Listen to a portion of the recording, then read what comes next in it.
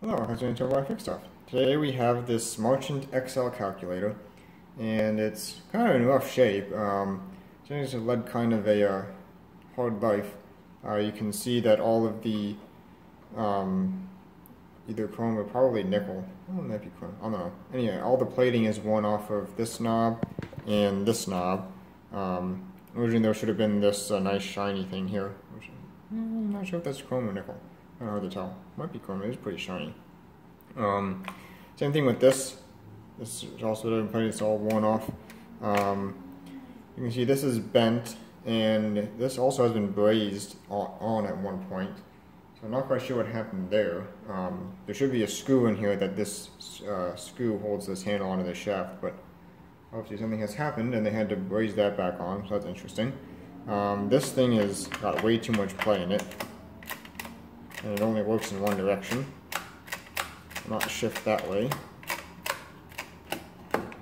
That's locked into. No, will not shift that way. Only sometimes. Oh, it kind of works. Oh, it almost caught there, but yeah, so it only works in one direction. That seems to work. Unfortunately, this crank has got bent, and none of these move. And I think the reason is because of this. You notice there's a pin on the end here. That pin should go in here and allow these to move. See if we can kind of fake it here. If I push that in, yeah, see? So that's the issue there. So I'll have to get unbent.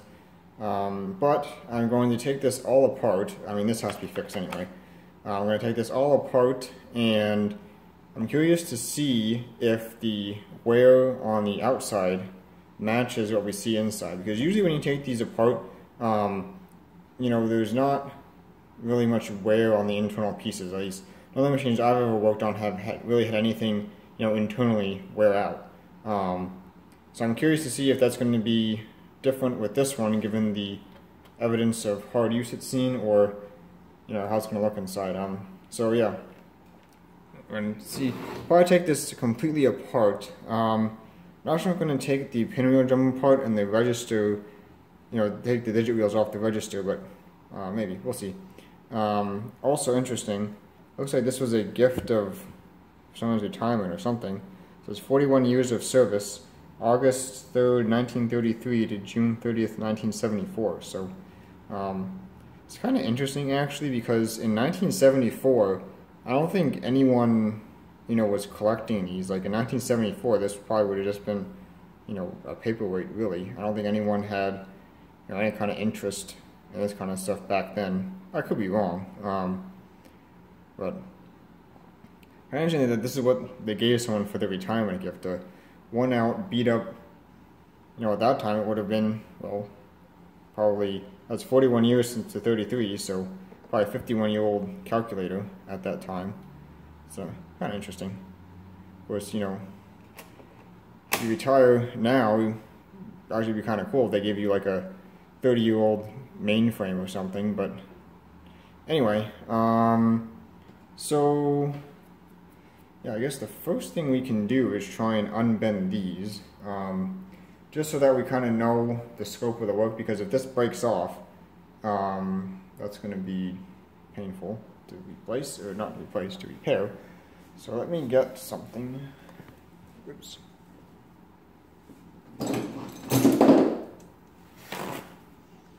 So I'll just see if I can stop bumping the camera. Just put a piece of paper towel around this so that I don't, hopefully don't mar it up, and we'll see if we can just give a little bend here. Wow, that's pretty stiff metal. Okay, so that bent back. Excellent. Didn't break off, so now this should be able to go all the way over, lock in, and it doesn't hit anything. Good. So that's one thing fixed, and this is pretty stiff too. Now let's turn our attention to this one, which is even more difficult.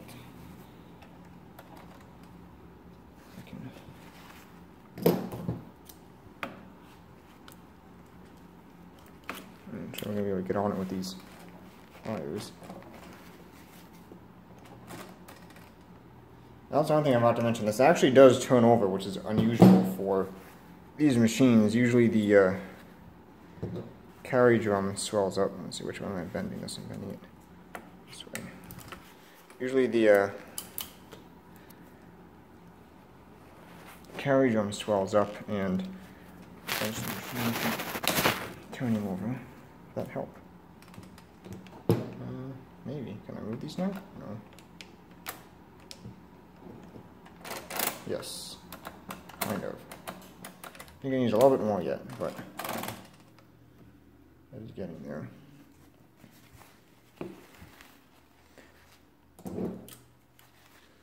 Bend this the right direction.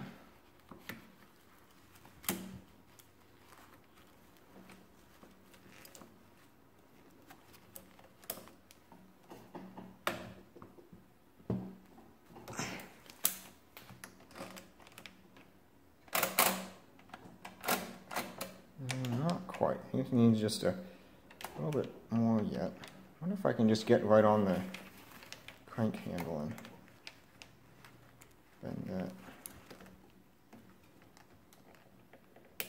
Yeah, let's not do that. I don't know if I'm going to break that. Theoretically, this should be able to come out of here. I'm not sure that's going to be possible. Something else too, you notice this should be a screw and it's not. And same with that. Should be a screw and it's not. So someone's playing with those. What I was saying is it looks like all the spacers are here, so all the decimal pointers slide pretty smoothly, which is nice. On one of my other Marchant XLs, some of the spacers are missing, so the decimal pointers are pressed right up against the frame, so you can't move them. Let's try this one more time. You need to get right down against the crank, I think.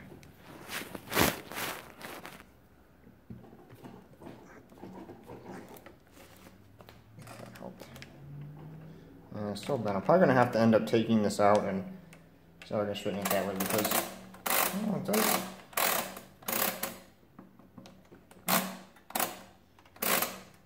They do seem to want to move now, so maybe that'll be okay.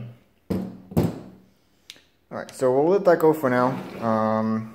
So actually I did add. I had 7 one time and 2 the next time, so it actually does seem to be, for the most part, kind of working. So we're going to take this apart. You can see there's some rust in there, so I want to make sure there's not rust on anything else. Alright, so before we go any farther, probably what I'm going to do is take these taper pins out.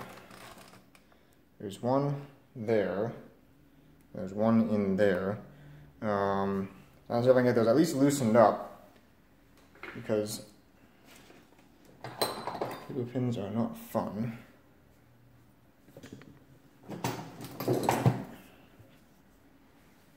I can get this one first. It's sticking up. I'm going to use a fat punch here to on it first. And I'm going to have to take this off the table because this table is pretty flimsy, so a lot of the times the table just absorbs most of the shock and actually get anything. Yeah. I'm going to have to put this on the floor and hit on it because this is not really.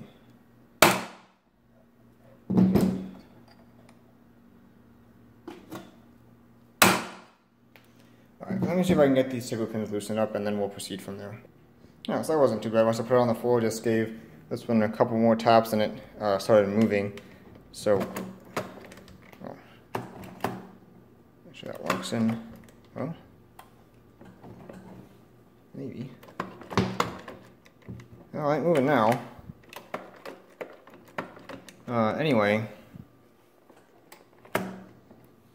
This one. There we go.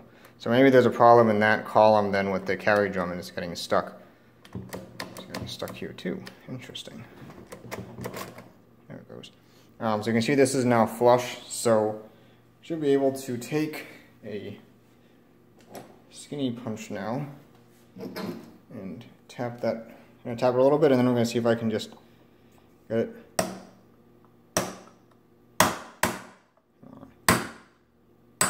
There it goes. So, well, I'll have to pull that off then.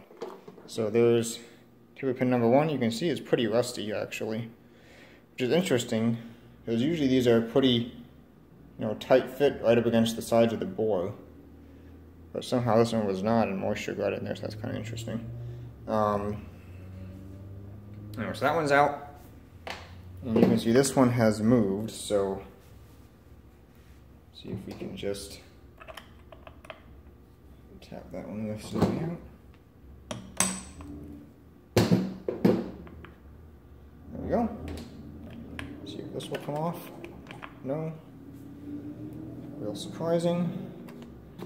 I can just turn this around. There it goes. Alright, so there's that. You can see it's all dirty on the back. That should probably actually clean up and be shiny again, not that you'd ever see it. Bit of corrosion there, but yeah. So, actually this looks sort of bent. I don't think I did that. So we can bend that back. So we're taking this front cover off here. Just sort of a look into why this thing has so much play in it. And as usual, not all the case screws are present. There's one missing there and 2 missing there. I'm probably going to let this play in real time, just take this thing apart. So if you're the kind of person who just likes to watch stuff come apart, don't really care about the commentary, you can just put it on double speed or whatever and watch everything come right apart, hopefully. Alright, so let's go quite a bit of dust in there, some corrosion on the aluminum.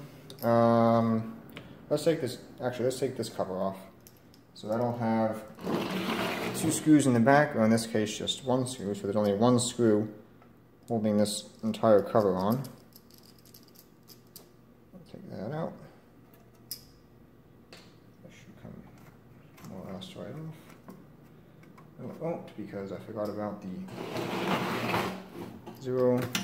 forgot about this thing. This thing has to come off. This guy right here, the clearing thing. So that will need a wrench or socket of some type. Anything that will fit that, otherwise we'll just use pliers.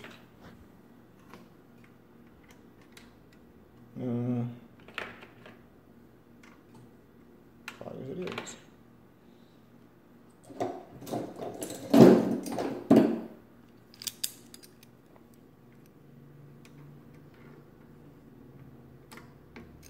These nuts do look a little bit different than the nuts used on my other Marchant XL, so it is possible they will be replaced at some point. Definitely has had some work done to it. This has to come out because the levers here that hold it are actually on the main pinwheel drum, so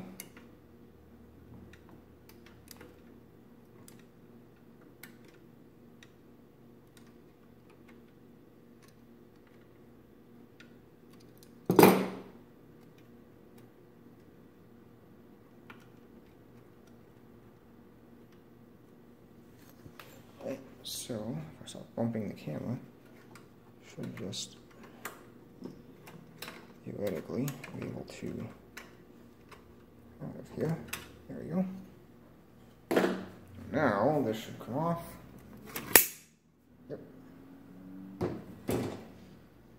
Whereas this one is spring loaded, just bring that back down. So next step is we need to slide this all the way over like that. I need to take these screws out of the front of it. See, this has there's a bump here on the carriage track, which is one of the things, come on, which is one of the things that prevents it from sliding off. So take this front plate off to move that blockade. And the other thing is this over here, which we'll get to in a minute.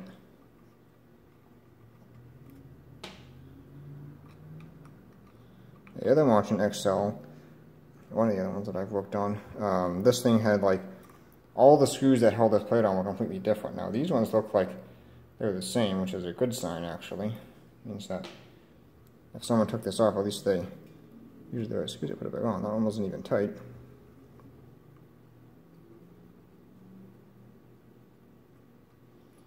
I'll take it out, set that off to the side. And this should come off now. It does have dowel pins in it. The dowel pins on the back there. And this is chrome plated or nickel plated or whatever kind of plating they use. So that's off. See how lovely the carriage track looks under there. And now there is a little hole here which we need to go in. Not sure if you can see, but there is a screw in the end of that shaft there, which we need to remove. I think I've got it now. There we go.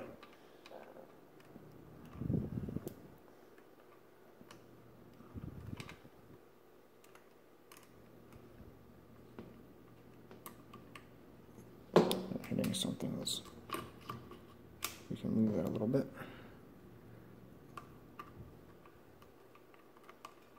Off now.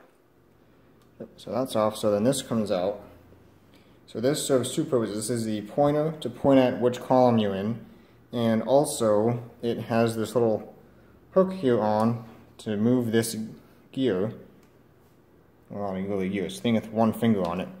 This moves back and forth on that shaft, and that's pretty stiff, so that'll need some cleaning and oiling. So now I should be able to slide this right out of here.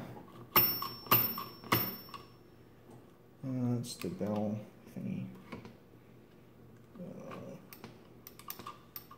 Hitting the bell thingy. I thought you could. Maybe I gotta take that off.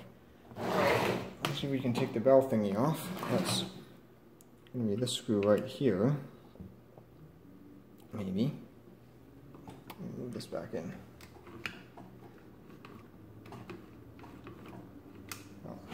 Go back in. Oh, because this thing fell down, that's why. So this is one of the difficult parts. You gotta do the dance of all these parts here. I don't remember this having to come off, but maybe it does. So I don't move any other way. So, alright, let me fight with that for a minute. Oops. Alright, so that is loose now, so I should... Oh, so that's just the belt clapper. Whenever there's an overflow, one of the carry trips will hit this and lock it, and that thing hits the bell. Alright, so now let's see. Push the release. Should slide it off. There we go. That's the carriage assembly. So you can see these are the intermediate gears here that drive the fidget wheels. These pieces here are the carry trips, so they pop back or forward. And these things will hit that bar to ring the bell when there's an overflow. You can see this piece here is the interlock. Interlocks with a wheel right down there.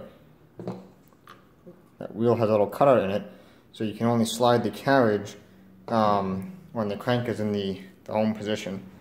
Otherwise that wheel turns and then the piece of the wheel goes in here to lock this, and also means that you can't turn that crank unless the carriage is in the right spot, so that one of these slots lines up with the wheel, so the wheel can turn.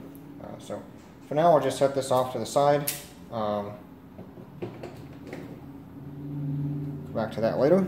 And continuing on here, probably the next thing to do is see if we can get the screws out of this carriage bed plate. And actually, I think we have a broken part in here, which is not good. So this piece here, got a few pliers. This piece right here should come off with this spring. No, it won't because it's tied in there. That is broken off. So that would explain why the carriage shifty thing is really bent. It only works in one direction. I guess what we're going to do about that. Anyway, let's not get too distracted with that right now. Distracted with my defective tripod.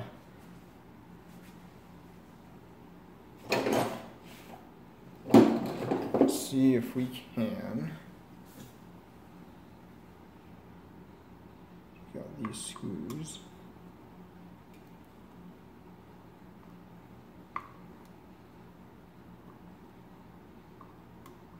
You know what? I'm not going to do that yet. I think I'm going to do something else first. What we do first is take the base off, I think.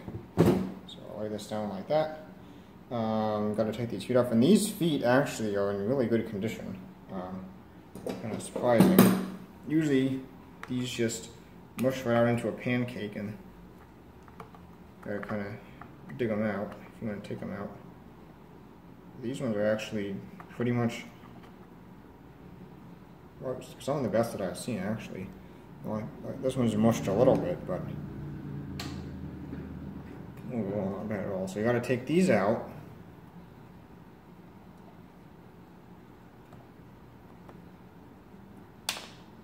And the feet come out.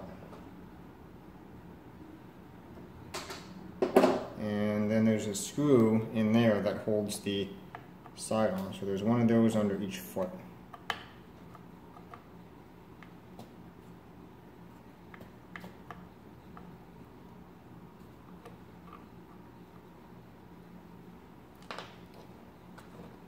I'm going to skip through this part because this is just repetitive, taking all the feet off. So now with all the feet off, before we take the sides off, there are two pins. There's a pin here and a pin here in the carriage bed plate, or the carriage jack, whatever you want to call it.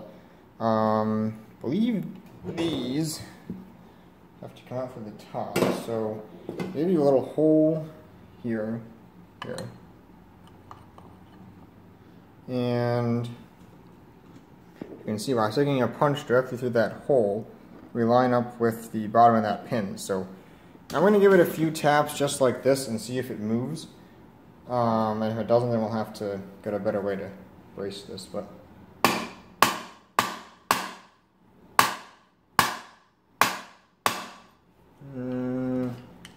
not looking promising. Let me try this one.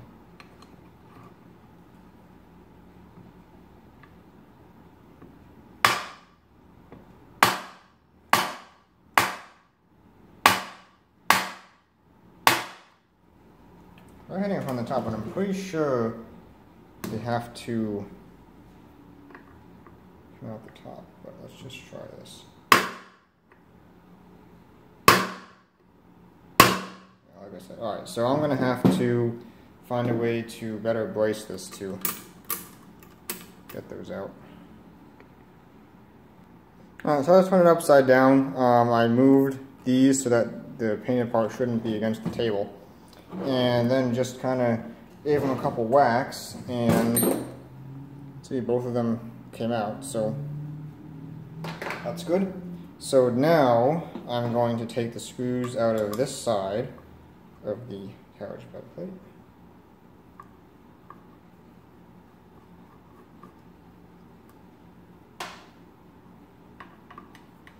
So you can see why I left those screws in, because if the pin was trapped in this bed plate, I did not want to be, directing blows that might, break or bend the bed plate. I wanted to have these screws there to kind of give it some stability. So take those out, and now put this like this, and we'll take out these two here. Actually, I need to take that pin out. See if that's going to be easy for us, or if not, we'll just take the whole bottom off. Let's just see if this wants to move. No. Alright, that's okay. We'll just take the whole bottom off. So I will take off all of these screws on the bottom. Put this back in the frame.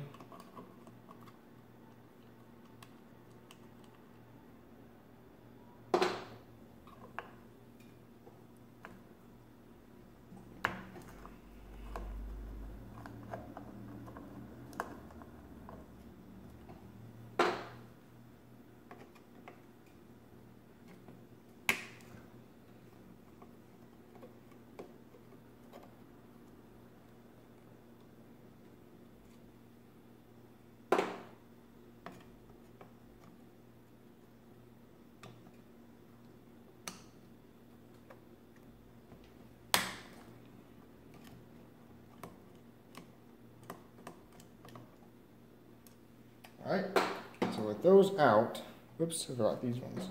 I'll take these ones out too. Just hold that middle piece in. It's not really in the middle, but it's in between the other two.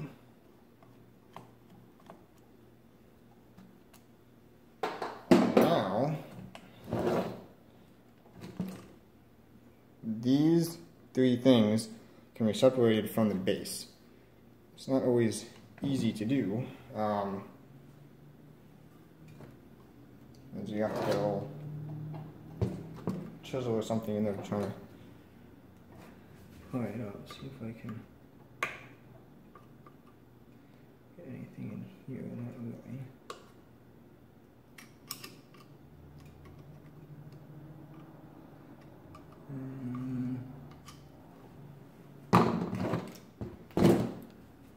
Try giving each of those pins a tap now. See if they want to come off with the top.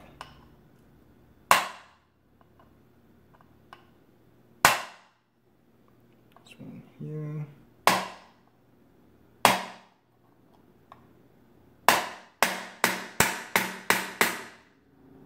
I moved a little bit, but a smaller punch, see if that helps. Not really.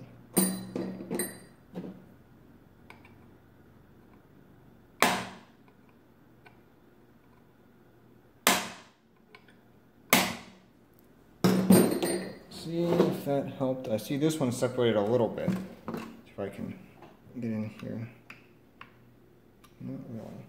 Alright, so I have to pause again and find a good way to try on this. I don't want to mock up the aluminum, obviously. I can try in here, maybe. That one's a bit loose.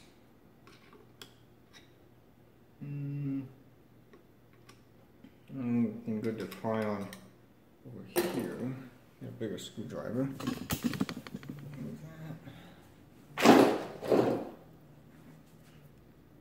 Just go through here.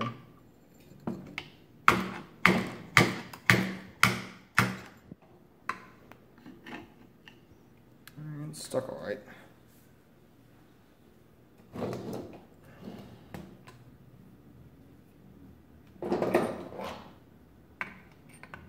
I'm going to give it a few taps to bottom of the carriage bed plate, see if it'll try and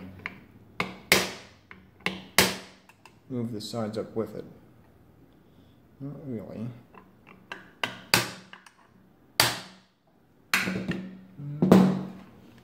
Yeah, like I said, I'm going to have to pause and find a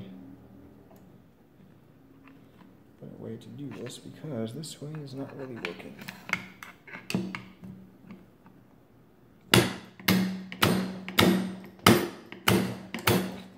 Yeah, it's not moving at all. Alright, let me fight with that for a while and we'll come back once I have all 3 sides loose. Alright, so I've got these loose now. What I did was, there's a little bit of a lip here, so I kind of went in here and pried on that. And then stick a screwdriver in here and just let it sit there. And that was enough to lift this side out just a little bit, because, you know, this is lifting up this bed plate, which is still screwed to this side. So when this lifts up, lifted this up, and then I can get a screwdriver in the inside here and kind of pry up, you know, like that. So now that's all free. I'm not sure if it's going to come off easily. Oh, that's a glob of dust. That was going to come off easily from here. This side is still not free yet. But the only thing that's attaching this stuff to this side is the shaft in the middle of this drum here. So theoretically, we might be able to slide this all over. Maybe. Maybe not. Let's see what's on the back here. I think that should work. This is attached to this bed plate, so this whole thing should be able to slide off, I would imagine. Oh, what the heck is that? I don't know what that is. It's weird. Oh, I mean, even look at this yet, but yeah, you can see there's some scarring on it, so definitely not as bad as the last one, but definitely starting to swell up, so we'll have to file that down. But I'm not quite sure what the deal is here. It should.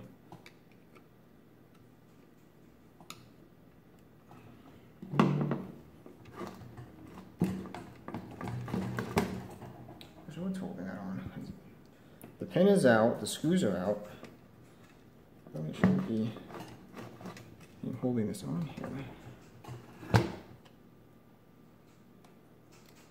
Interesting. So I have to get this side off to come off as well. This little bit, a couple of taps here, see this will. It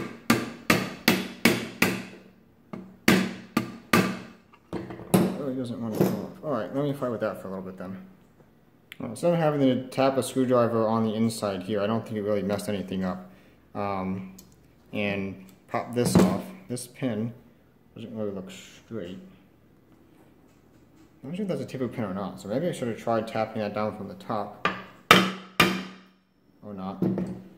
Not sure if you can get at it though, because yeah, actually there's no way to get at that from the top, because that pin is right here, and that's blocked by this, so you can't tap it out from the top anyway, so yeah, not too sure. One thing I did forget, however, was that this plate here has to come out. It is attached to this assembly with a lot of springs, so I should have taken this out first, but I kind of forgot about that.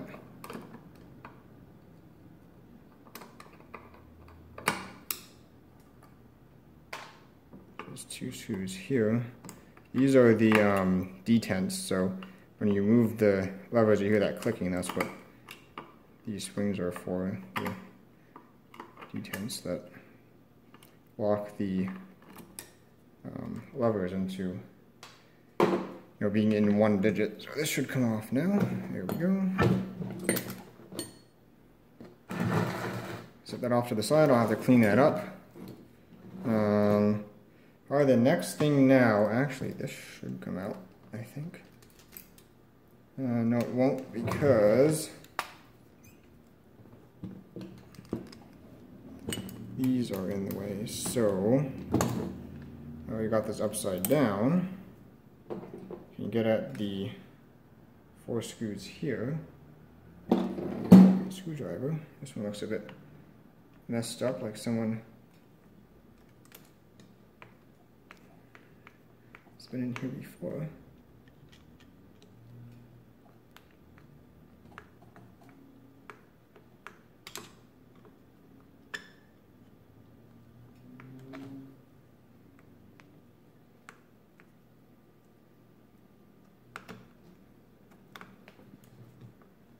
So stiff to cut. I hope they didn't cross thread this or something.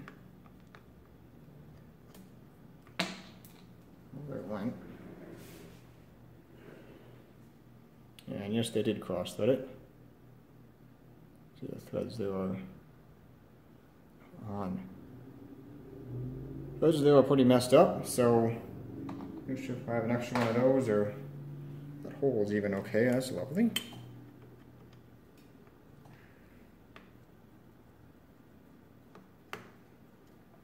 Even without that screw, this should still be fine because there's another screw, and you know there's not a huge amount of stress on this anyway. Mostly just these springs. There's one over here, which you can't really get at, which is kind of annoying. Come on. These things should move in.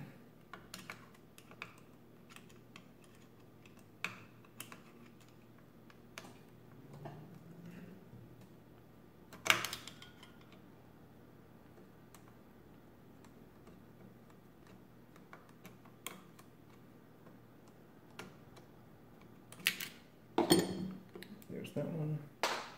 It doesn't have a lock washer for some reason. There's this one. That wasn't even really tight.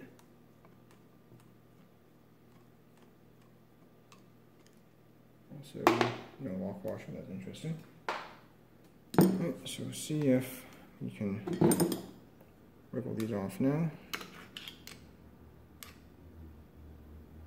Off to the side, and this one here.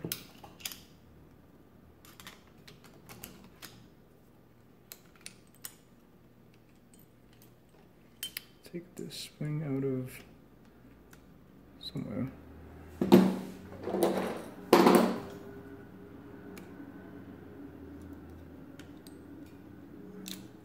Spring out of there, and then this should theoretically come out of here.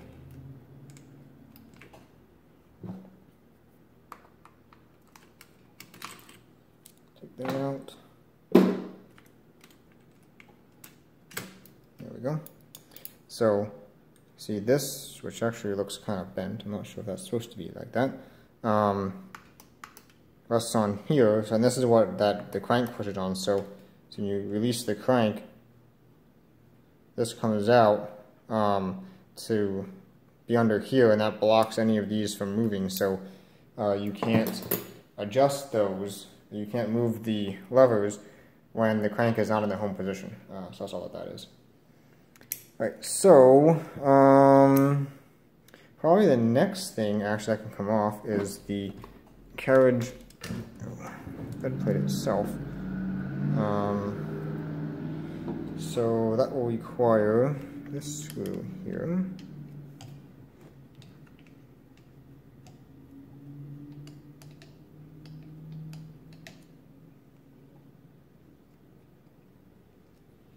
And actually, before I forget, this part can come off. There we go. Let's get this out of the way before we mess up these number displays any more than they already are. I'll set that off to the side somewhere in space.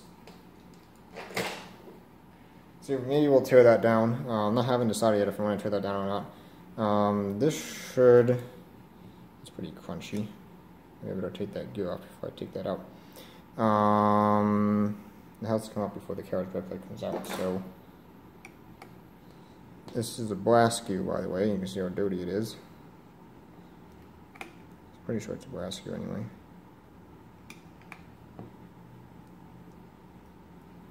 Take that out. Yeah, you can see a little bit of brass poking through the dirt there. Oh, that's crunchy. Just like the crunchiness is in this hole over here. That comes out. So that is that shaft that this piece interfaces with this gear, and the bottom of the gear interfaces with the teeth on the back of the carriage, and that is what moves the pointer when you move the carriage. Got these two right here yet.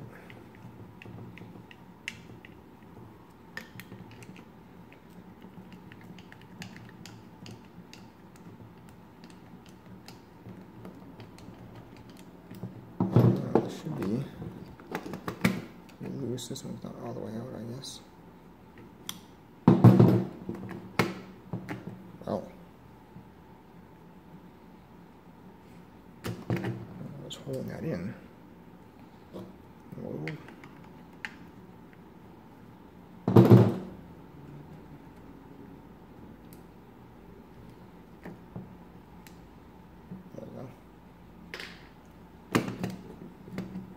Just comes right out like that.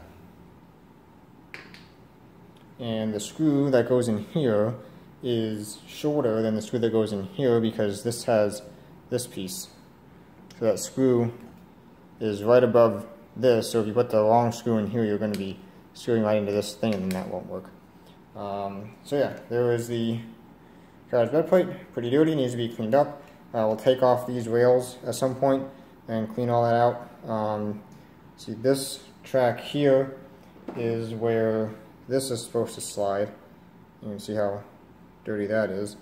We'll have to get cleaned up. This thing here on the bottom here, this is that. We'll have to take this off too because that piece is broken. Let's see if we can get that apart. Amplify was in frame. Get this off here. It's on by 4 screws. This is the shifting mechanism. Even if we can't fix this, it's not the end of the world. Obviously, I would like to fix it, but the machine is still usable because you can push the button on the side and manually drag the carriage even without this single stepper thing here. But also, it would be nice to have everything working.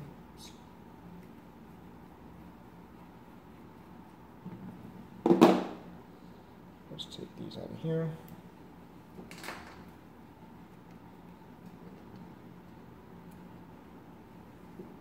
And this has dowel pins that hold it on, so I'll have to pop it off.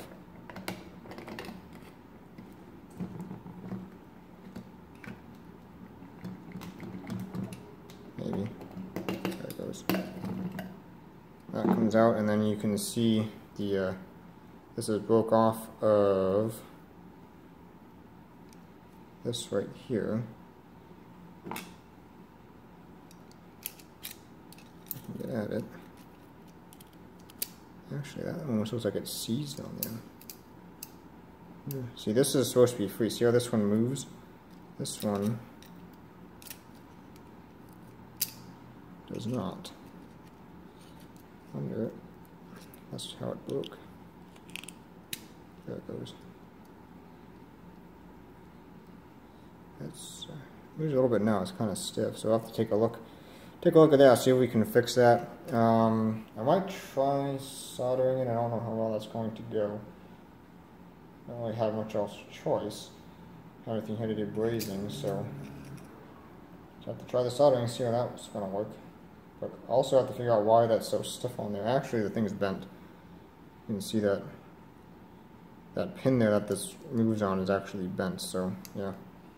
Alright, so these are going to have to come apart, see if we can get that off and fix that. That's unfortunate. Anyway, alright, so this needs these taken out. These are the tops of the rail, so the carriage has flanges that go under here on both sides, so these are just the top pieces that hold it down. But either way, they need to be cleaned up. They're all pretty gross.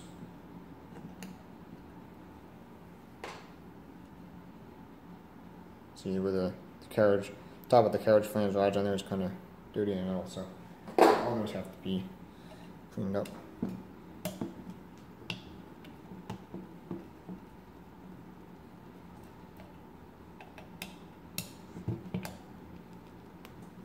Well,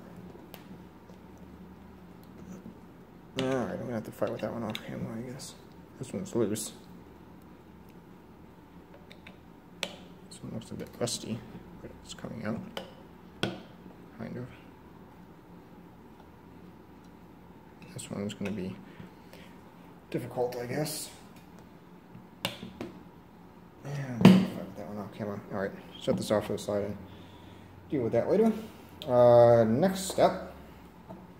Now we need to finally get this off and this crank off. So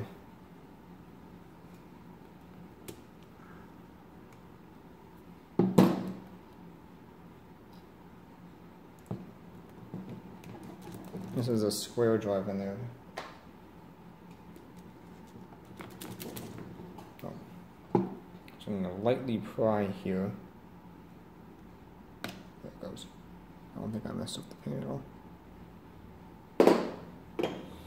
Right, and then this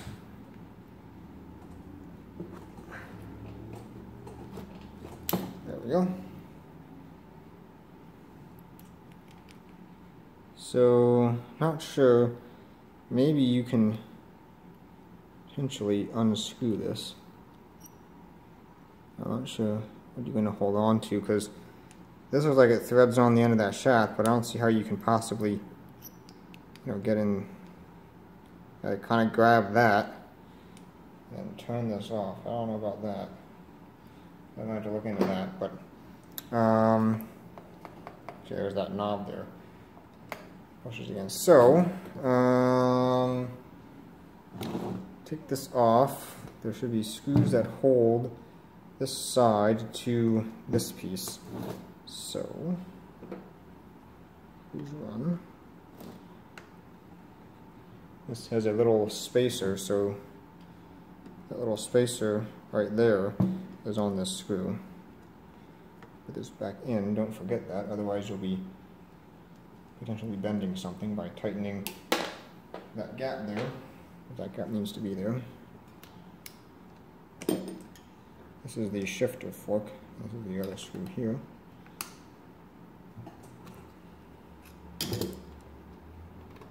This is the spring-loaded thing for the zeroing. Should actually move this back. Should be able to. There we go. Now I've engaged it in. I guess that's addition. I don't remember. Anyway, I moved this up so that it's out of my way. See, that engages with this.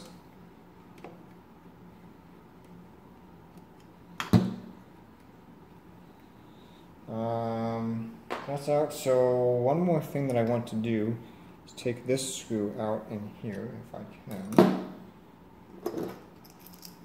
This screw is the spring for the detent for the shifter. So when I pull this shaft out, which I'm going to be doing shortly, I don't want that ball bearing to go springing all over the place. So I think this should, let's see, this shaft comes out. That's where the crank goes on. There we go, that's part. There's that little spacer, don't lose that. This is the carriage drum, and you can see, or the counter carriage drum, you can see where it's already rubbing. So you can take a file or something and just file those down even deeper, just so we're not going to face any more issues. These things, that one's a bit stiff. Seem to be okay, so that's good. This is the sliding gear for forward or reverse counter direction. Let's get cleaned up. This is that shaft. You can see it has two detent locations. This is that shift fork. So this can detent either direction for addition on the counter. See, this shaft is the counter increment. So remember that little fork thing that we had earlier. This guy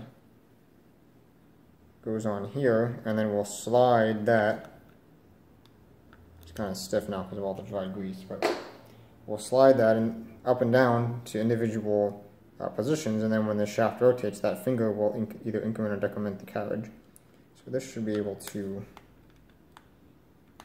come out. Actually, no. Won't, because it's hitting that, so I'm going to have to take this piece off, but we're going to have to do it anyway. This should come off. Just stiff. That comes off. This shaft will come out when we take off this. So there's one screw here.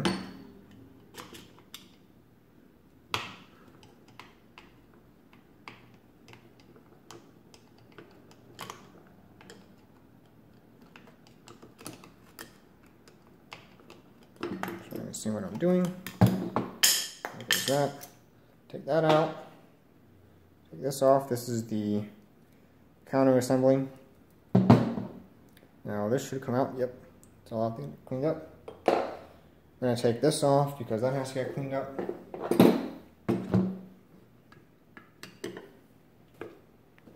So I think I am. There we go. Once it's not in frame again, I just took that screw out, so this comes out.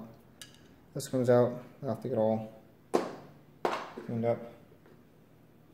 So this is stripped down now. The only thing that won't come out of here is this pin. I'm not going to worry about that. That's fine. Stay where it is. You can see where they have the brass inserts for the bearings. This is an aluminum casting. I just pressed in brass inserts for any bearing surfaces. I can get it off to the side.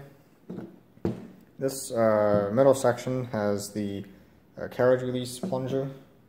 I'll get cleaned up. It has this thing. This has a taper pin in it. I have a very tiny punch.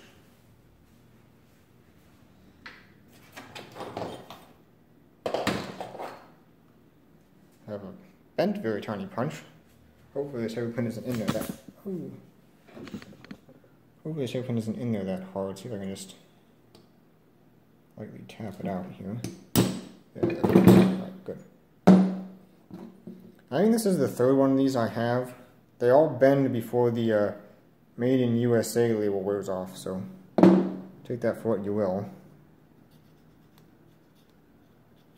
Take that off, and this should come out. There we go.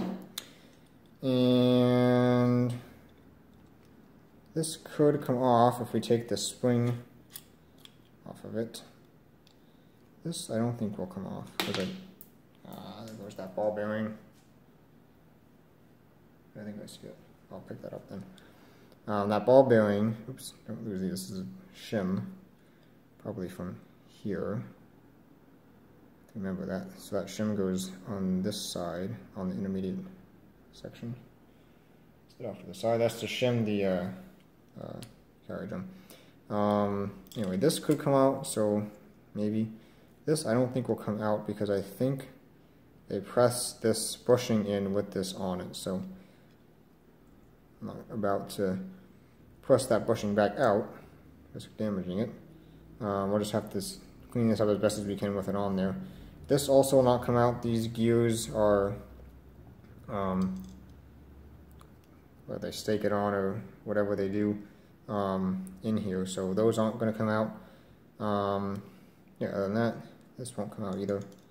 This is like they put the gear on the shaft and then press the shaft, and it looks like they peen it over there, so that's not coming out. So other than, if you wanted to take this off the spring just so it's a separate piece, you can, but other than that, this is, as far as apart as that comes. I can get it off to the side. This side, I might take this off and clean up the pivot point there, but that's really all that's left to that. So other than that, I found another shim here on this, so there's two shims on that side now, intermediate side, and it looks like there's no shims on this side. Any shims here? No. It's feeling like there are any shims on that side. So no shims on the outside, only shims on the intermediate side. And then this gear can come off of here. I got cleaned up. It goes on that way with the shift fork facing towards the drum. This, I don't know if you can take this apart. It has screws on it. All these I tried to take apart have been so distorted that the screws are locked in there forever. I'm assuming these are not going to come out of here, although I am curious. Yeah, I figured that. Oh, that one too.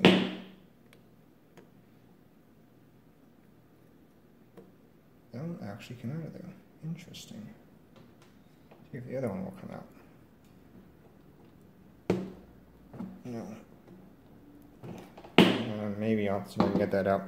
I really wanted to take at least one of these off just to get an idea of the internal construction, because every other machine like this that I've worked on, these are all, you can see how this one's all getting distorted. It's all puffed out there. Focus. It's all cracked and it's starting to puff out the side there. So when that happens, then that, you know, puts so much pressure on these screws, you'll never get them out. I'm surprised that one came out. I really want to get that one out and just take at least one of these off to get a look at, you know, how they're made on the other side, because with any other machine like this that I've worked on, basically have to destroy these to I have to fight with that. Yeah, any other machine I've worked on, you have to basically have to destroy these to get them apart. So I really wanted to take at least one apart and see what the internal structure is, and at least then we know if I ever come across one that I have to try and come up with something that these are, you know, so far gone that I can't follow them, whatever, we'll know how they're made and have an idea what to do. But yeah, so I'll see if I can do that. So there's that. This carriage actually can come apart more. Let's see what we can do. We can take off, let me put this off to the side. We'll take off this piece here, which is already loose.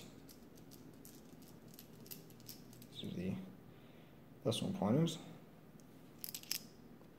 You're not even seeing what I'm doing.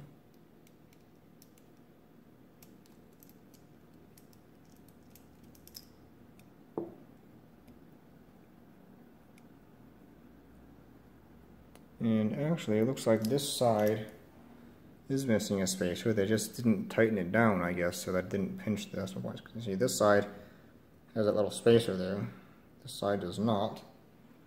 So, you know, I'll show you what that's about. And this comes off. You take off this knob, which is tight.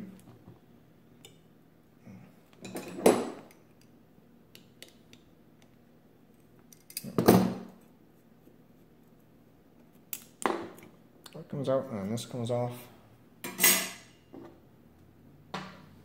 Now, how far do we want to go with this? So, you can take this off. I don't think we're going to be able to get this off over this glob here. But this is the drive for the clearing mechanism. That screws pretty tight. There it goes.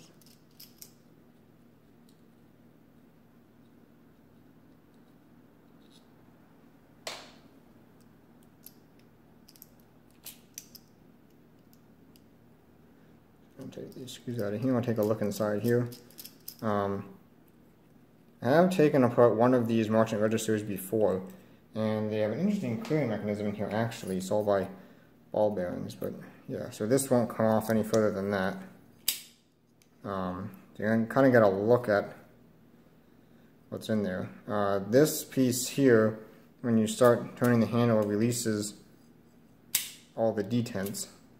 So you can see when that's out, then these are just all free. Actually, those are pretty stiff. So, you know, I think I will take this further apart. Let me see if I remember how to do that. I think when I took apart before, I took something off this side. Actually, this is it's kind of loose, it seems. I'm going to pause and take a look at that for a minute, because I've only taken apart one of exactly this, the accumulator one. I'm taking apart the counter one on an XL8, which is a little bit different. So I'm going to take a look at that for a minute. This part here, though, looks pretty similar to what Brunsviga has, where, actually, you know what, we are not going to do that because of the way that it is. Yeah, so what we want to do is pull this shaft out. Thinking if we take that taper pin out, probably do that. See if we can get that moving. So if I'm in frame, I guess. See if this will move at all.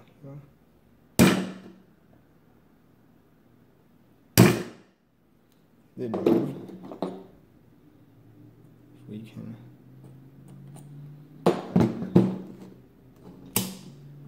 that table pin came out and went, maybe this one went somewhere. There it is. So, the way that these work is, this shaft has a groove in it, and then each wheel has a ball bearing that sits in that groove. When you turn the shaft, it moves the groove so the ball bearings pop up out of the groove and into the internals of the wheel here. And then as those ball bearings come around, they grab a little tab and push that tab until they get back to 0, at which point they'll drop back into that groove. So when you take this apart, expect ball bearings to come out. I don't remember whether they'd be on the bottom or they'd be on the top. If we turn this upside down, let's try that way first. We can pull this out.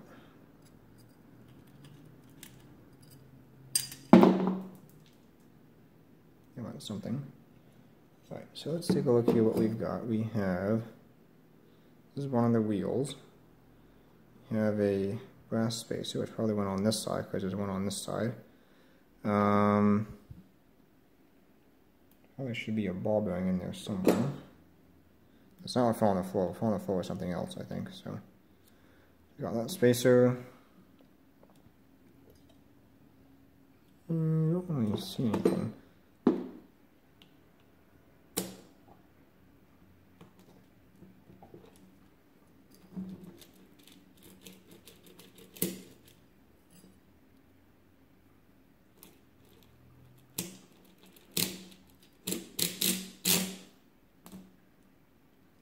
Alright, we are getting there now. Actually, the ball bearings are all on the shaft. And this shaft is really sticky, so I'm definitely glad that I took this apart. I'm not sure how easy it's going to be to put back together, but we'll cross that bridge when we come to it. Actually, these ball bearings are captive in the shaft, so that is good news. So you can see, I push on that there. You can't see because the super camera won't focus. If I push on that there, it moves. But it is captive in the shaft. So it looks like they probably drill the holes up to a certain point for the ball bearing side, and then it's smaller on the front. And they put springs, they put the ball bearings and the springs in the back, and you can see they peen over on the back there to keep the springs in. So it's definitely different than the one I had taken apart before. But it's definitely good that we don't have ball bearings flying all over the place. So I'll definitely take that. These are these. Yeah, so those are all going to fall out of there now. Shouldn't matter except that the small spacer goes on that side. This is all a bigger one. That goes in between them. So that's all. So yeah, this should just, there we go. That's apart. Might take this shaft out. Haven't decided yet.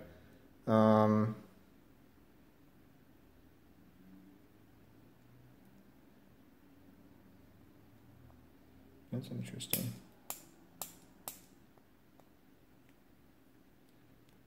It's actually detents down in there, little ball bearings against springs.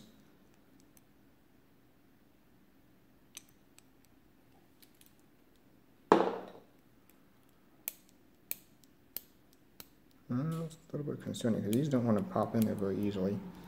So I wonder if there's some kind of... take a look at that.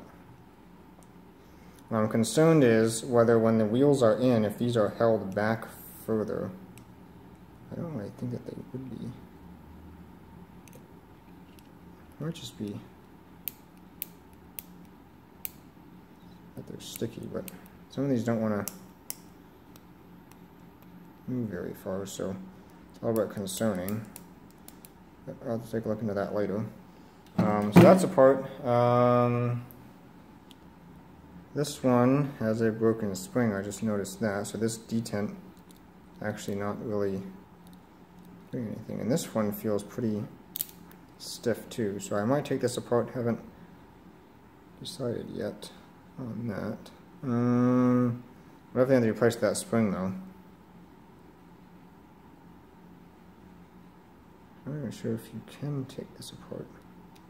Yeah, I guess you can push this way.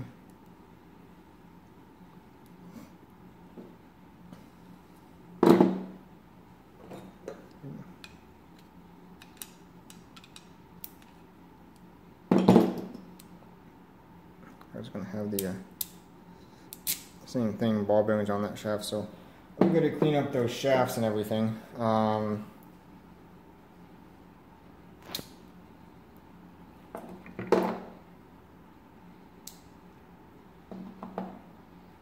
pop all these out of here. So I have to find a replacement spring for that one. And here you can see actually, there, see that ball bearing right there? That is why we are not taking this shaft out. That is the detent for these little rockers here. And the only way to put those back in is you put a spring down inside. There's a hole drilled all the way through. You put a spring down inside there, put the ball bearing down inside there, and then you have to try and compress the ball bearing far enough to slide the shaft through.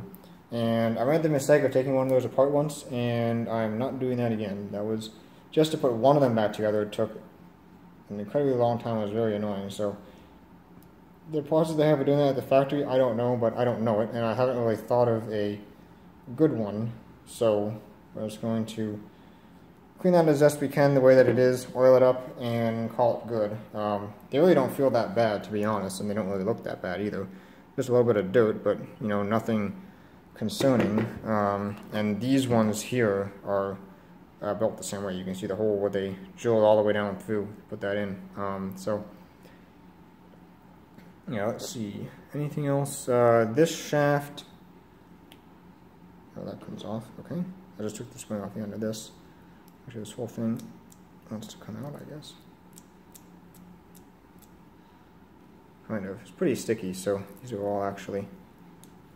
Oh, there it goes. So that comes out, and all those should more or less come out.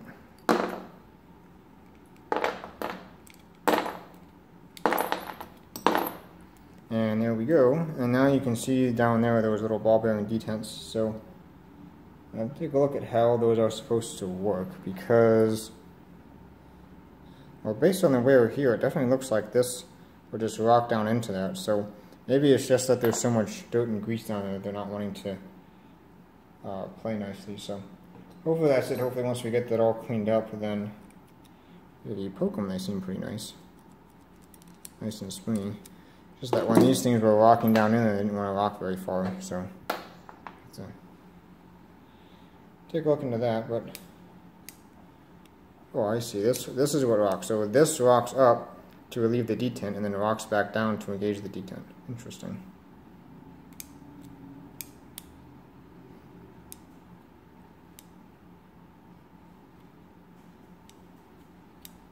That would be the other way, right? This would normally be like that. Okay, now it makes sense. This would normally be like that to engage the detent, and then it rocks down to disengage the detent. And that's why they weren't going in there, because they don't go down that far. That makes sense. So these things are going to be sitting something like this, and then when this is up, you can see they're detented out, and then when you turn the wheel, that'll push this back in there, like that. See, now it's nice and springy. And then you get near the detent, then it goes like that, and these will all fall back to be out of the way of the wheels. Okay, so that makes sense. So that's good. Still going to have to clean this all up.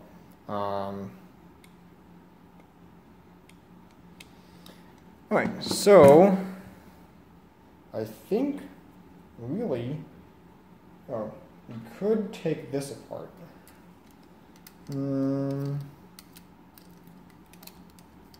Just feeling how stiff these feel. We don't feel that bad, although there is a bit of dust in there, so I'm not decided yet whether I want to take this apart. I don't know, maybe we should. move some of these tools out of the way here. That goes with that. That goes with this. That goes with this.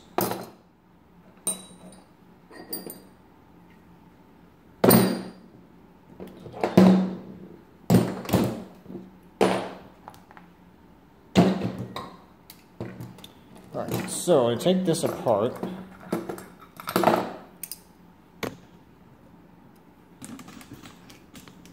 to take off the nut on this side,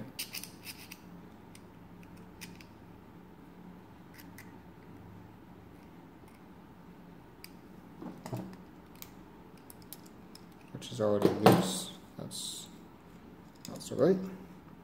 This funny little three-way nut thing. So take that off. This is the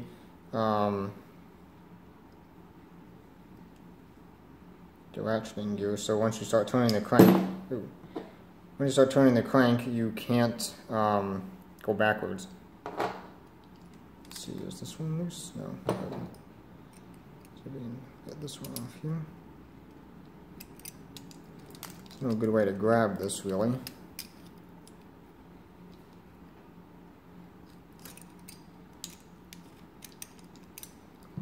To pause the camera and try this a different way. Oh, that's tight. There's no good way to grab this. Let me pause the camera and fight with that for a minute. Alright, well I really didn't want that to come off. I tried grabbing this flat here with the pliers like this and grabbing that nut with these pliers. And that got absolutely nowhere. I ended up having to put the whole thing in the vise and then just use a punch and really wail on these things and finally got it to move. But that thing was really on there. It's coming off now. I also going to have to clean this up because it's all kind of got plier marks and everything on it. That's off, and then these are keyed by the way, so got a little spacer. This should also be keyed. This spacer, and this guy, and then this is the other holder for the zeroing mechanism. That pile's going to fall over here soon. I keep these in a somewhat order because sometimes these have shims in between them, and obviously it's important to get that zero mechanism back in the right place, so I'm trying to keep these in order. And also these things, order matters because you can see how the counter tends to carry rather tabs here, they're the helix, so if you put these back in order wrong, your carry will be messed up. So everything in order.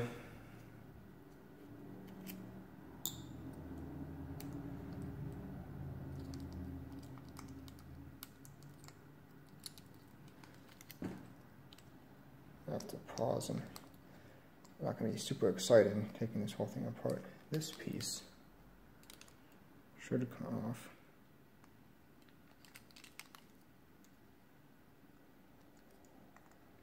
So this, I think, actually might not be keyed. So I'll just take note that the slot is right in line with this rivet here. Does not want to come off again. I can wiggle it a little bit. Of course, you know, there's all kinds of dried grease and everything on this shaft too, so it's not really helping things. You can grab it with the pliers. Maybe. So you can see what I'm doing.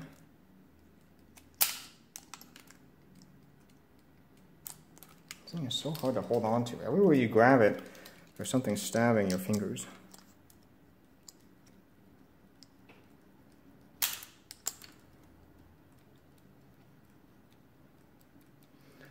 So I would hope by this time if I cleaned up the shaft first, but oh well. Oh, we're halfway there now.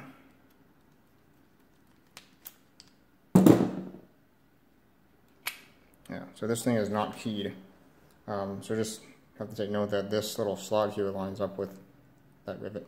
Let me put it back together. It probably lines up with that rivet too.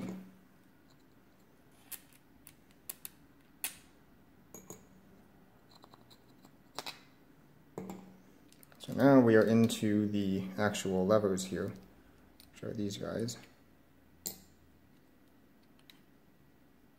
You can see that is what causes this to engage or disengage. So basically the way that this works is this lever, I'll put it back on there. So watch as I turn this, you'll see that thing come out or come in. So basically what happens is you set this lever to whatever number you want, and then as the shaft rotates around, these pieces will pop out or fall in to drive the register to the correct number of places. So for example, if you have a 0 set, this will either fall in before it engages with the register, or it'll pop out after it's past the register. I don't remember which it is exactly, but one of those two things will happen. If you have a 1 set here, then this will either pop out like just so that this one tooth engages. So this will be rotating around. Say the register is here, it'll be rotating around and it'll pop out right there just as that one tooth passes to engage with one tooth and move the register forward one position.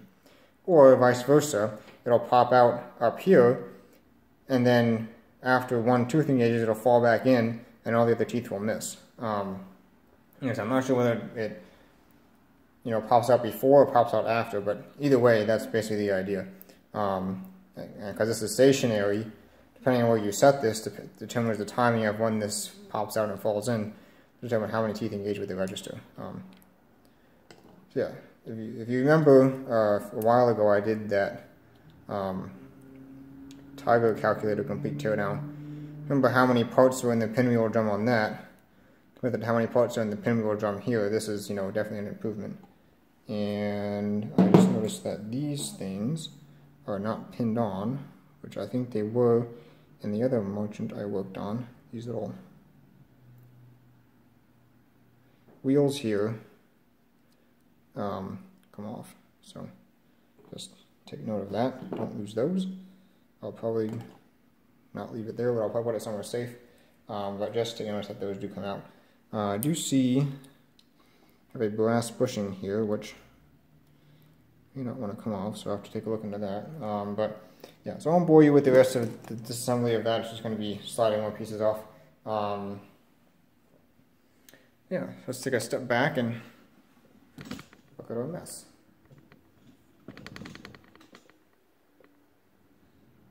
I like the machine as a whole, and this machine is not super complicated, like a sound speed or anything.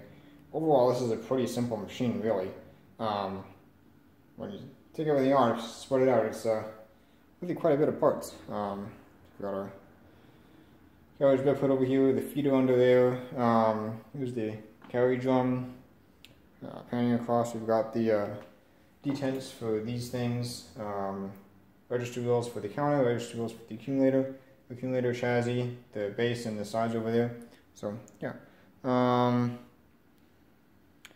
Quite a bit goes into one of these, so I'm going to see if I can get the rest of this apart, and then we'll just take a little look at everything all spread out. Well, there it is. Got all these apart, and yeah, let's see, what's it over here?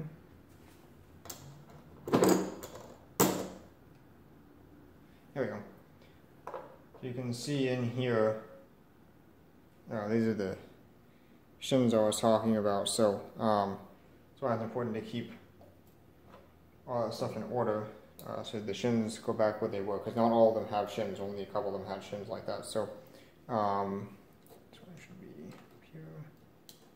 It's kind of unstable, but this will probably be the first thing I put back together. Clean it up, put that back together first, just to get all this stuff out of the way. Yeah, I got all the screws out of this. Some of these were really glued on there, some of these brass inserts here. That's the dried grease, so I got all this stuff cleaned up. As far as the carry counter drum goes, I was able to get both of the screws out, but unfortunately that still didn't free it up. And actually broke when I was trying to get it off, but that's okay. I can glue that back together and that won't be an issue. Turns out that these are actually either behind this ring here, and this ring is held in by this key, and this key is staked in, and I tried to get it out and it's not coming out, so unfortunately we'll just have to leave these on here. Like I said, I really wanted to see, you know, how this was put together, but I guess it's not going to be able to. I'll just glue that back on and should be just fine. So not worried about that, but yeah. Other than taking this apart, which we really can't do without basically destroying the key, as far as I can tell. Yeah, that's about as far apart as you can reasonably take one of these.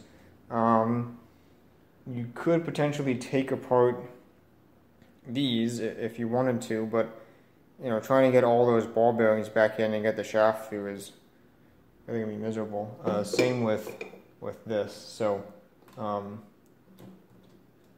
we'd have to clean that from the outside, but yeah, this is all taken apart now. So, time for lots and lots of cleaning. Clean up the base. I don't know exactly what that is. Almost looks like some kind of wax, but how it would have gotten in there, I really don't know. I don't know what that is. Kind of weird. But, oh yeah, this we can take off too. That's just got my screwdriver. It's just got 2 screws in it, so it'll have to get taken off to get cleaned up. But yeah, that's pretty much as far apart as you can reasonably take one of these. So I get this off.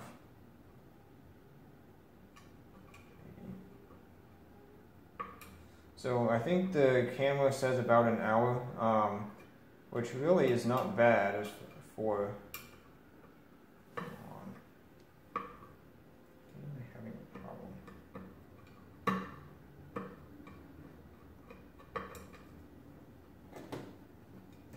Now I'll pin down too, so there, now it's off. Alright, so yeah. As I think the camera says about an hour. It says exactly, hour 20 minutes. This is the only calculator that I can think of that you can really take apart that quickly. Maybe something like a Buzz Vega is pretty simple. That might come apart that quickly. And maybe the arithmometer, but as far as, you know, lighter machines like this, you know, a Monroe has a lot more taper pins than this has, so it's going to be a lot harder, at least in my experience, to take down this far. I've never completely taken apart a Monroe down to this level because of all the taper pins involved. Just hasn't really seemed worth it to me. And try and fight with those, and often, even if you fight with them, you can't get them out anyway, so. Yeah, this only has 2 taper pins, well 3 technically if you count the one in this, but that's a real small one, usually comes out pretty easy. So yeah, 3 taper pins, well I guess 4 now counting that one. The one in the main crank handle, the one in the shifter thing, the one in this, and the one in the shaft there. You know, Monroes have quite a bit more than that. I think they have at least 4 taper pins in the carriage alone you have to get out. So, a lot more difficult to take something like a Monroe apart. Something like a Frieden, to take down to this level, would be much more annoying, I think. There's so many more, you know, random levers and parts you gotta take off, and overall, this is a pretty simple machine, really. You know, it's in a pile on the table, it looks like a lot of parts, but, you know, if you were to take something like a Frieden apart, you'd have a lot more parts on the table. Plus, Friedens have all those ball bearings in the carriage, so if you take that apart, they go all over the place. And you gotta get all those back in and compress at the same time to put the carriage back together. So, yeah, like I said, I really like working on these because they are so simple, they are so easy to, you know, completely take apart. We didn't take this out. That's just a screw. Maybe. I'll fight with that later. but you get the idea. So yeah, gonna move on to cleaning. Not really gonna film that because, I mean, who wants to watch me sit here and douse parts and lack thinner for who knows how long. So we'll come back when all this stuff is all cleaned up. And I'm not sure if I'm gonna try and do like a live reassembly, kind of like I did here with the disassembly. But maybe, we'll see. Yeah, really nothing to it. Oh, there are more taper pins in here, but really there's no sense in taking that apart. I mean, you literally cannot gain anything by taking that apart. So, yeah, I think there's more taper pins there, but I mean, why would you ever take that apart? So yeah. Oh, also this, I didn't take this apart. And that might have to come apart. Actually, we'll have to come apart because of this broken thing. So, yeah, we'll have to move on to that next, I guess, then. So you can fix that. Even if you can't fix it, it's still going to be worthwhile to put the machine back together because, like I said, you can still move the carriage manually with the release. So, it'd be nice to get that to work, but if not, it's not a, you know, not a deal breaker. So, on to cleaning. Alright, so I've started cleaning up some of these pieces for the main pinwheel drum, or moving segment drum, whatever you want to call it. I got those cleaned up so far, and I'm going to put those back on in this section of the video, just so that I can continue cleaning these without having to show the whole thing on video. So I'll just clean up enough to put like one segment together, just to show you how it goes. And then I'll do the rest off camera because there's no need to show the entire thing. It'd be kind of boring. So I can just clean them up and put them on as I clean them up. It takes a bit of time to clean these up because, you know, like if you look at this, so these are the brass bushings. Those are pretty simple to clean up, but this piece moves, so you gotta clean up, you know, in here, both ways, and then clean up in there, and then clean up in here, and then clean up around there, and just, you know, it's not bad, but it does take time, so, I don't see the need to show all that on camera. And like I said, I just clean each one up and put it back on as I go, rather than trying to store all the clean pieces and without getting them dirty. Right. Anyway, also put the clearing pieces and the spacers for the main accumulator, soaking in some lacquer thinner, and just kind of shake it up a little bit. You know, washes the parts, and you can see already how clean those look now. You know, almost completely black before, and they've only been in here maybe 5-10 minutes or so, and just shaking up a little bit, and they're really coming clean. So that's why I like using lacquer thinner, because it really takes the grease off. Anyway, so we've got this main shaft here cleaned up, and yes, there is a spacer down here, so make sure you don't lose that. I had to file the edges here and file this a little bit because when I was grabbing this with the pliers, trying to turn that one nut off, kind of messed it up a little bit. So I just had to file that so it's smooth, and you can see it will drop right in where it lives. Yeah, this one's nice and fine. So that should be fine. So I'll just put a little drops of oil on here. At the end where we're going to be working. I'll probably just smear a little bit so everything slides on nice and easy. And we'll start on the end here. So this is the first piece that goes on, and this one is keyed. I'll do this on camera. So just slide right on. So that's your first moving segment. And I think these have a little bit of a detent in them. If you look right there, that looks like a spring to me.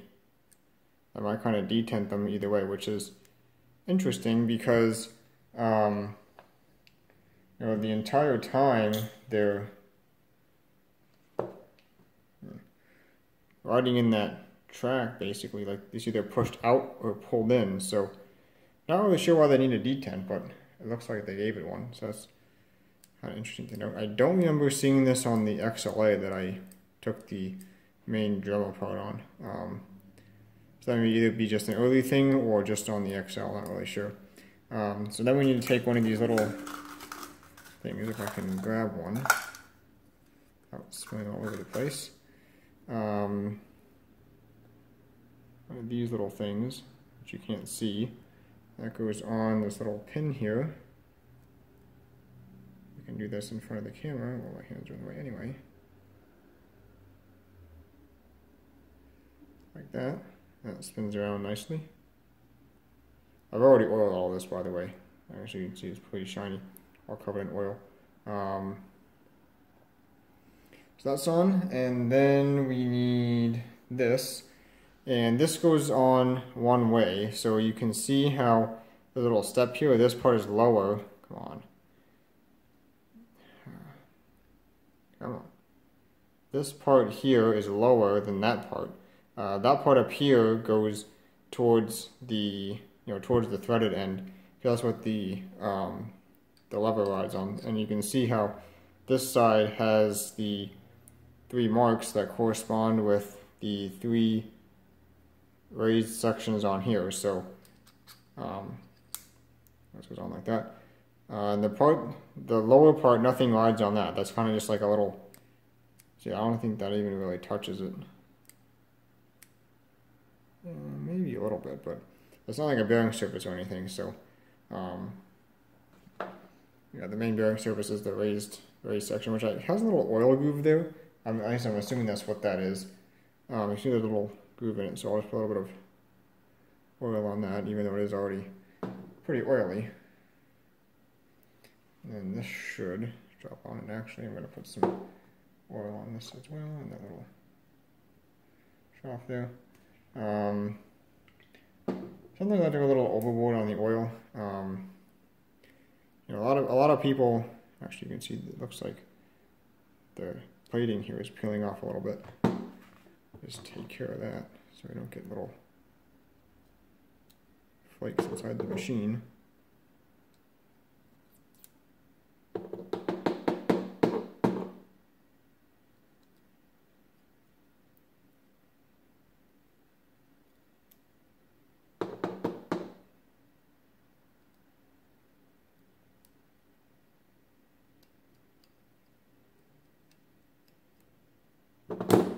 I guess that'll be okay. These actually don't show much wear at all, as far as I can tell. Some of these you get in, these ridges here start to get sort of like mushroomed out a little bit, but these really don't look like they, like they are at all, as far as I can tell. They look, pretty straight yet. Because these are what work against these detents here. So there's a detent that goes in here, and then every time you move this, it has to like ride over the detent. So yeah, I've seen before where these get somewhat flattened, like mushed out from hitting the detent, but these ones seem to be pretty fine. But it's kind of interesting given the amount of wear seen elsewhere in the machine, or at least on the outside anyway. These ones, at least this one, doesn't seem to be used at all. And this is the one in the first column, so you think that would be probably used the most. Alright, got a coating of oil on this, put some oil on the inside there where it's going to ride. And we should be able to drop this on here. And let's see if we can see in there. If you can see and I can see at the same time. So I push this that way. This should go on this way. And now if I rotate this around, you should see those fingers come out like that. So see how they're out. Well, now you can't see. How they're out, how they're in.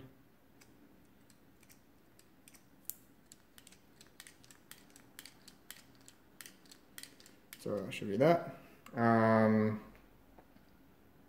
Next we get this spacer bearing, whatever you want to call it.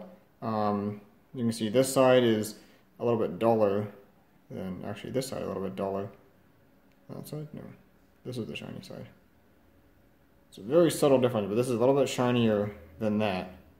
So this is the side, clearly, that was bearing against this. So I'll put it on that way, with the dull side facing out. So a little drop of oil on it. This probably doesn't really need to spin, but this piece spins, so this can either stay or spin with it. I guess it doesn't really matter.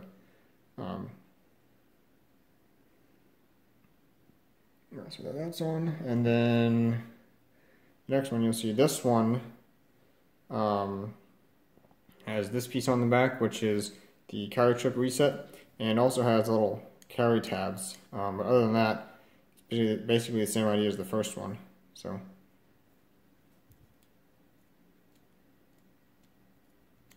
Got that all cleaned up, and the unit is keyed. So just go right on.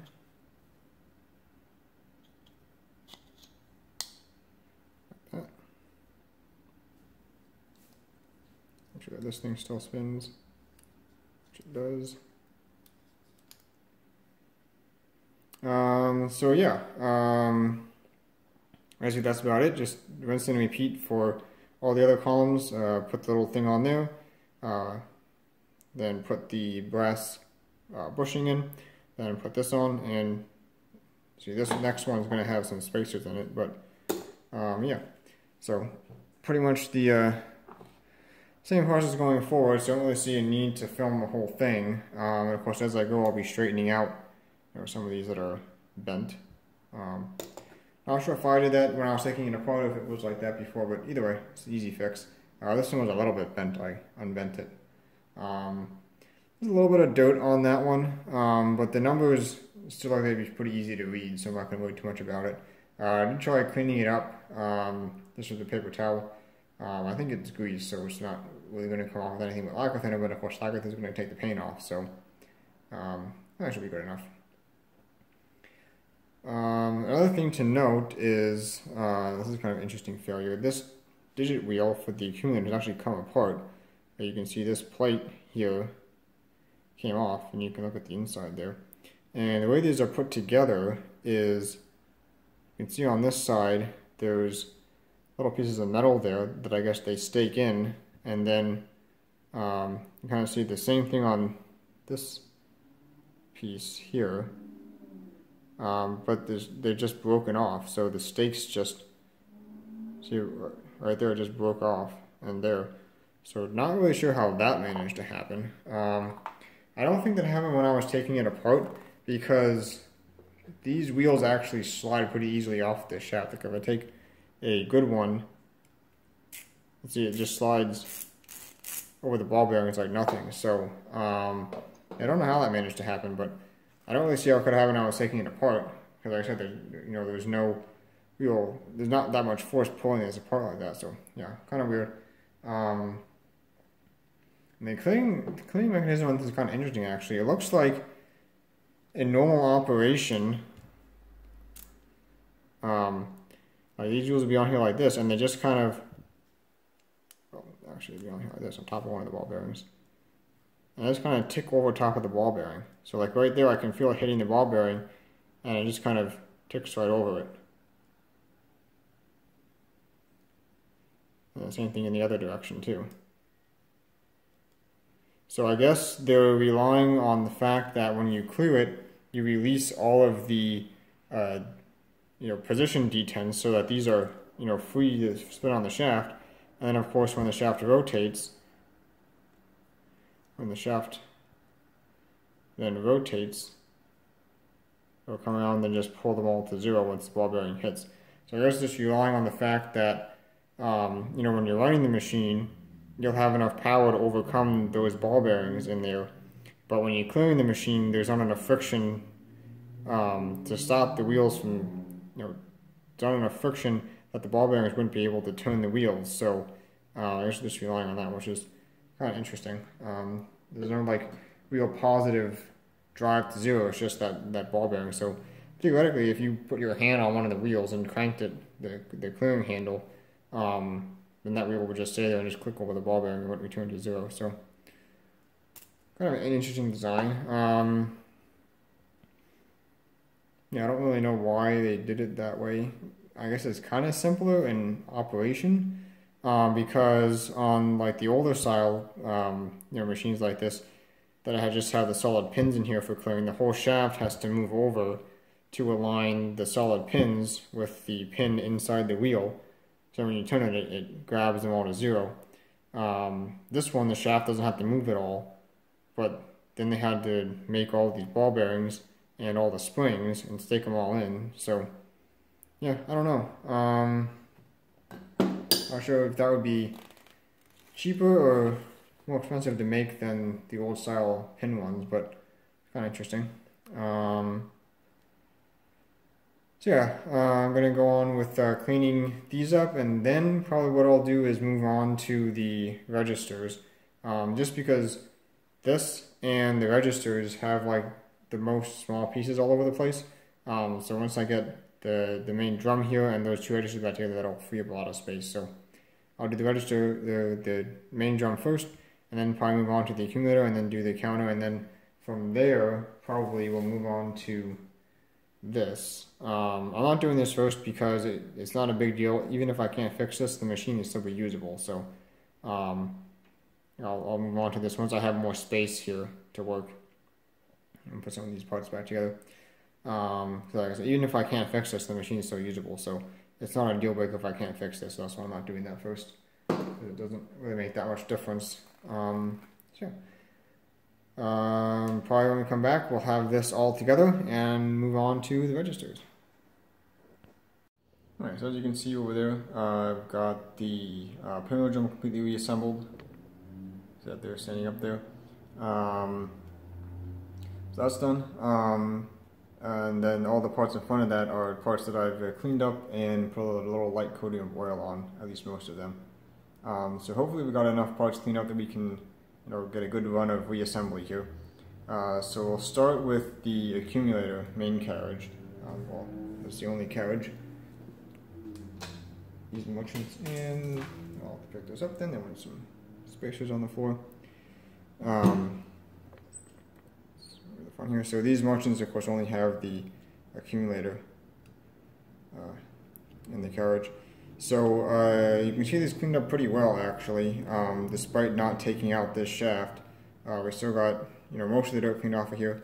These all spin just fine, so not worried about that. I oiled everything. Of course, these all move.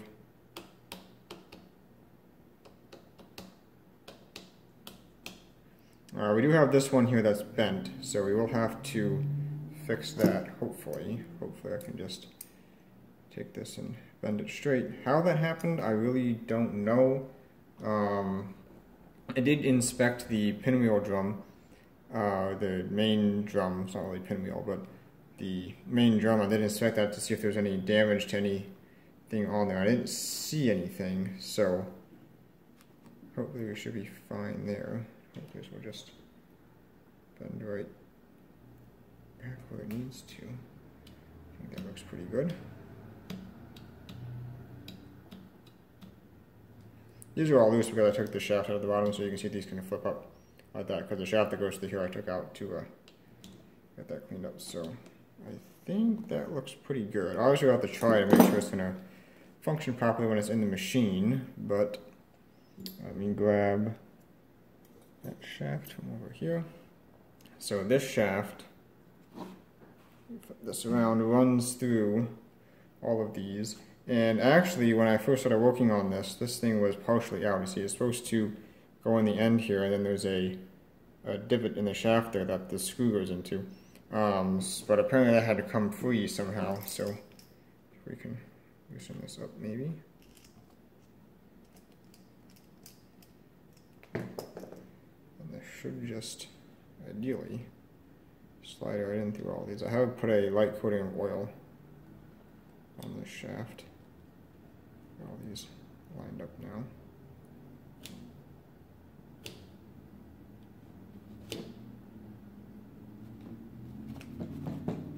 Come on. Slide this right in, hopefully.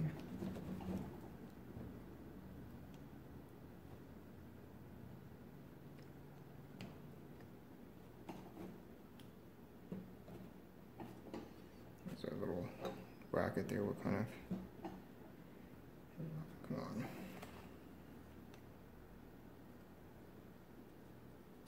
There it goes. I went through that, I think.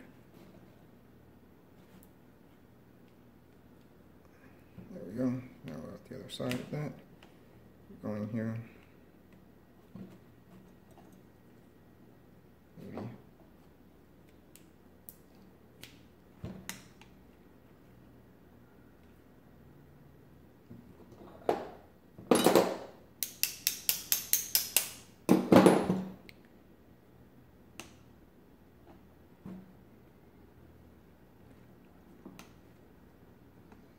I have to pause for this on a going video of me fighting with all these.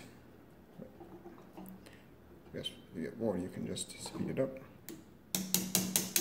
Yeah, that much.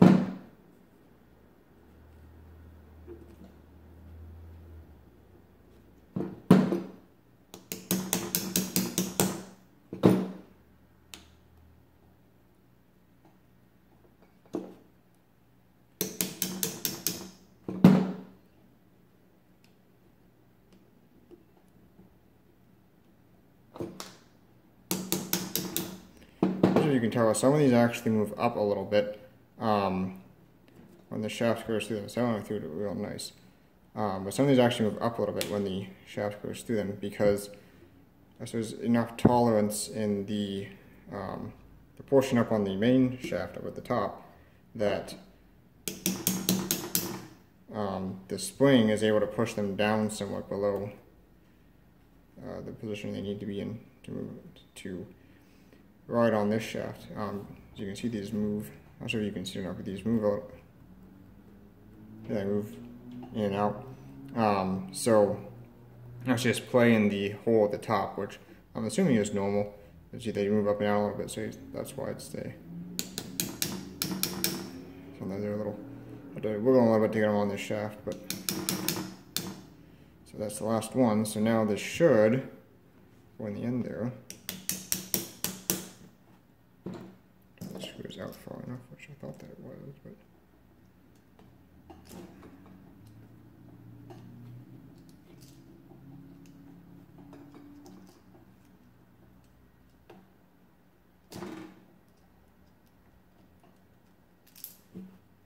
if we a little bit of dirt in there, but I think okay, the screw has to come all the way out. That's why. Well, see the screw at the very top there. I'm not going to focus on it, but the screw runs through the whole thing, so that screw actually has to come all the way out for this to go in. So that means that whoever put this together last time, that I put together right. Did that or, oh, I see, I think I see what happened now.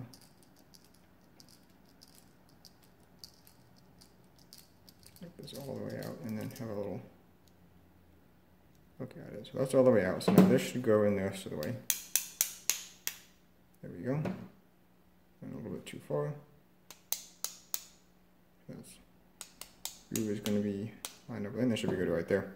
So it's flush on this side, I think that should be good. Now if we take a look at the screw, it would focus anyway. You can see there's a bite taken out of it. Almost like somebody drove the shaft out without taking the screw out and took a bite out of the screw. So probably what I can do is I can put the screw in not quite all the way tight. Since the threads are a little bit messed up, it's not likely to back out on its own. Can't even get it back in, that is. Well, maybe we can't even get it back in.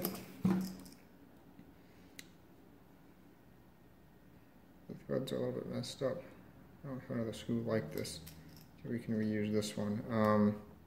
Anyway, what I was saying is, if I put it in so that it's not, well, maybe I can't even get it back in. I have to forego that, which I don't think will be an issue, because if they put it together wrong the last time, and it didn't back out, it would just, you know, over here a little bit, the end was like right about here, so it wasn't backing out or anything, so I wouldn't be too concerned about it. Yeah, this is not going to work. The screw is just too messed up at this point. You know, the screw and probably the threads. This is aluminum, so any damage on the screw is probably going to be worse in here. So I think we're just going to have to forego that. You really can't. Well, it looks like there's some threads left in there, but the screw really doesn't want to start, so I'm going to have to ignore that, and like I said, I don't think it's going to, it doesn't even want to start. Yeah, I don't think it's going to back out on its own. Yeah, so I'll have to forego that, and let's continue on here. So that's in. All these move nicely.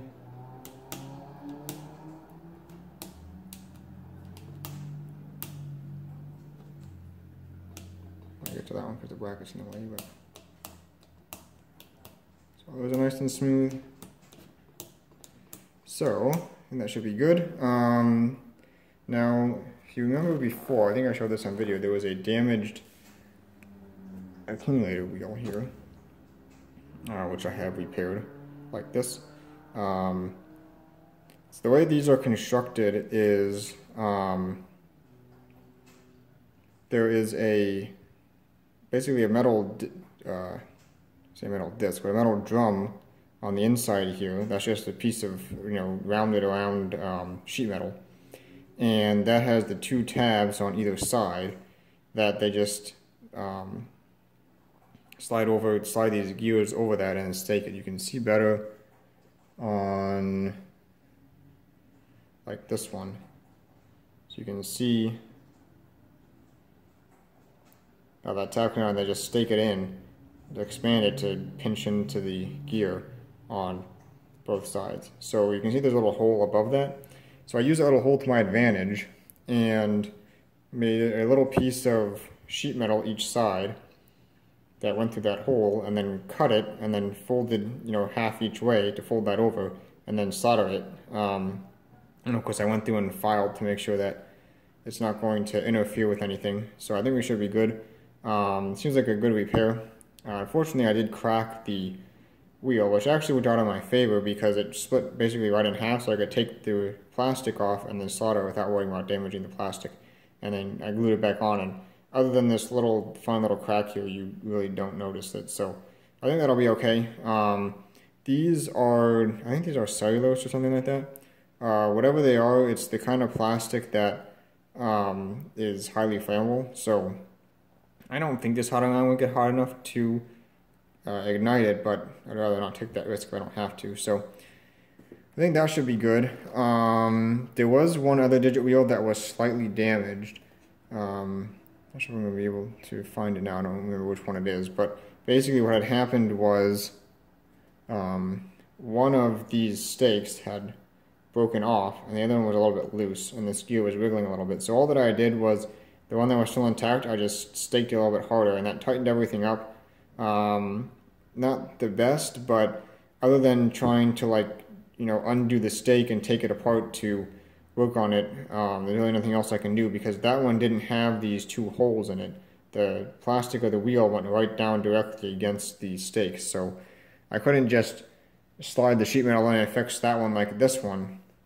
There's no idea. You basically have to take it apart and then maybe from the inside file up a little bit to make those holes to put the sheet metal through if you want to fix it that way, or find some other way to repair the stakes. But with it together, really wasn't gonna, really nothing else I could do. Let's see, was it this one? No, that one's fine. Yeah, I don't remember now which one it was, but anyway, I think it's gonna be the best we can do without, like I said, trying to cut the stake and take it apart, and then you risk damaging the digit wheel. And so we'll see how long that lasts, but if it breaks, if it breaks off that last stake, then it'll come apart. We can work on it better that way. But anyway, that's what we have for now. So this is the main accumulator shaft. You see I've cleaned that all up. All the ball bearings are nice and free, so that's good. So we'll start by taking this, which goes on all the way down at the end, and there's a right way to put it on. See, it slides on nicely that way, so that's the right way. Otherwise, the crank will be like 180 out with everything, and it'll be all messed up. So that goes on. Then we have this brass spacer here that goes on, and then I'll start putting this through here. We need the little brass collar, which is this, with the taper pin that goes in that. Goes on the end there. And then we should be able to start putting digits on. I'm probably going to start with this one first, just so that this one that's weird is in the last column.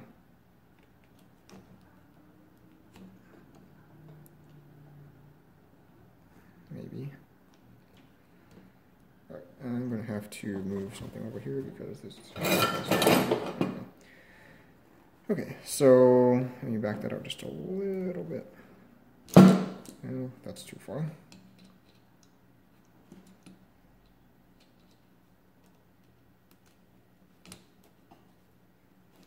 So we'll need one of these to go on next. And then the next digit can go in like that. And we'll just keep working our way right across like that. I did put a light coating of oil on all the bearing surfaces of each digit wheel, so hopefully things should be nice and lubricated. Try to move my parts closer, so on the opposite side of the camera than me.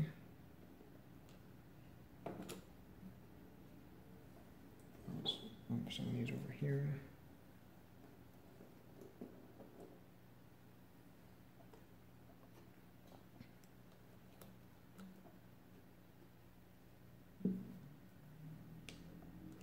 I did not clean up the actual digit, these number parts yet, because I assume they're probably going to get some oil on them while I'm putting this together like this. That's usually what happens. So I'll wait till this is all together and then clean those up. I have to wiggle this one in here next to the bracket here.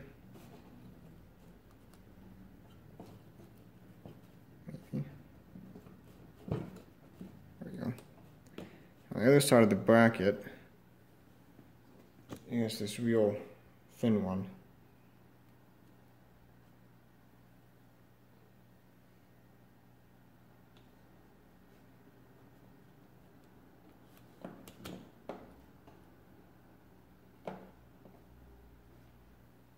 Do I need one of these?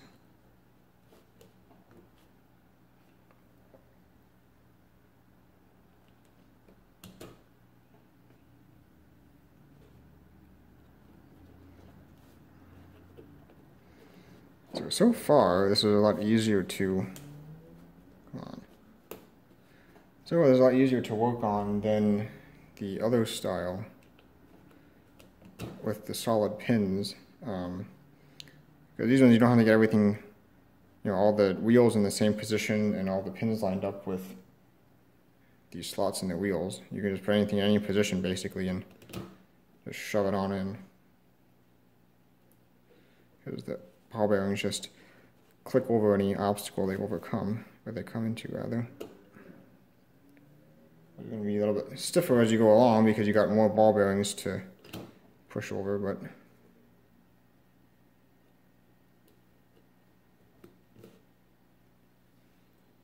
overall,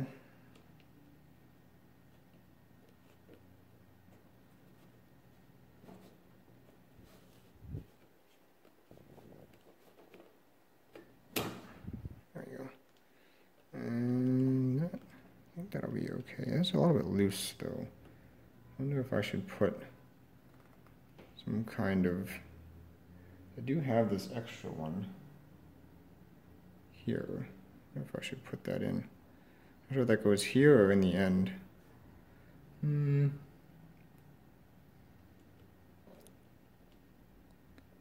This is a little bit tight over here. That's kind of interesting.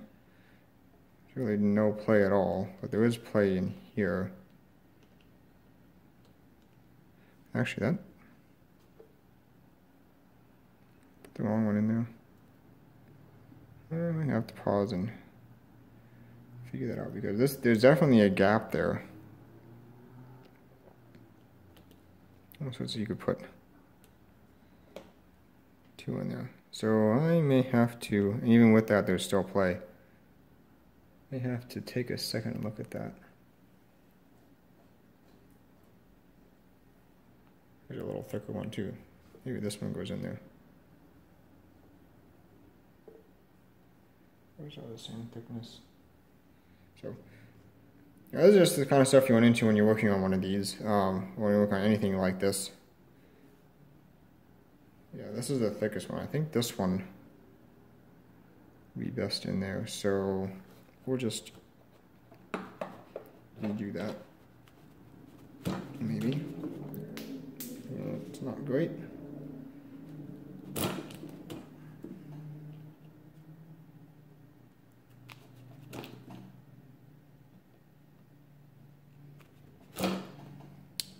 Alright, so we will take this out and replace it with this one. No, with this one.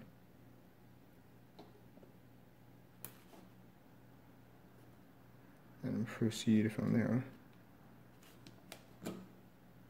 That's a lot nicer. I like that a lot better.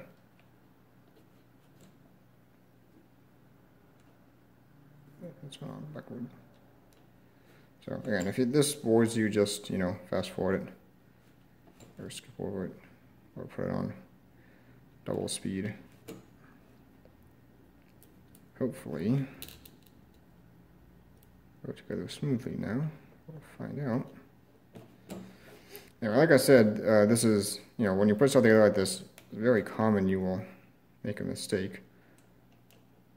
Simply because even if you took it apart, you didn't design it, so unless you've worked on, dozens of these machines, done this dozens of times, you won't have an exact memory of every single part. Feel the line dropped.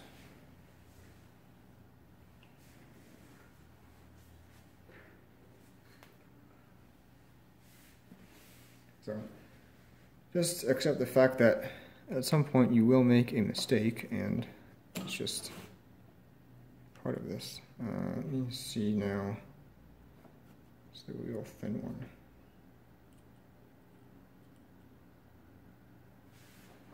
Let go in there.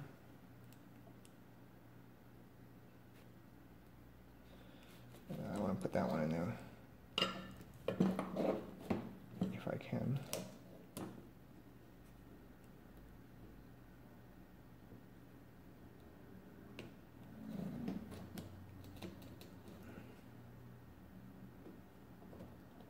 There. Maybe. That does seem a little bit tight. Maybe I'll take that back out. But I definitely think that's correct to be on that side.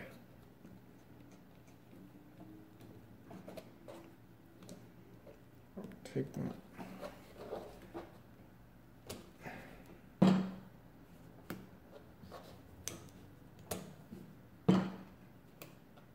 Take this back out. That back out.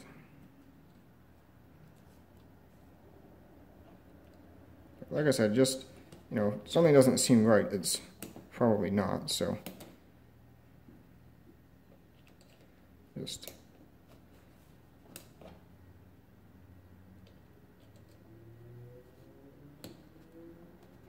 so it's tight now because the shaft's already stuck out. But once it's in, I get over the shafts. Now it's a little bit loose, but with that in there, it definitely felt too tight. So let's try it on this side.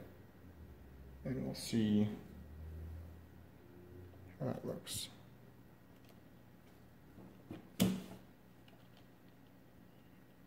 I think that'll be okay. Alright, so hopefully continue, and then this one should probably just go all the way at the end then.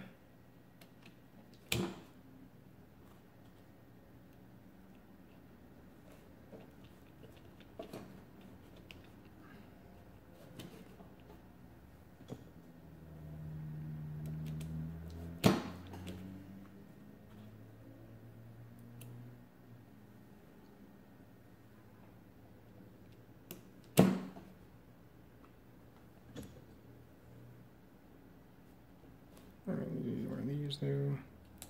Oops. Excellent.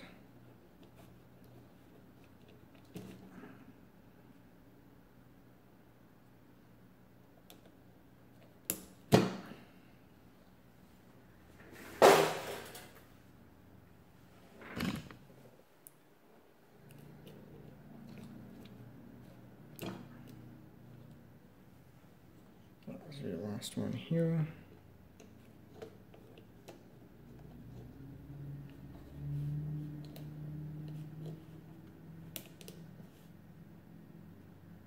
And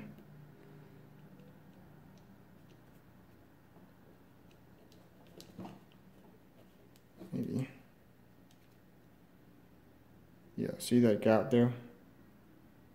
That should be taken up by this. Maybe the easiest thing to get in there, but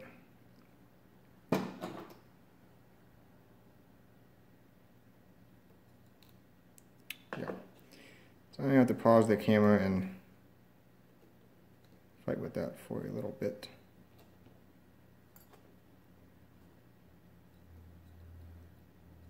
Yeah, let me pause the camera and fight with that for a little bit, but you get the idea.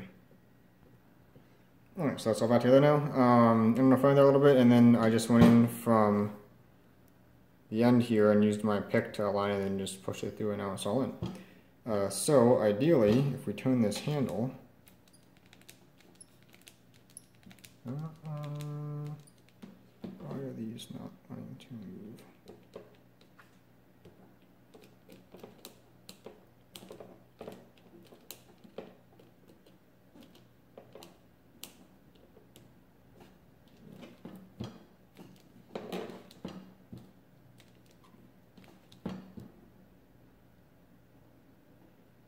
So this one has an issue.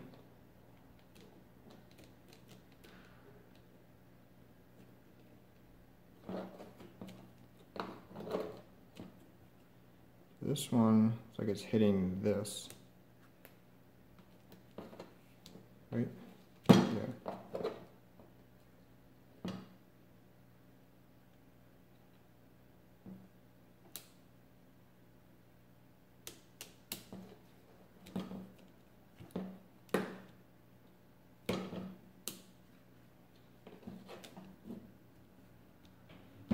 Right, so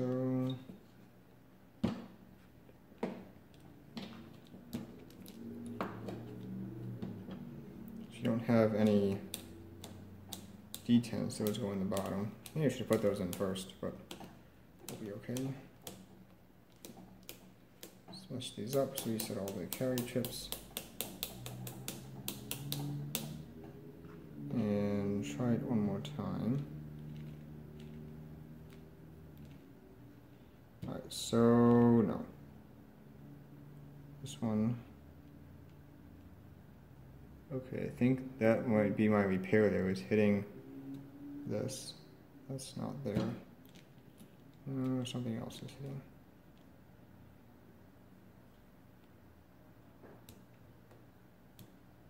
Alright, so I'll have to look into that. So we've got 1, 2, 3, 4, 5, 6 that don't clear.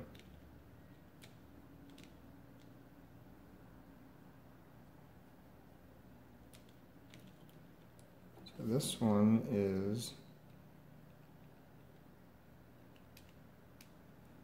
hitting on this.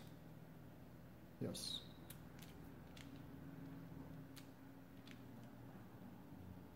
So it looks like this spacer should go over here and that spacer should go over here. So I'm going to make that correction and then we will try it again. Alright, so let's try that again. Alright, now everything cleared except for this one. This one we know because it has that solder. I have to fix that. But that means our spacers are correct now. So the middle spacer went here. I put the thinnest spacer here on the inside of this bracket, and the thickest one went here at the end. So what was happening before was some of these wheels were over that way too far, and the teeth were hitting on the end of these things, because you see these have a wide tooth there that is hit by this little carry finger. But because these were over too far, the drive teeth on these ones were hitting the end tooth of that, so that's why they weren't clearing. Now on the older style with the solid pins in here, you know, if you turn the crank, either it's going to you know, push past that or trip this or break the tooth off. But in this case, because it's just those spring ball bearings, as soon as this encounters any resistance, the ball bearing just clicks over and it won't continue clearing it. So like this here has just a little tiny bit of resistance, I think. Maybe due to solder, probably due to solder. I don't really see anything else that would be causing that. So I'll have to take a look at that, but that's why that one doesn't clear out. See, it just has a little bit more resistance. So I'll take a look at what's holding it up. But at least now we know the correct spacer arrangement. And while I was fiddling around with that, I figured out that this thing comes out actually, which I didn't realize before. Partially because it looks like the end of that long screw that was all the way in the back that is now messed up goes into a hole in this bushing to hold it in, because this bushing is fixed here. So while I have the thought, I'll probably do a little bit more cleaning on it. I did my best to clean it while it was in there, but I'll probably do a little bit more cleaning on it now. These are the spring ball bearings in there that put pressure on the detents for these wheels. Because right now everything is all free because the detents aren't in the bottom. So while I have this out, I'll clean it up real quick, and then we'll come back and probably put the detents in next. Whatever I do to address this shouldn't affect putting the detents in, so we'll move ahead with that. I'll just do a quick little cleanup on this. It wasn't that bad actually, because this whole carriage assembly, I flushed this out pretty good with lacquer and I got all the fluid out of it. You can see all the ball bearings are pretty clean, so not too much about that. Interesting, they actually use two ball bearings, so they have one in the front there, and then to hold the spring in, they put another ball bearing in and then staked it in, so it's kind of interesting. It's interesting because on the carriage shaft, they just, staked the whole shaft over to hold the spring in. I wonder why they use another ball bearing here. It's kind of interesting, but anyway, so this thing just goes in. If we can take a look here, you have a little cutout there, so this has to be lined up like that, and this should just drop right back in. The other hole lined up on the other side, maybe. There we go. Now that should just, I believe, drop right in, or end up on that side.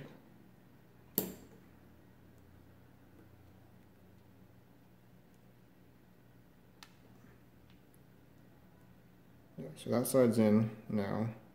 So there's a little bit of a stake there, or is it just where? Not sure. It's interesting.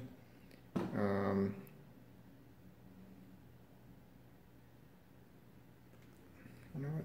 I might take a second look at that because I might want to get that hole in the bushing lined up with the screw hole, just in case I put that screw back in.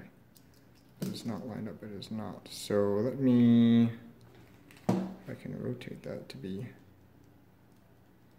in line, like there. So now the hole should be in line, and it goes right in. So yeah, that's all the issue we were having. It needs to be lined up like that. So I'll take a second look and see if I can get that screw in, just for security here. I don't really think that's going to be much of an issue, however. This would be drifting out, but I'll take a second look and see if I can get that in, or see if I can find another screw for that. But yeah, so with that all in, which we can, actually let me put the taper pin in here just to kind of hold everything in place. Get the right hole lined up. You see what I'm doing? No. So let's turn this little brass spacer here, the taper pin hole lined up. It's not the right. So actually, so this little brass spacer here has 3 holes in it. It has 2 holes for the taper pin and then 1 hole for a set screw. Not sure if that's the right.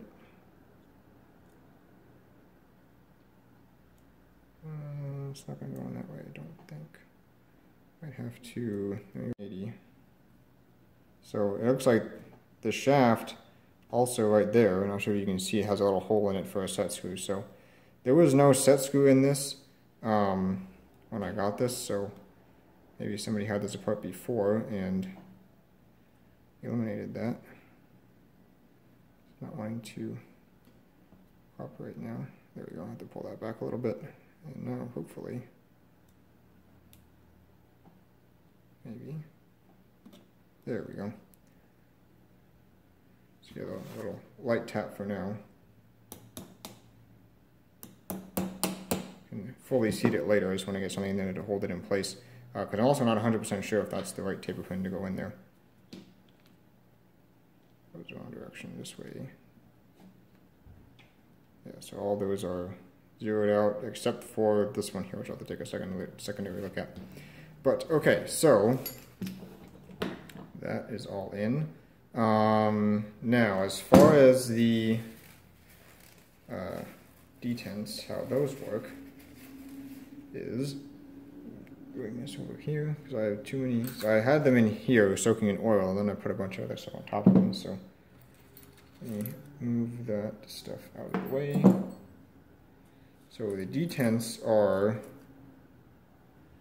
these guys, and they ride on this shaft, which is just a regular shaft, except that it has a thing on, whatever you want to call it, on this side, a retainer pinned on, so it can't slide out that way. And then this shaft, whatever. This shaft runs all the way through here with these guys on it. And then these guys go in, something like that. We'll need a big spacer to start off with, which is this guy. And I keep losing stuff on the floor, so I'm going to have to pause for a moment and pick up all the stuff that keeps rolling off the table. But we'll start with this spacer here.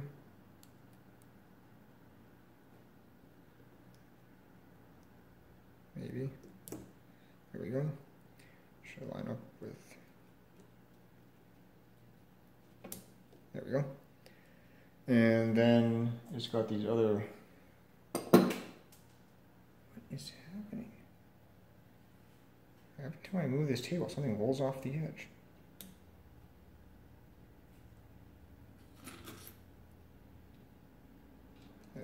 The rest of the spacers are pretty similar. There's a few other differently sized ones, which we will look into when we get closer to that.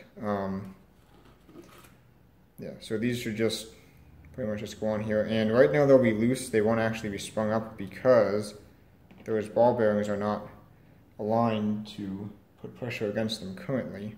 Right now they're in the basically the clearing released state. I think I mentioned before, when you clear the carriage, I think I have too much oil on these, but we'll see. When you clear the carriage, it has to release all of these so that there's not any force that would stop the wheels from turning and cause them to click over the ball bearings. So when you clear the carriage, it drops that whole thing in the back down so the ball bearings don't engage with these, so that these are not, hindering the motion of the digit wheels.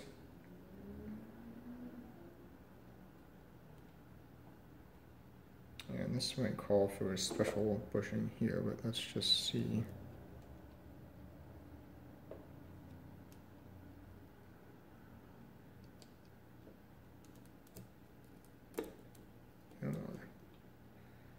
Actually, this is... Oh.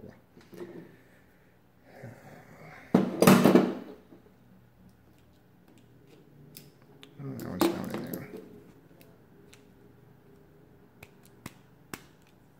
And it ain't coming out. There it goes. There is one that's going to go right in there next to it. I think there's a little real thin washer that goes on that. That goes in between the last detent guy there and the bracket. Okay, so that goes in there, and then we got one that goes in the right way. It might help.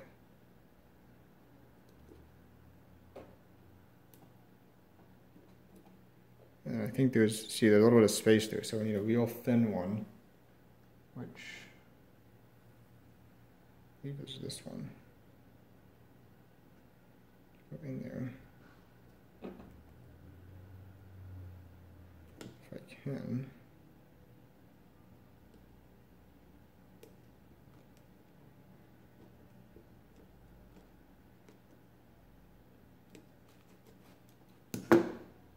Alright, so that's in there, and very minimal play. There's a little bit, but I think that'll be just fine. Yeah, that should be okay.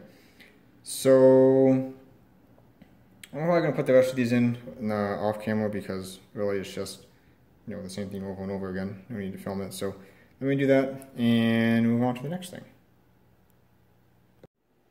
Alright, so I was able to get this one freed up now, so should spin all the way around. Like that. So if I spin it one more, it'll trip this. I go back to 0. Set it at 9, and then turn the handle.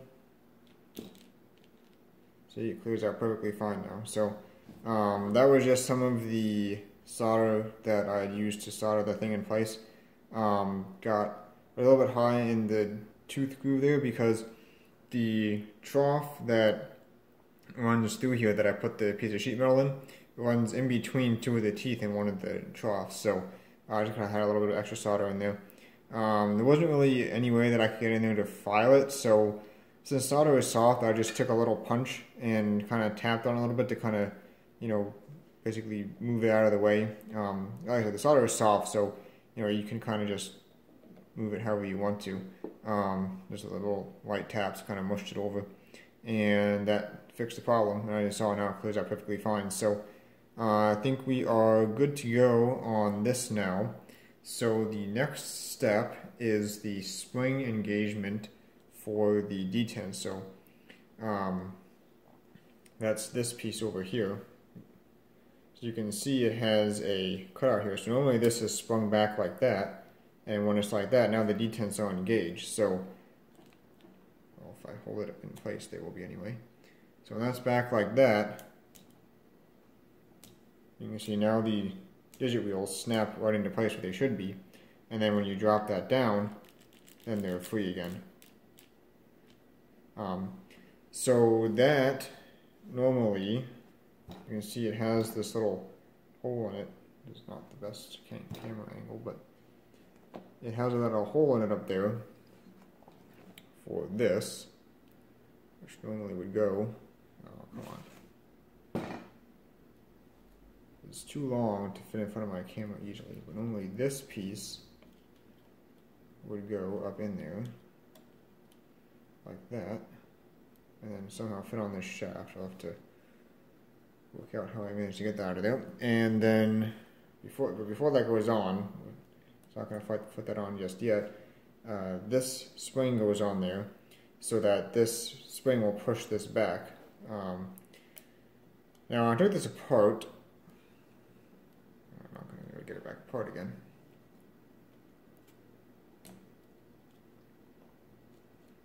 It should go on there. But anyway, when I took this apart, I think there was a bunch of grease in the spring, so I'm probably going to do the same just for lubrication.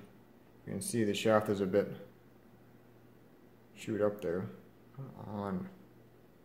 So that goes in there like that, and I'll probably, well, I guess I can do that after I put it on. I put a bunch of grease in there, but I can probably do that once it's on. And then this should go up in there. I can do this in frame, which may or may not be possible. And I'm probably going to have to pause the camera and fight with this a little bit because the spring is actually a little bit rather stiff. And I have to keep this at an angle so it stays in front of the camera. And there it goes. So probably I'll just pause the camera since I won't be able to see what I'm doing anyway. This thing keeps fighting me, so yeah, let me just do that. Okay, so as you can see, I've got this in here now. So it just has a spring on there, and then that allows this to rock forward, and it just pushes it back. So when it's down like this, then the detents are disengaged. When it's back like that, then they're engaged. And then of course the cam here on this shaft will push that down to disengage it when you want to clear. So everything now is set to 9. So when I turn the crank here, we'll disengage the detents and then bring all the digits back to 0. So that is working. Unfortunately, there's something I forgot, and that is this piece. This piece needs to go here, and normally that wouldn't be a problem, except that because somebody brazed the end on, now you can't even get it over that, but even if you could get it over this, you can't get it over that.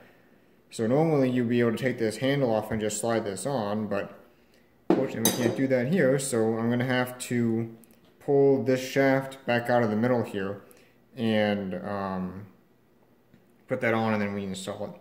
So I won't video that because that's just the same thing which I've already shown when I put this in the first time, but yeah. Like I said, when you work on stuff like this, normally you're going to have to redo some things because you know, there's always going to be something that you forgot here or there, or something you put in backwards or put in the wrong order, just the way it goes. So not a big deal. Pretty simple to pull this out and put it back in. So I'll do that off camera. But other than that, this will be pretty much done. And then there's just this little brass spacer here, which goes on the end right there. And that just serves to go against the side of the case. You can see right there the little ring there where it was, just so that this thing can't fall off or move off or anything.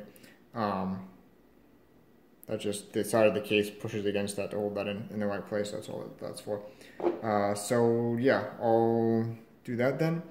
But in the meantime, I'll set that off to the side. And, whoa, almost dropped it on the floor. I don't have enough space on my table. We can move on to this guy, which is the counter. You can see I've cleaned up this the best that I could without taking that shaft out, and I think it came out okay. You know, not too bad. Everything moves pretty freely here. Same design as the accumulator, where there's ball bearings on the inside of these to act as the detents, so that's why I didn't take it apart, because it's going to be a pain to put back together. However, off camera, and actually before we do that, let's get a different paper towel here, since this one is a bit dirty now. We're fighting around with that. I'll just wipe off the bottom of the carriage before I put it back in. Any dirt that has gotten on there will just clean off. So, move on to this. Off camera, I did take out the detents, which are right on a shaft in here, and the detent springs that I have replaced. There actually turned out to be 2 broken detent springs. If you remember, one of them was obviously broken. The other one, which was broken, didn't look broken at first because the spring had cracked and then just collapsed on itself. So it still looked like a spring. There wasn't anything obviously missing, but it didn't have any tension anymore because all the rungs have like broken free and collapsed on themselves. So this goes in here, I do believe, like so. And this is the detent release.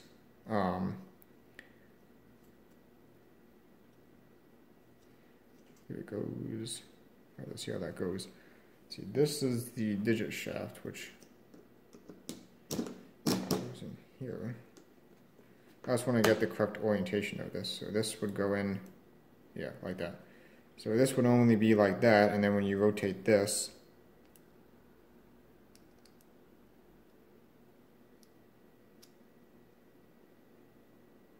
yeah, that makes sense. So the tail, the detents go on a shaft, which runs through, you see the hole there, and the hole there, and the hole there.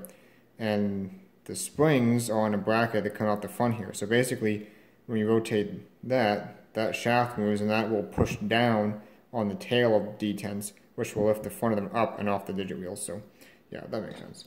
Just wanted to kind of work that out. see what was going on, and looks like I forgot to clean that off. Just left a nice smudge mark on my nice clean piece there.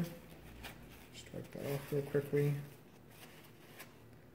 A little bit of a clean job on that. That just cleans right off. Okay. So with that in place, like, be somewhat like that.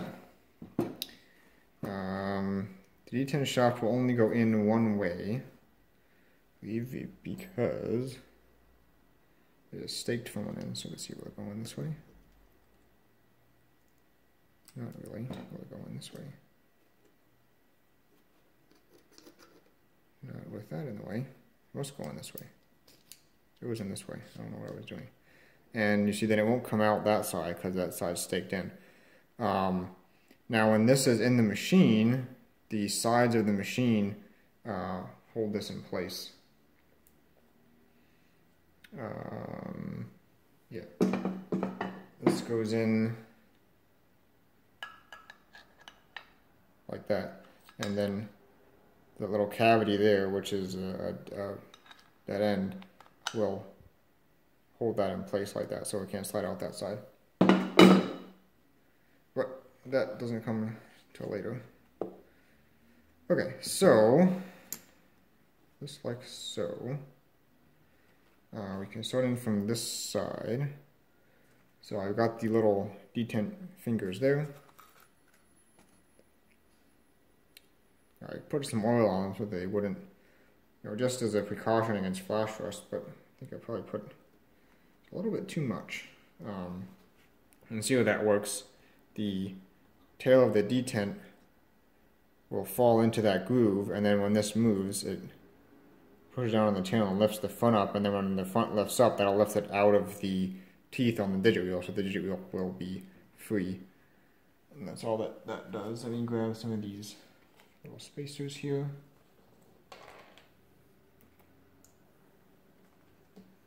Probably should have prepared a little bit better, but what would this channel be if I actually prepared for stuff? And I believe these are all the same size.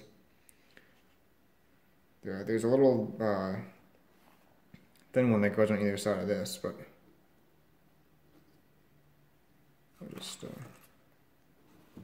what's going on here. Not that it's anything super exciting, but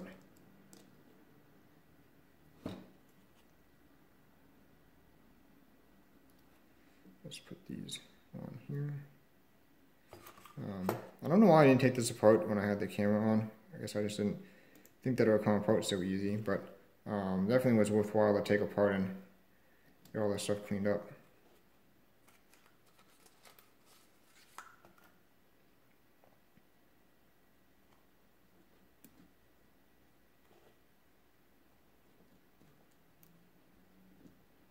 It's tricky to get these last ones in here next to the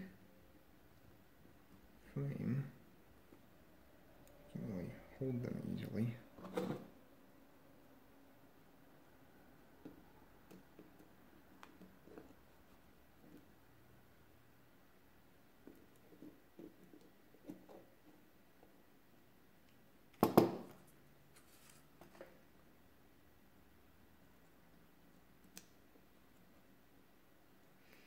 And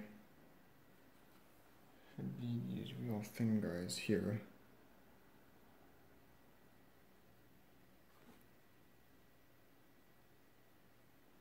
We can work one up in there.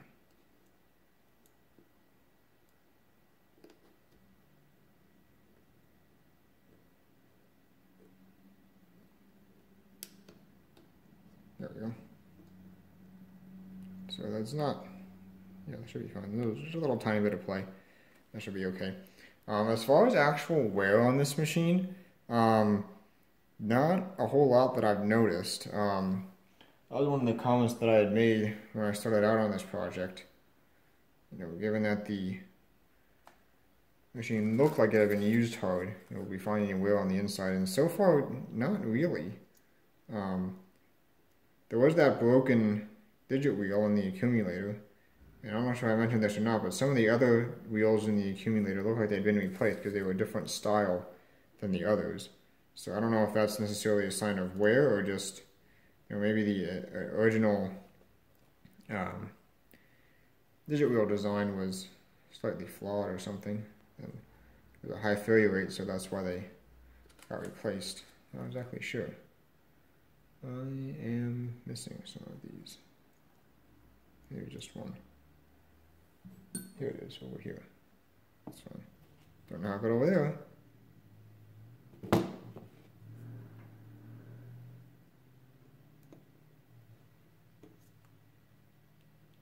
So from what's going on here? This last one here, and then there's one more spacer.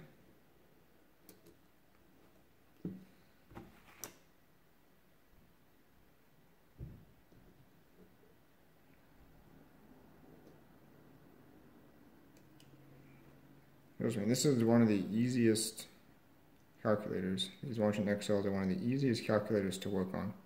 Even though some of this stuff is, a little bit of a struggle. Everything is pretty much accessible. It's not like the Freedom where there's stuff inside the machine you really can't even see.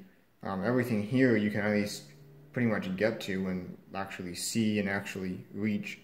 So that just goes in like that.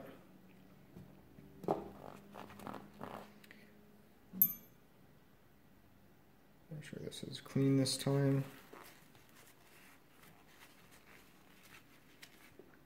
And as far as this, like assembly and disassembly, there's only a handful of, not even a handful of taper pins. I think we only took out maybe 4 of them. There's the one in the main carriage. There's the one in this piece. Which actually may not even have to take that out, I'm thinking. I don't think where that lives. That lives on the inside.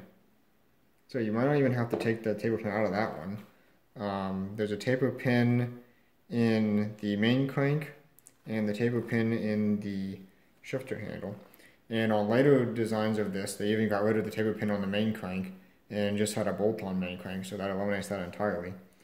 Yeah, this is why I like working on these, because they're really so easy compared to basically anything else. I mean, when you talk about the Marchant silent speed, there's whole parts of the machine that you can't even see what's going on inside because it's so densely packed with levers and everything, and it's just a real struggle to work on stuff like that.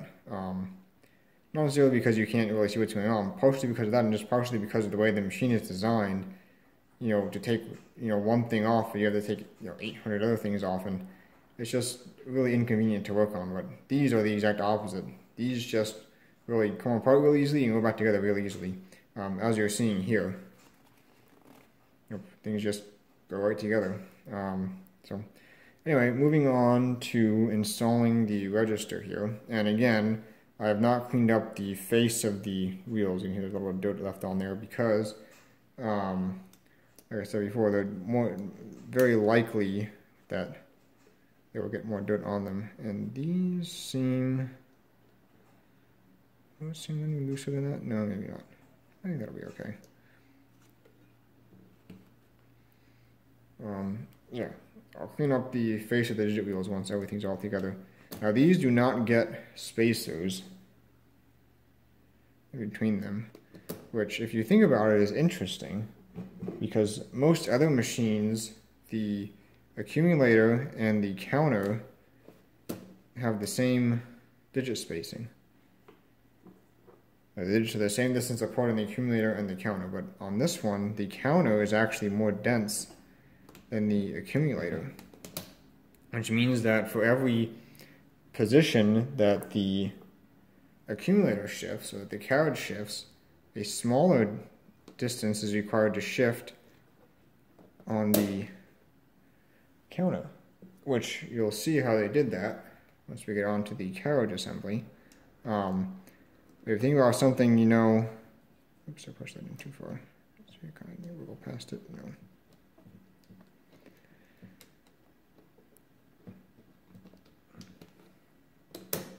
Think about something, you know, like the Brunsviga or the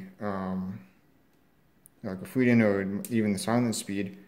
When you shift the carriage, the accumulator and the counter both shift the same distance. On this machine, that is not the case.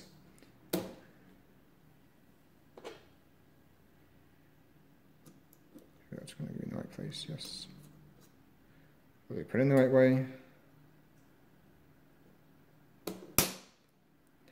Right, so now we just have to line up the square with the hole. Make sure this is lined up. It's going to gauge nicely.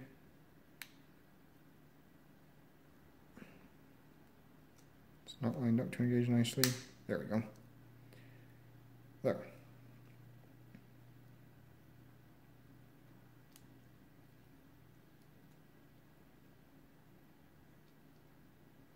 That zeroes everything all out.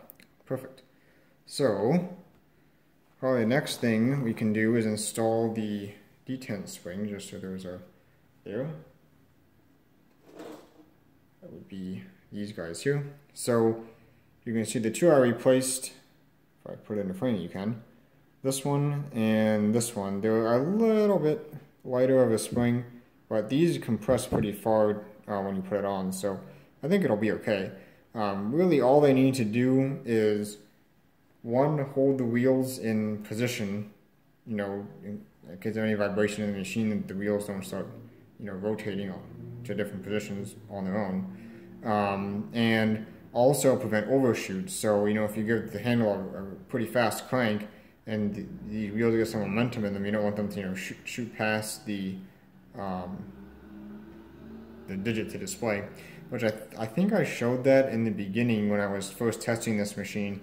When we cranked the machine and the position that had the broken spring was moved, it didn't land exactly on a digit. It kind of went past the digit it was supposed to show and kind of displayed in between two digits. So that's the other function of these, to make sure that it only moves one position and lands exactly on a digit.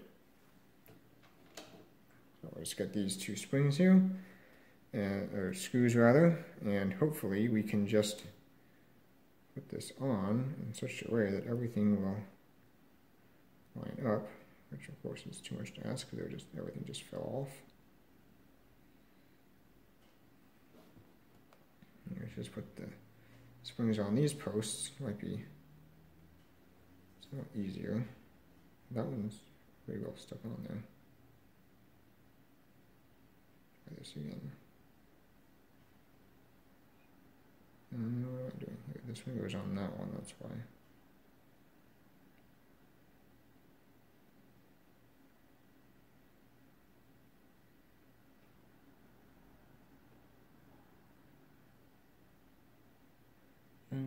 So I'm just lining up the springs here.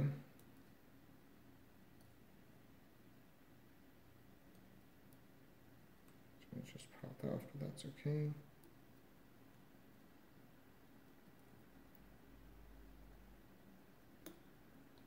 Get that all lined up. See if we can get these screws started. Which may be easier said than done.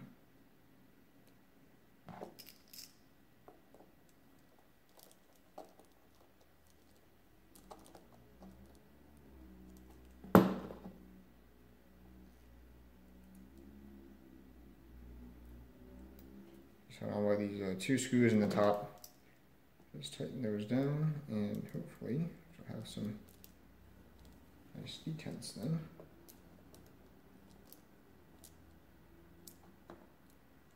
Alright, so everything looks like it is on.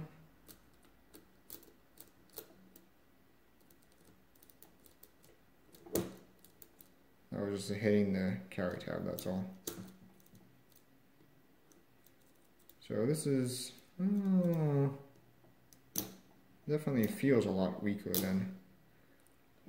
And that's not great. So that one just You can see that one just popped off. So I'm thinking that I might need a tougher spacer in there. I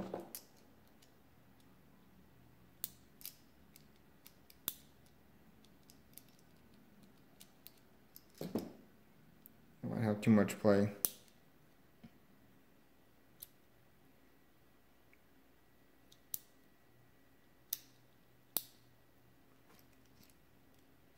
You can see how that one just popped off there. So I might need to look into putting a stiffer spacer in the spring.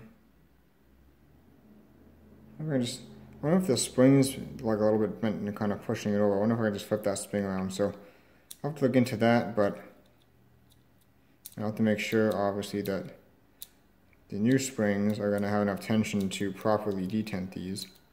So this side seems fine. So it definitely feels a lot weaker. So we'll have to see if that's going to be enough spring, or I'll have to find a different spring. Yeah, so that one just pops off, so I'll have to take a look into that. That one wants to do the same. So yeah, I might need a slightly thicker spacer in between the center there and these guys, because these guys are not really cooperating. So I'll look into that. Once that's resolved, then this should be good to go. I won't be able to do that now without the cranking, because now all these springs are holding this forward. So anytime you want to rotate this, now the cam is going to be pushing against all those springs. So I need I'll just grab it like this. There we go. You can see these are all now clearing. Except for that one. I wonder why that worked before.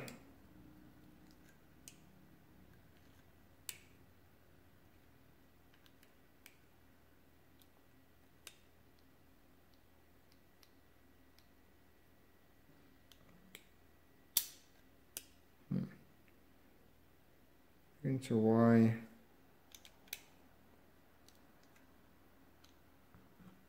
these now are not wanting to clear properly. That's interesting.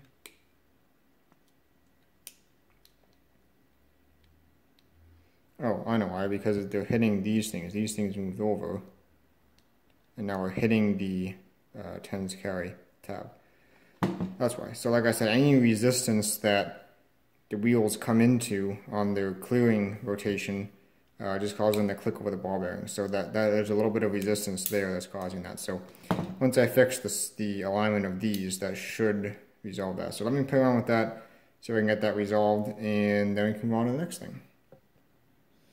Alright, so I have added another little brass shim on this side of the center support there on the detent shaft, and now these are a lot. Before that one, we just wanted to pop right off into the trough there, and now it's much more likely to stay on its little path. It's hard to turn my hand because the springs are so stiff. But let's try clearing now.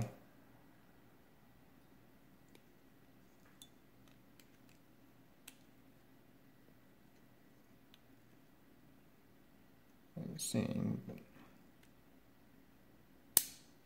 Alright, so everything worked except for this one. Okay, and again, because this has, so this one is still over just far enough to hit the carry tab. So I'll have to see what I can do about that. I might just try and finagle the spring a little bit so that it pushes it more in that way. But definitely I would say a large improvement over what we had before. So we'll just do a little adjustments so that that clears fine, and then we can move on to the next thing. I tried twisting the spring a little bit to see if like twisting it would make it, you know, push that detent over, and of course it broke. So I just replaced that spring too. So now we've got 3 new springs in here. Like I said, these ones are a bit lighter than the others, so I'll have to see how they'll perform. But Yeah, for now, that should be good. So, what we can do now probably is mount this up to the side. First, let me change the paper towel again, because right down here got a little bit of dirt on that one. So we'll just change that. At least keep stuff somewhat clean here. Bring this in. So now this, can oil this, can oil this, can oil this, and this will get this. Now it's interesting. This gear here is stamped with, looks like GB. Not quite sure what that means. Unless that was the guy at the Marchant company that made it, but it seems kind of odd that they would stamp it like that. Individual makers. I don't know. So that drops in there, and then it gets this screw. And yes, I have oiled all of these. And now I have to find the screwdriver, see if this will work.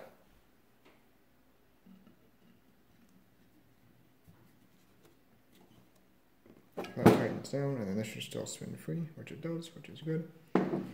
We also need this guy in there, and actually this even has a little stamp on it, a little B, so I'm not quite sure. That goes in there. This guy.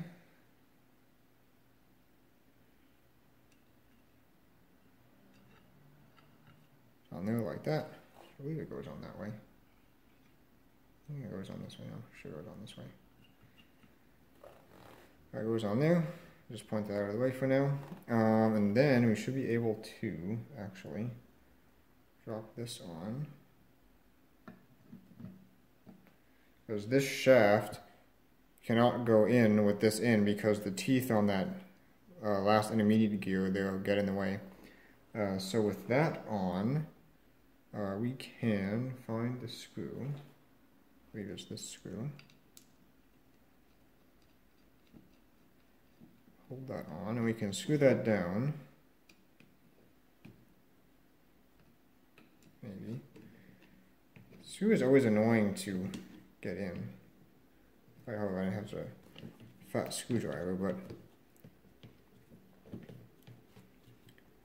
I'm not quite sure how they intended that to go with the factory, but I gotta get it at an angle because this piece is in the way of going straight on it. But anyway, that's in, so that's solidly in there.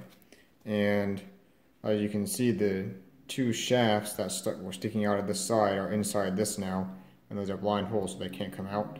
And then the square end there is in this hole where the crank goes for clearing. So that's like that. Let's see, what else can we do? Actually, what else we can do is I still have to clean this up. So let me pause and clean this up, and then we can proceed. Alright, so I have now cleaned up this counter carry drum here. You can see the gear is nice and shiny again. So these two spacers, they were right there. If I can get those lines somewhat better, like that. I'm going to put this on where I think it should be. It doesn't really matter right now. We don't have to get it timed exactly. But so actually, first of all, let me pop this in. So I'll put some oil on there. That's probably too much, but that's okay. And then we get this guy. And additionally, I'll put some oil on here. And then we get this guy, which is the direction shifter gear. It goes on like that.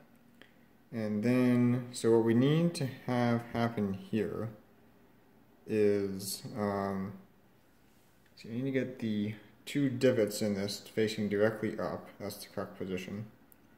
And then this needs to go on here. And before I do that, notice that there is a cutout here.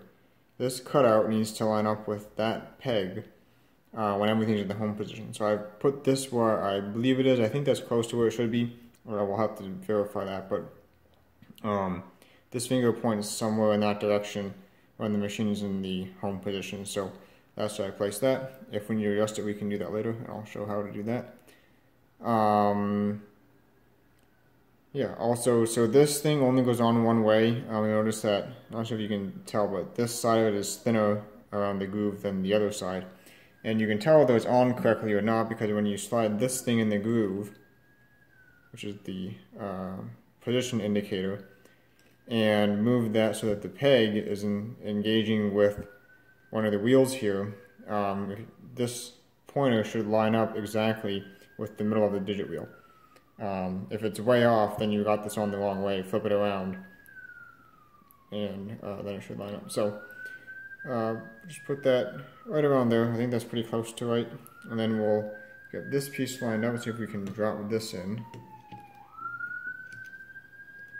Is that, let me put some oil on that fork actually. Because this guy goes on the trough there on that gear. Like that, and I get my thing lined up with the hole there. Let's see if we can. So now we should be meshed with those gears. Right about there. Okay, so I just let that set there for now, and then we can take this, which is the other side, and we want to get, actually we don't have to line this up exactly right, yes we do, because this has gears on this side, so this gear is going to mesh with this gear. So we'll get this set so that this cutout here is just right below the start of the frame there. Let's see if we can just drop this on. Actually, before I do that, I want to put some grease in the two little divots where that ball bearing is going to go, just so that those have some grease for the ball bearing to run on. I think that should be sufficient. I'll probably put some more in when I put the ball bearing in, but for now at least we'll have something there. Let's make sure that's still lined up, and then we should be able to theoretically just drop this right on. I have to wiggle some things a little bit. Let's see, what are we hitting on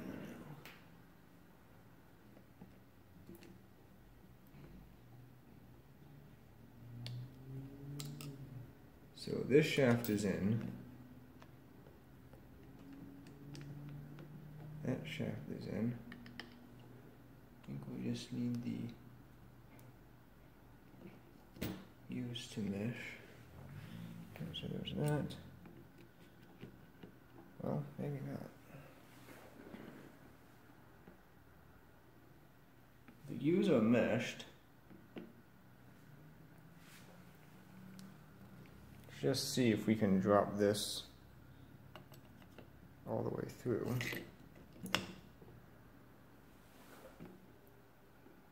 Well, now everything's all messed up. So if that's there, that's kind of there, but not quite right. Yeah, we're going to probably have to readjust this actually. Yeah, that's not quite right. Let me see if I can this back up and turn that slightly. There, and that is there. So there's mainly two things that I have to line up, and I'll show that when I pick this back up.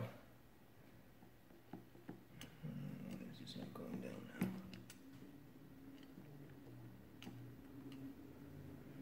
Let me lift this up this way and see if that'll be any more convenient. I thought it might be more convenient. That is there. That's all the way together.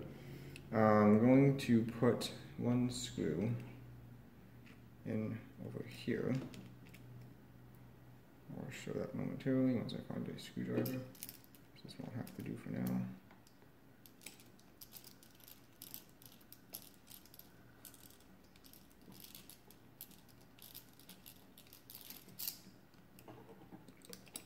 something's not quite lined up right.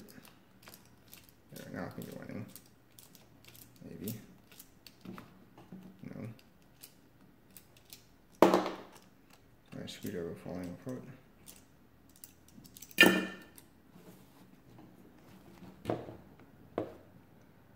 It's not want to line up.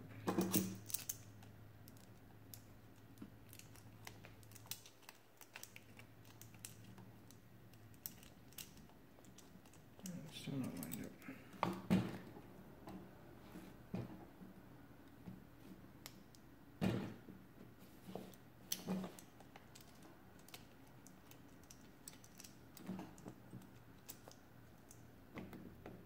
Right. Tell you what, I will just put this whole thing. It's going to be difficult. It doesn't want to line up. I'll just put this whole thing right on the base.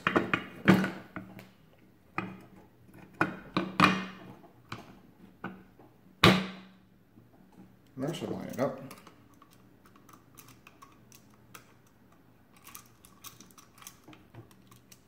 But it didn't.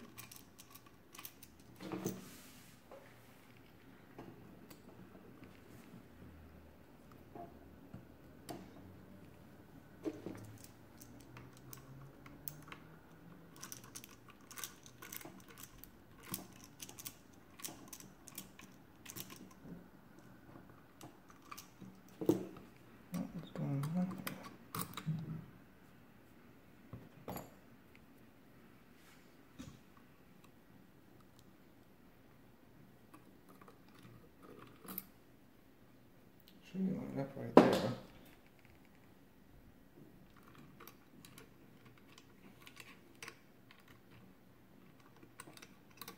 And the spring is in the way.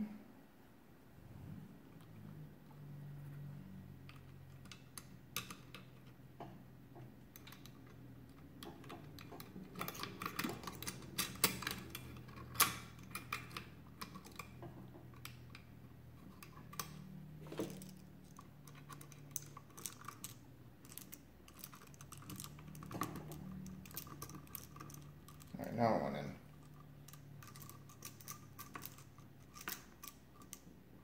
I'll just tighten that lightly for now. There's another screw that goes in here. I don't put that in yet. Alright, so now let's take a look at this and see how we did. So when this slot lines up right there,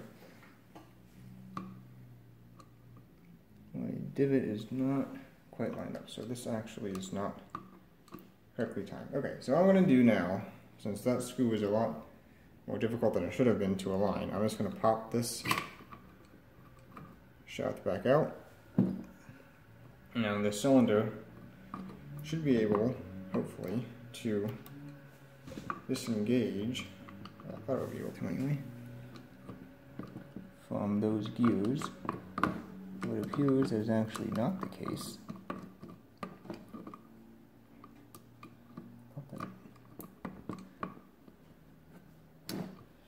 I'll be able to lift the cylinder up and disengage it, but there's not enough space, it seems, to be able to do that.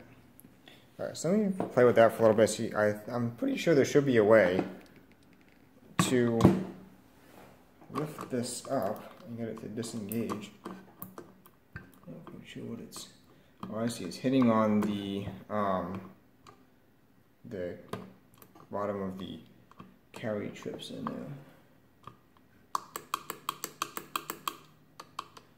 It's interesting. Sure.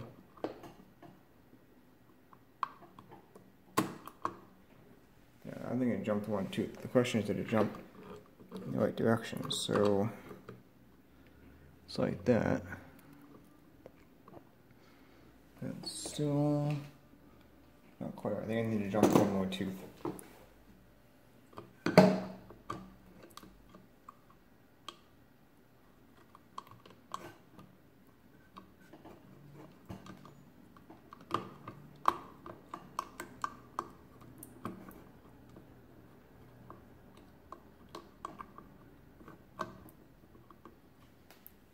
let's see if I line up that groove there. No, I think I jumped the wrong direction somehow.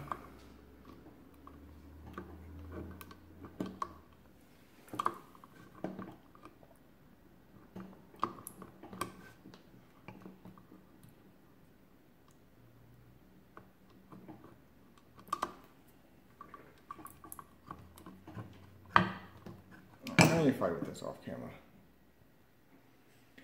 Alright, so I got then, I ended up just loosening up the screw here, which is this screw right here, a little bit to give us room to move over a little bit, and then kind of just finagled those parts until I got the timing right. So now, when those two, you can't really even see it. You see the groove there and the finger there are lined up, and then this cutout right here is right below the frame. So that's correct. Now we need to check if we got the timing on this correct. So what we can do is move this out a little bit so that the finger is in position with the wheel there.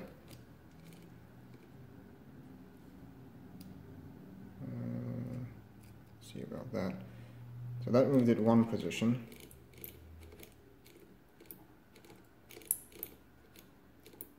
Alright, so that's working.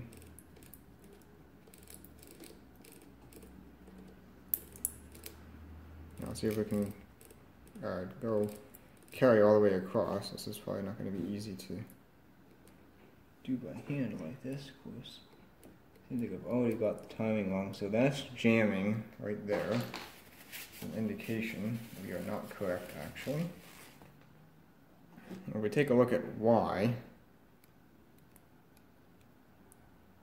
you look down in there, you can you see, maybe. So as that finger engages that gear, because we're going backwards past 9, it's going to affect the carry, or in this case a borrow, to the next column. So it's trying to trip the carry trip, but the carry trip is hitting the carry trip reset part of the drum because the timing is wrong. So what we need to actually happen, so if you look, if I turn the wheel a little bit, see how the drum is vacant there? So we need the finger to engage at that part when this can actually drop down. Actually we need to engage right here before that finger goes past. So we need to advance this forward. So if we look at where it is right now in the home position, we go back to line up our notch in the back. So it's actually pointed to the back. I think when I set this up I had it pointed a little bit to the front, which is where it should be. But all the messing around that I did, I was really having trouble getting those brass spacers in. That's why I just went ahead with that off camera and installed this shaft part of the way. This shaft runs all the way through that drum, through those spacers, and comes out this side right there. We're going to have to pull the shaft back out.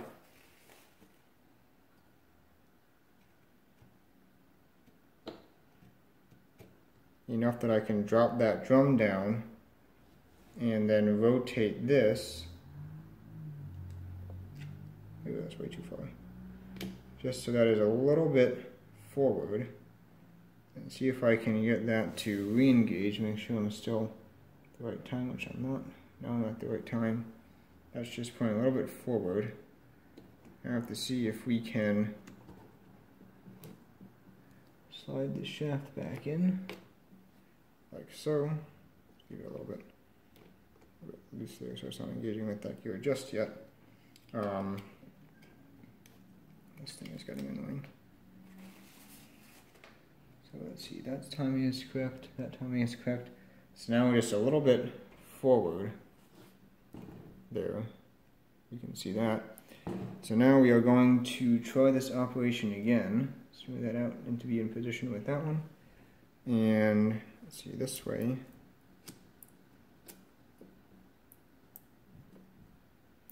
Oh, it almost worked. What are we blocked up against? This carry peg is not cooperating.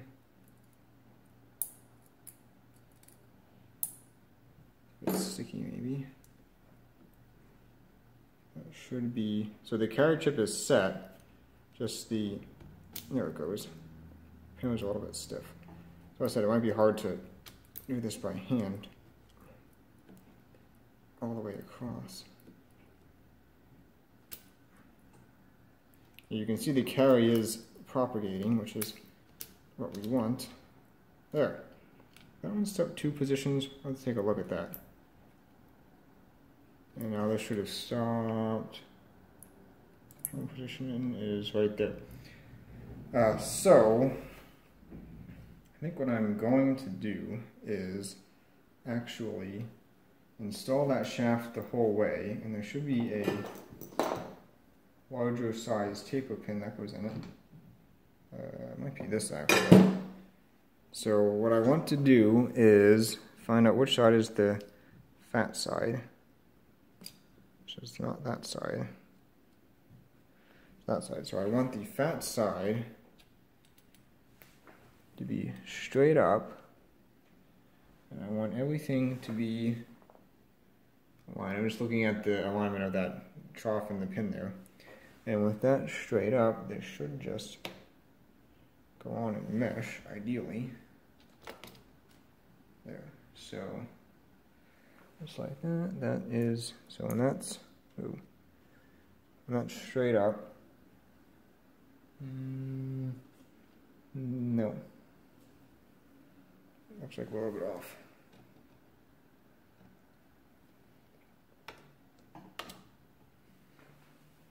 So now that's straight up. That's lined up there. That gets pretty good.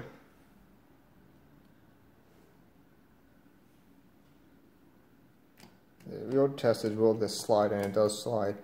So I think that's good. So I'm not sure how easy this is going to be. I might actually have to put the crank back on here, because it's not going to give us much to grab onto. That's forward direction. Yeah. That's a little bit too stiff for me to hold on to. So, here's what I'm just putting this back on, at least for now anyway.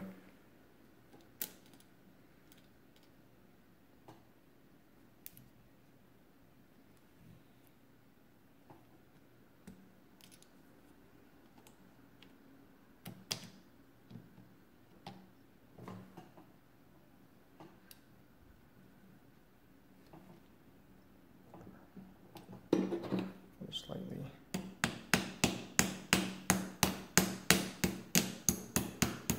Tap that in real light like that. Now,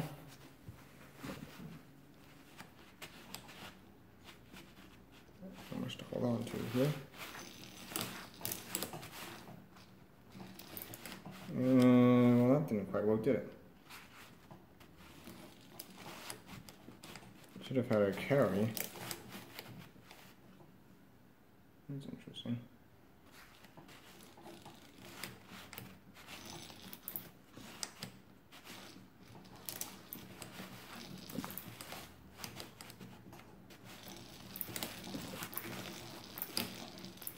Let's go all the way around now.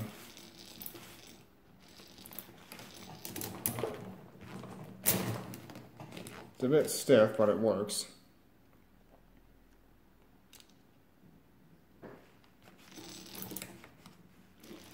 Why did this increment? Should not have.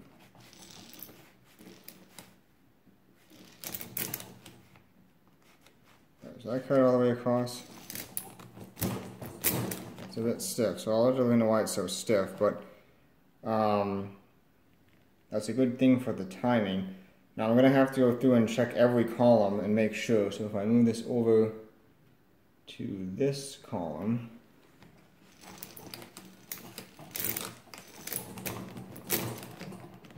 oh, that's so stiff. That's really stiff. I don't like that.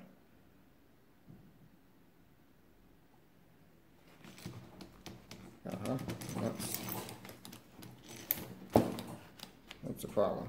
So you get the idea at least of how this goes together. We're obviously going to have to do a little bit of work on this yet to get it to be right, because it's still not, still not great. So yeah, I'm going to check the timing in every column, make sure that it works, and then address, well, I mean, if any of the columns don't work, it means the timing is off or something else is up. So let me take a look into that, and once this is cleared up, this is probably the hardest part of these machines, is getting all this together and get everything timed right.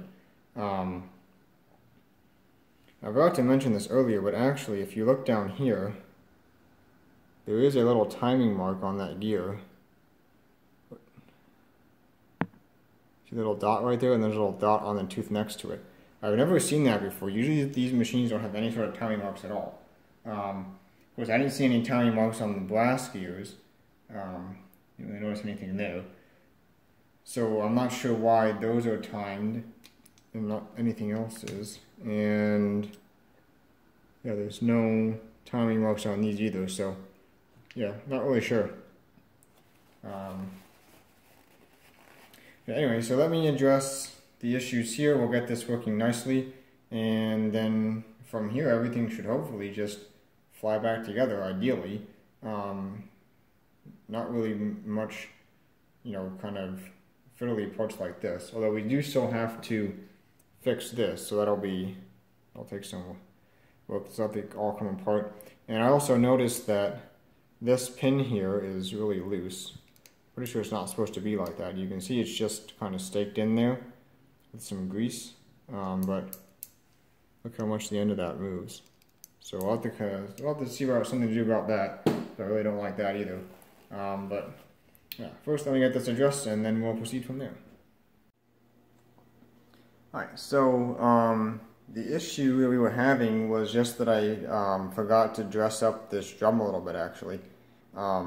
If you remember when we first took this apart, which is pretty common for these machines, there were some rub marks on the backside of this drum from where these pot metal discs had expanded and were contacting against that tooth and potentially against the teeth of the register. And usually when you get in there, that's what happens. That's just what happens to most of these machines. Sometimes it's bad enough for the whole machine to jam up.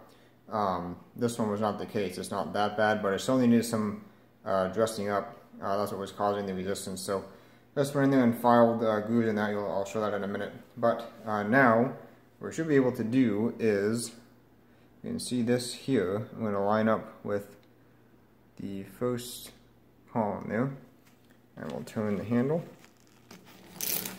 You'll see it carries all the way across.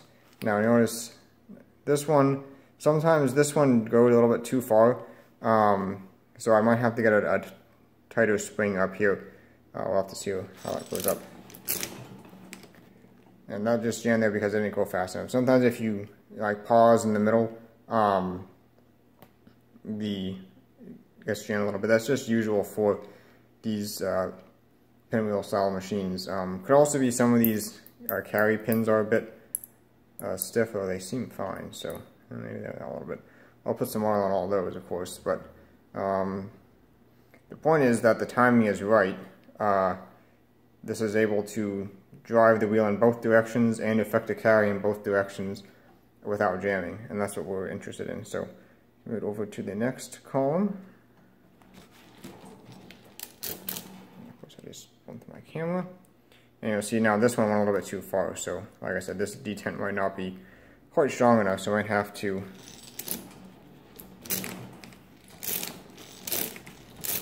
see, when you go fast, it's fine. Just when you slow down in the middle is when it gets kind of iffy, and like I said, I might have to find something different for that detent, but the timing is proven correct in that column. Over to the next one. Probably go the right direction. Again, detent here might have to be adjusted. Looking like that more and more each time, it keeps overshooting, so I'll have to find a better spring for that, but still not even.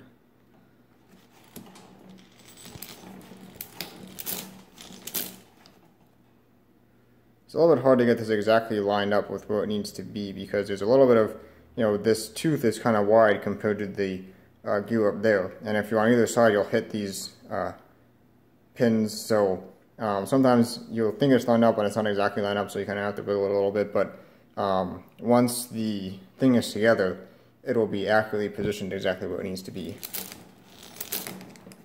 And that column works. Going in the wrong direction. That column works.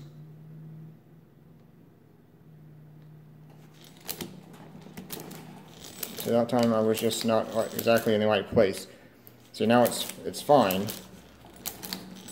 But the first time I turned the handle, it must have hit this pin a little bit, or this pin over here, and that's why it initially jammed. But then when it moved itself a little bit, then it was fine. Of course, I keep moving the camera.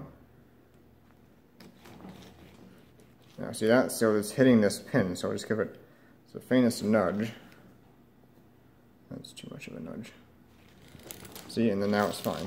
Yeah, I just bumped the camera again, but you can still see what's happening. And then got this one, and again, I'm probably gonna have to find a better spring for that, but yeah, see now it hit. It's not exactly. There we go. When you get it lined up perfectly, then it's fine, but it's a little bit hard without the thing being together. But how much of you saw that, because I kept bumping the camera, but everything is now proven that the timing is correct.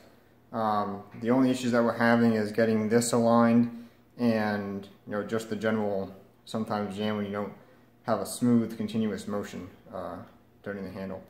But yeah, so that proves that the timing here is correct. So when you flip this around, you can see here, I just took a file and filed these drums a little bit until there was a little trough there for that finger to ride in, and it seems fine. I think the last video I did on a Marchant of this style, the old line Marchant, I used this same approach, just filing these until there was enough clearance there.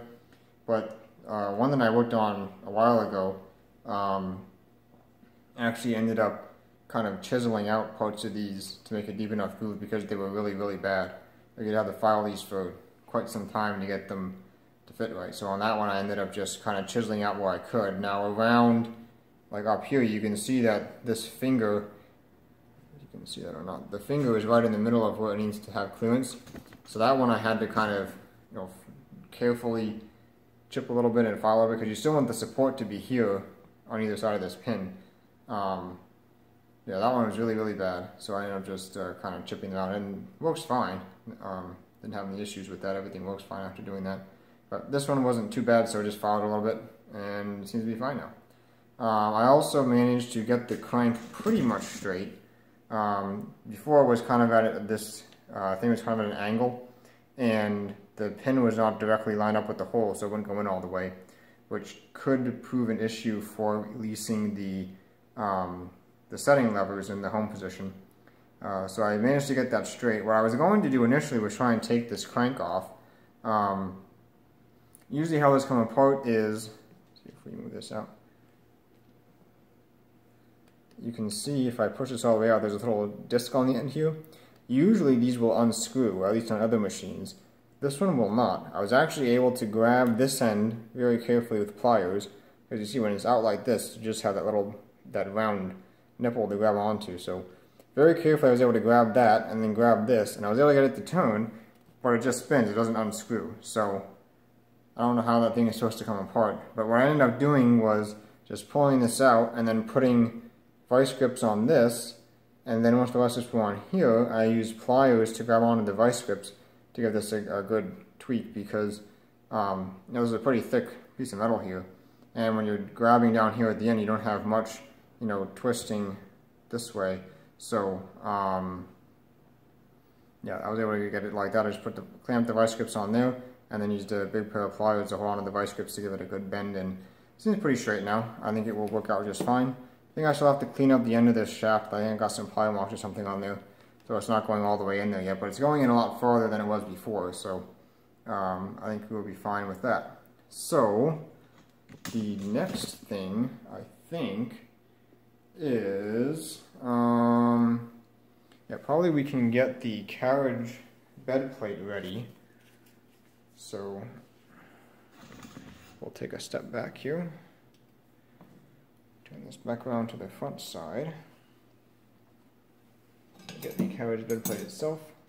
Of course, I have cleaned and oiled this. Now, there is a little bit of rust here, but it's not on any of the ways. It's just in the middle part. So I'm not going to worry about that. I coated the whole thing with oil, so it shouldn't rust anymore. And if you look at the ways themselves, there's really no wear on them at all. You can still see like the machining marks in there. That's from a plane or whatever they used on that shaper, probably. There's a little bit of wear here over the top. The plating is worn off, but really that's about it. There's not much evidence of wear at all other than that on this thing. So yeah, as far as, first looked at this, I mentioned something about, seeing whether it's going to be worn out inside, and so far it doesn't seem to be. Seems, just perfectly fine, really. Get this screwed in.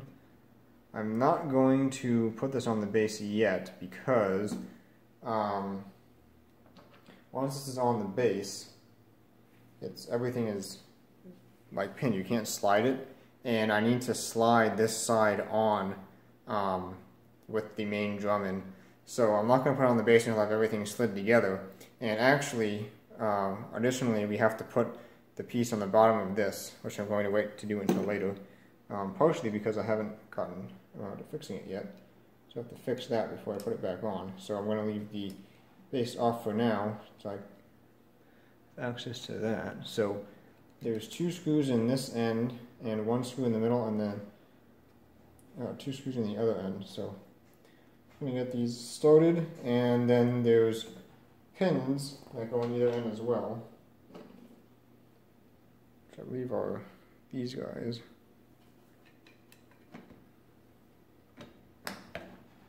Actually, before I do that, there's something I realized I forgot, which is this guy, which has to go in this hole, or not in this hole, it has to go through this side and through the middle piece, and as you can see, that's not going to happen. So I'm going to have to loosen something up, see if I can get that back in. So let me pause, and I'll put that in. I should have put that in before I put this together, but I missed that somehow. So I'll have to put that in, and then we'll proceed with installing this and moving forward. So while I was installing that, I realized, while I was installing the piece that I missed in the other thing, I realized that this is actually not ready to go back in yet. Little pool there. Because we need to put some pieces on this before it can go back in, namely these guys. Which, let's see, goes like that, goes like that. These have to go on first. And put some oil on these.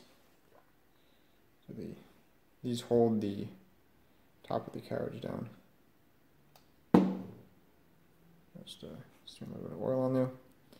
A lot of people say that they don't like too much oil because it attracts dust, but generally I try to not let these machines get dusty once I've cleaned them up, because even if you don't put enough oil on to attract dust, dust is still going to get down inside and work its way in between all the parts, and the only way you can really get it clean again is to completely disassemble it like we did here and clean every piece. So try to not let dust get inside these if possible once I've already cleaned them out, because it kind of makes the whole cleaning process kind of pointless. Just gonna let it get dirty again. So put these on. The front one could probably go on later, but the back ones it's very difficult to get at these screws once you've got this in the machine, because parts of the machine overhang this back part, and it's kind of hard to get at. So I put some oil on this as well. As I mentioned, I've already oiled the this whole thing. You can see it's got a little bit of a shine to it because of all the oil on it. which is just fine. I want to make sure that the carriage is going to slide nice and freely. So this one has a pin in the bottom. So there it lines up with that hole right there. And it's got the cutout in it for the lock for the carriage. Actually, I took that off. I'll have to show that. I didn't put that back on yet either. I took that off the back of the carriage to get access to clean that shaft that I took out of there in the back that holds the ends of the carriage chip rockers. So I might pause at this point and just put this back together because really it's just putting the screws in here, nothing super exciting. These ones in the back do not look like they were plated with anything, as far as I can tell. If they were, they kind of did a rough job because you can kind of see, like, you know, scratch marks in it. Versus this one is nice and shiny. So look at the difference there. Either they chrome plated this one and nickel plated these, or they did not plate these back ones. I'm not exactly sure. Find my screws here. On some of these, the screws are even plated, but these ones don't look like they are. On the keyboarded ones, you don't have the guard that comes up, that covers over here a little bit. So the front piece is a little bit fancier on those. It has like a little rounded thing that rounds down into the bottom. Screws right here somewhere. I'm going to find out what happened to the rest of my screws. I still have to put all the screws in the front piece yet. But they're around here somewhere. Just got to see where they went to in my big pile of parts. Let's see, is this one? Here's one. There's another one. So give a little bit of a wipe. You don't have to be perfectly clean. It is just cosmetic, really, because nothing rides on the top of here. Just the carriage rides on the bottom.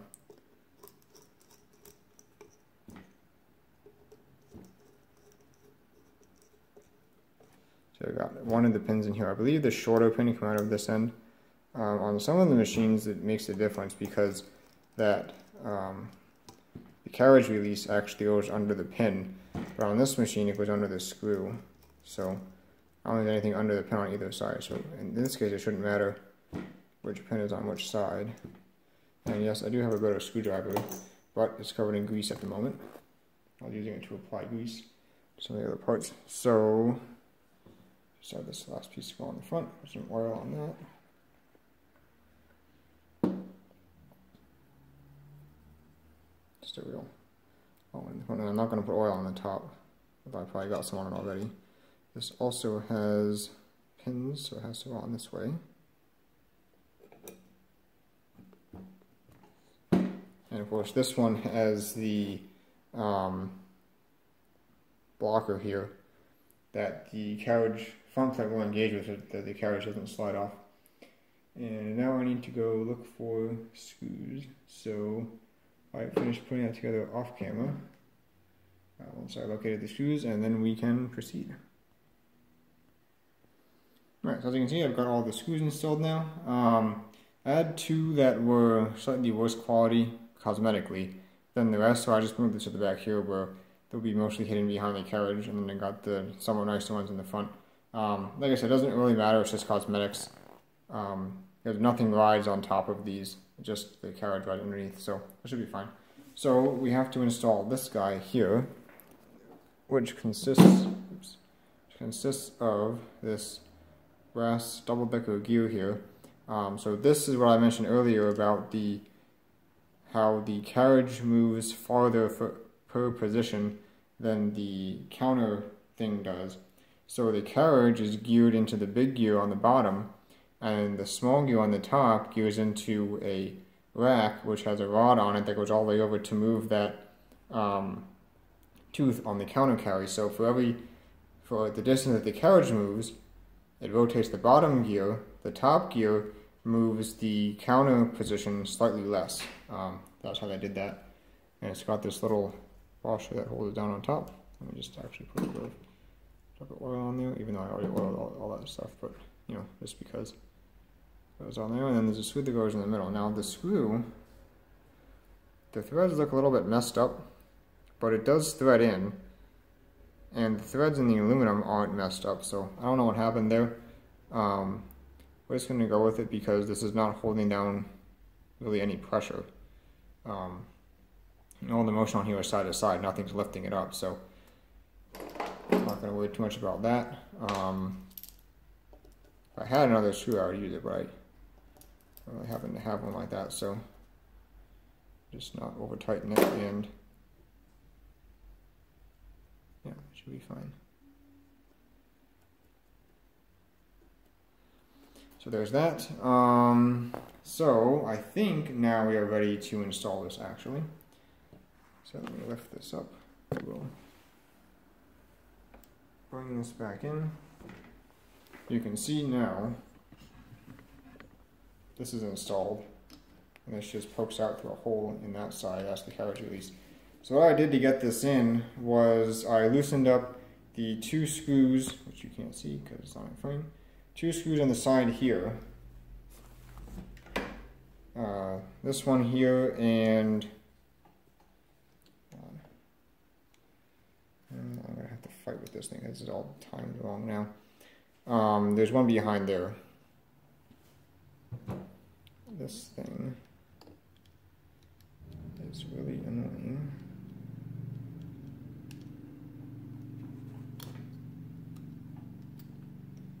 And this has to go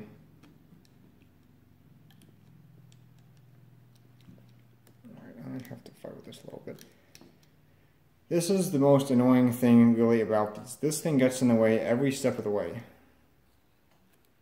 And right now, I'm not sure if I can get it out of there. This has to go one turn that way so that this can rock back because it's hitting against a little tab there. I have to get this out, maybe. If I can, it doesn't look like I can, so what I'll have to do is pull the taper pin out of the crank handle, and then move the crank handle off a little bit, and out a little bit, I should say, so I can get this out of here. There we go. So now this has to go like that. I get my taper pin back in over here.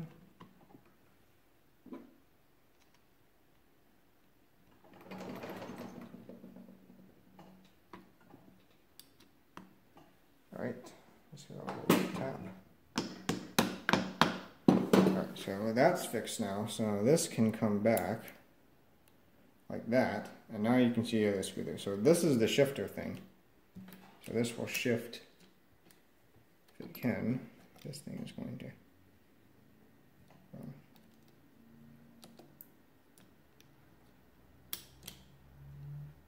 so this should be able to shift the transmission. There it goes, I think.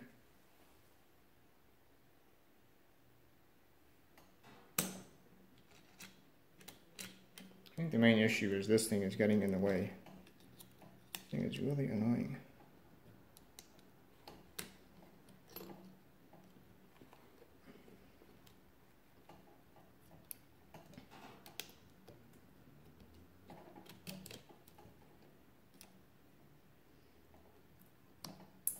So sometimes when these are worn out, you have to jiggle it a little bit to get the transmission to go in. But that is shifting this whole fork mechanism back and forth.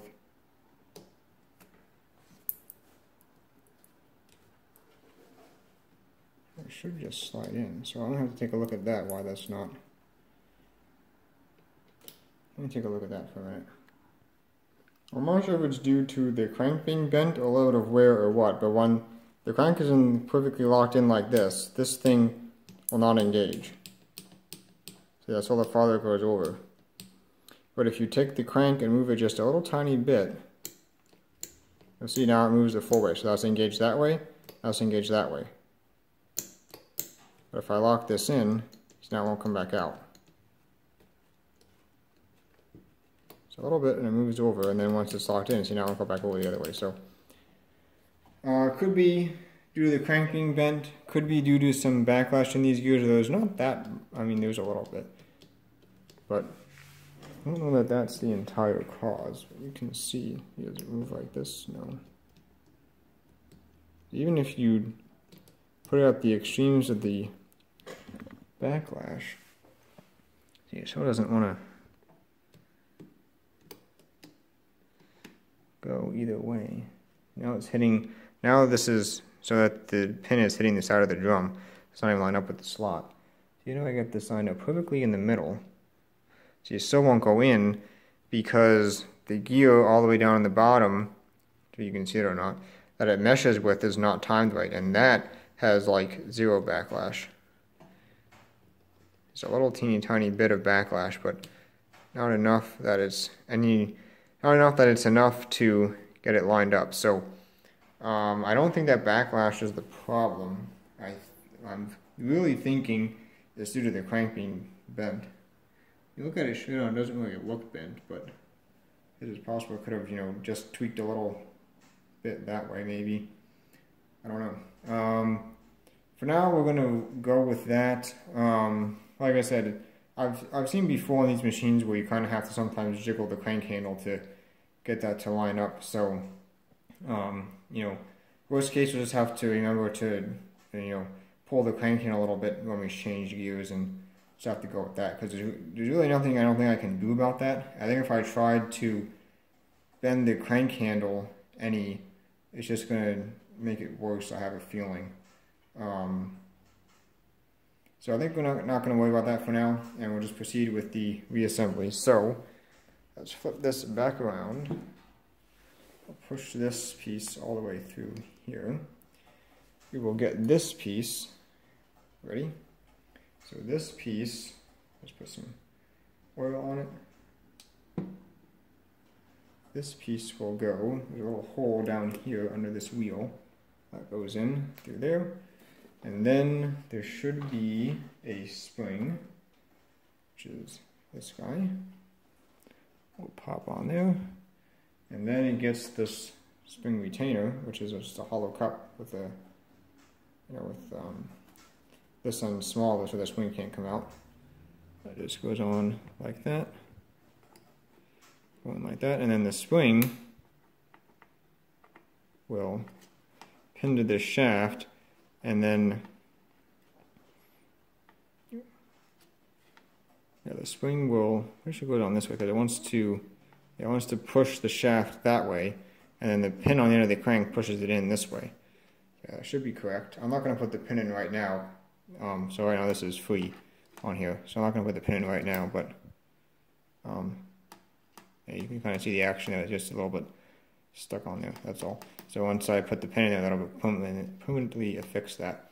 But that is the release for the setting levers. So when it's out like this, it's released, and then when you pull the handle, it should spring back in there. Probably will once I have the correct spring tension on it. And when it swings back in there, then it locks the setting lever. So this stupid guy has to get in position. And I think now we are ready to bring in this rest of this here. So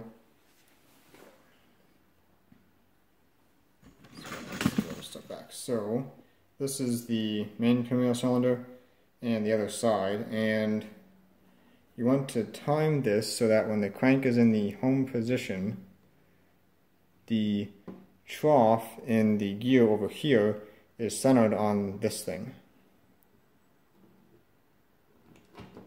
And you know, I was going to put the carriage bed plate in first, and I didn't do it.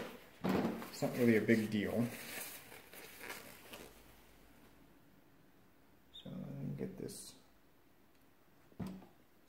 there. Just put a little squirt of oil. And just before it slides in. Should be able to just slide this right in. That's perfectly lined up. There. That looks good. Okay. So hoping these would stay up. The oil doesn't run down on them since I've already cleaned them up. We can get these all up to the top.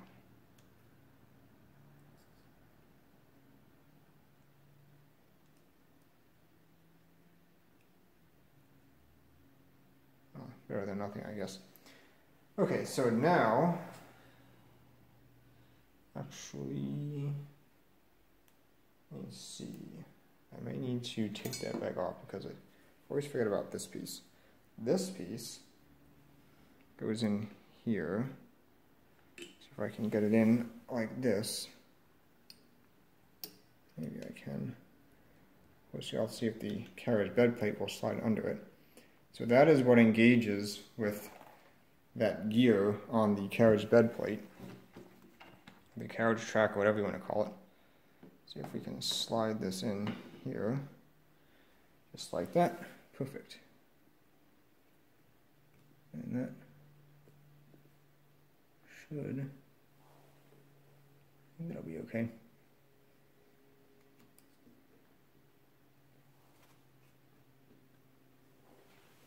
So everything is lined up here. There, so that's down in there now, I think. I think that should be good. So remember, the short screw goes in the back there, and anything else should just be regular screws. So get some of those started. Make sure I'm still on front. Yes, I am. I'm not going to tighten these down all the way. Kind of get something here to hold this somewhat together.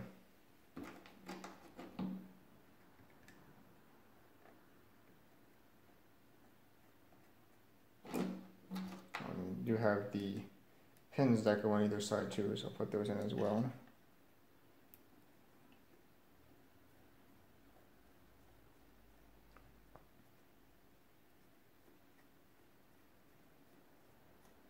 And got the one last screw, goes in right here.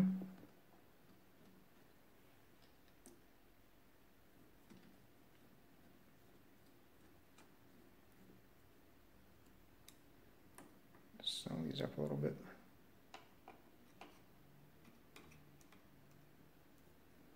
And this pin goes in this side. It's right in, and there should be a slightly smaller pin somewhere that goes on the other side. I have to locate that. Oh, I just had it here. Getting ready for this.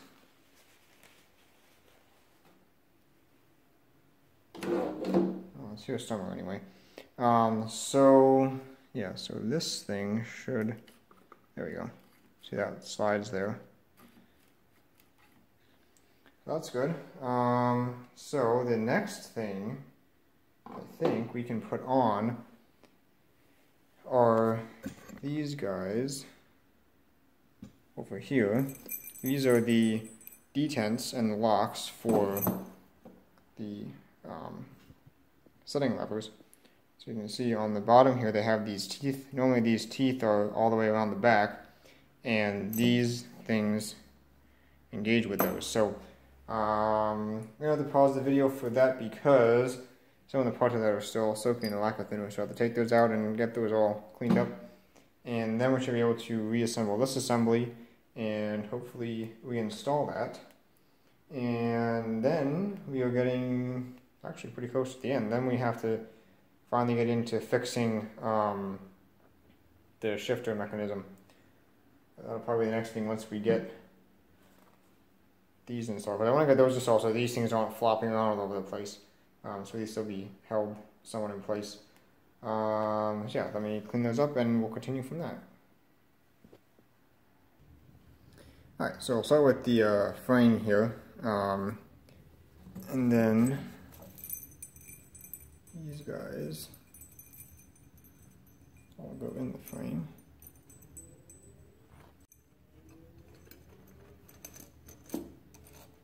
Drop in.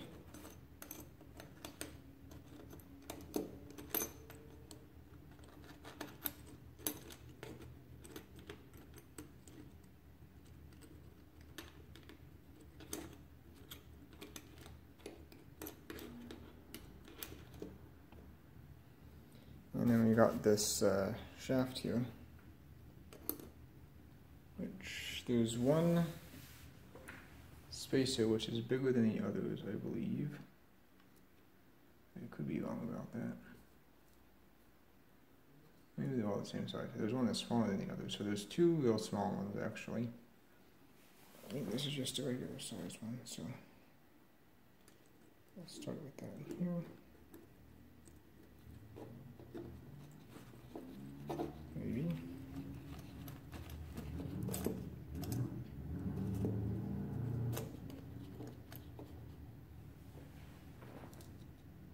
These are somewhat annoying to put together because the shaft is stepped on the end, so you have to get the end of the shaft through and then get the shoulder through, so it's going to be a little bit inconvenient, but I'll work all these on here.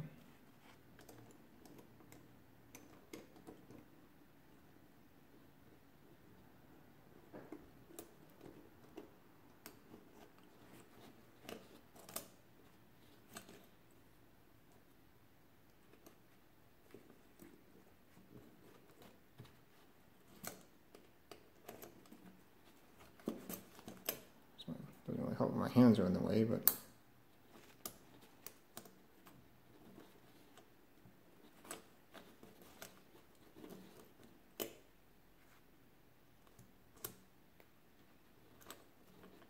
I'm going to drop these in one at a time and just put them on. I'll go too far that time.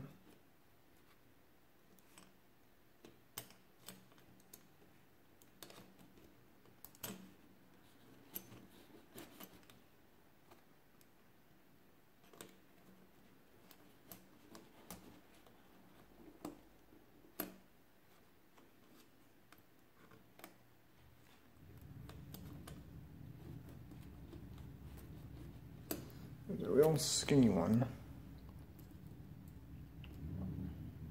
Let's go right in the end here, I do believe. Maybe.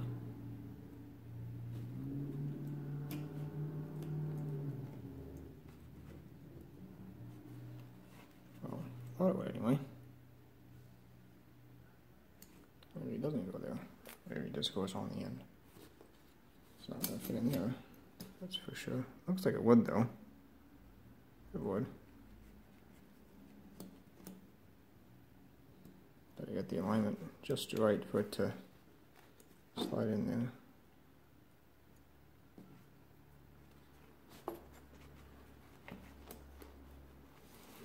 We can realign it from this end. There we go. Alright, so that should be that, and then there's one more which goes on, might go on that side, I'm not exactly sure. I'll have to take a look once we get it placed in the machine, and then of course we've got these two brackets here. I'll just put a bit of oil. I have put a light coating of oil on this shaft, so I'll probably just drizzle some right across there. And then right across each of these so that they're kind of a light coating of oil as they slide in that groove there. So, for now at least we'll set these off to the side. Let's get rid of this whole thing.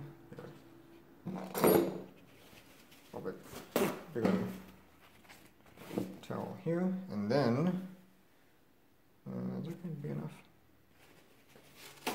That should be big enough. And then we will bring in a machine upside down, like like so. And let's see how this wants to line up. So if we put it in with the spacer on that side,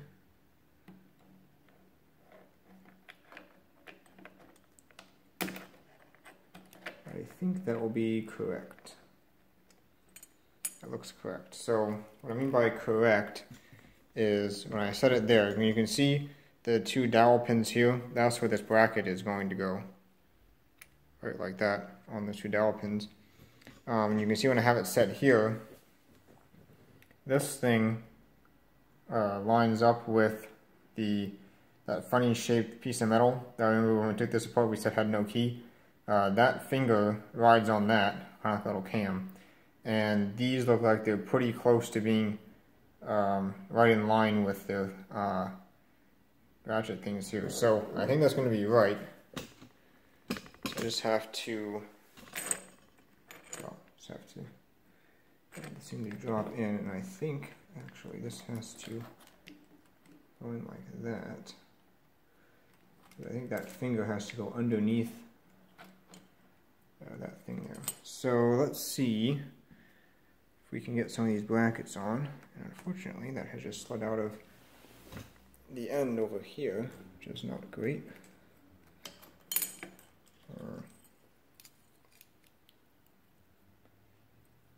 So let me get one of these brackets. So the bracket on this side goes on like this. So should be able to, I can just get it on there like that. And see if I can drop this whole thing in here. I can get that lined up. It would be convenient. Not over far enough yet.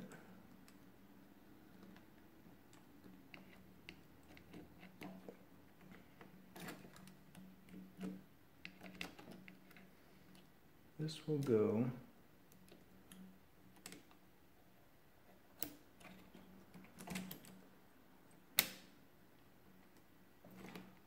that is correct, I believe. So let's see, of course that thing had to fall off.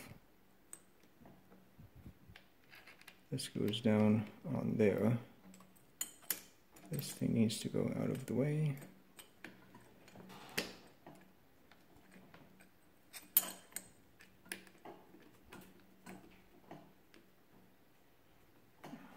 Alright, so I think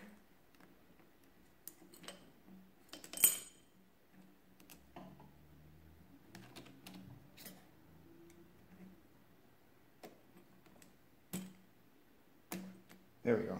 So I was just a little bit stuck on some of these fingers were on that side of the teeth, and so they wouldn't go down. Once I popped them over, so now they're all in line with the teeth, now it fell right in. So that was the issue. So now this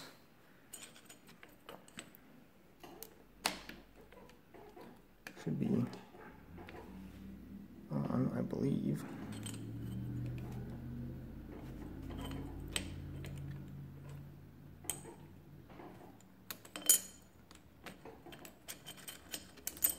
It went on one dowel pin, it doesn't go on the other one for some reason.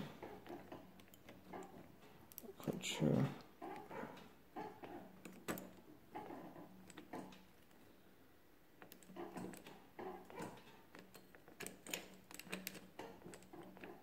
It's on that one.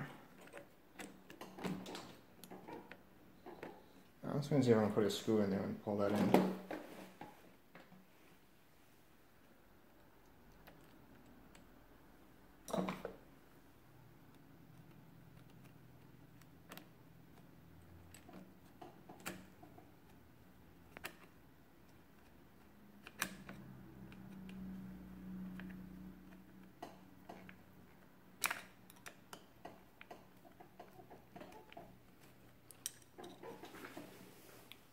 Not really.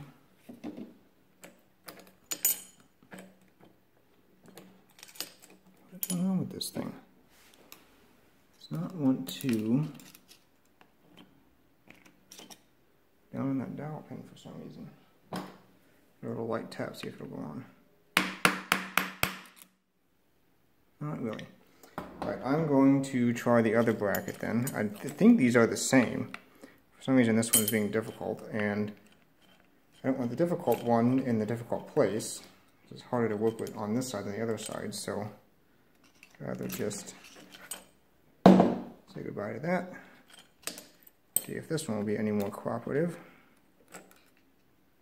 This side.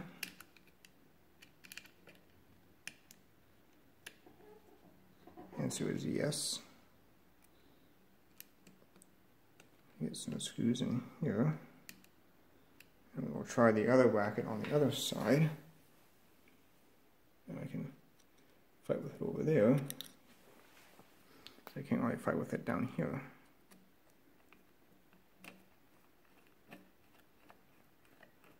There. Now I went into that before. I think on the other machines I worked on, the brackets were fine either way. That's kind of interesting.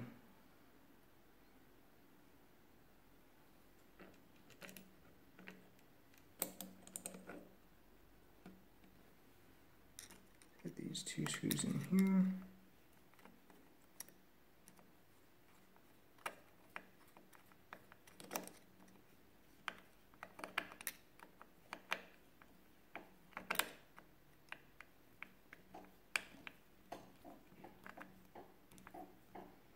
I'm not worried about tightening this down.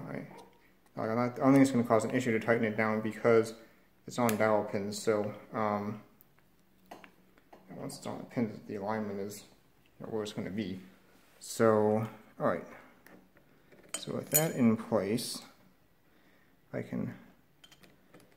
The shaft has popped out again. There. So that's through. It needs to go.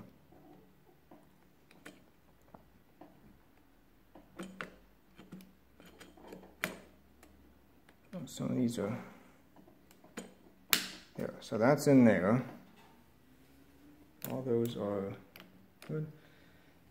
Some of them had gotten a little bit pressed against the side of the disc, that's why it just kind of was being a little bit difficult there, but put that in now. So should be able to put that on and see if this will go on this side. There we go. On that side a bit better. That's interesting. I've never come across that before, where these brackets would fit on one side, not the other. Or they could just be locked. The other machines I worked on, they just went on, just happened to put them on the side they came off of. So it's possible. Why is this screw being difficult now? Seriously? It's on dowel pins. The alignment can't be wrong.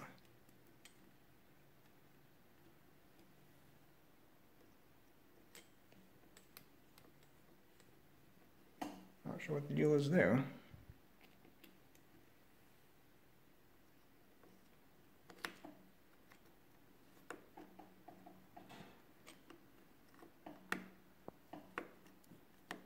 Well, something's wrong with this screw thread, it seems. Screws don't want to go in there. I'll have to fight with that then. Okay, anyway, tighten that down. It's on dowel pins, like I said, so. Too worried about that. Okay. So that will be that.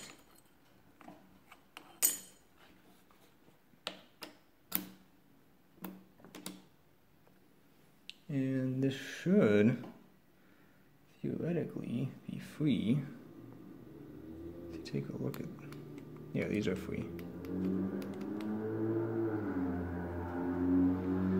Should be able to rock, though. I don't think it's against any detent.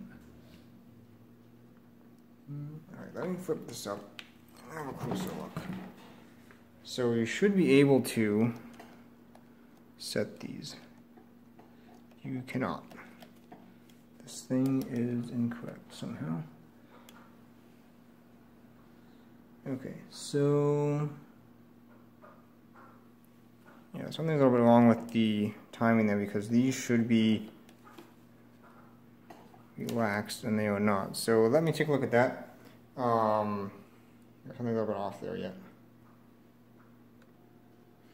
Oh, so it turns out that funny shaped disc I had timed incorrectly. So you can see now these are free if they can actually engage. So see now that these are free, these are back. They will engage with those.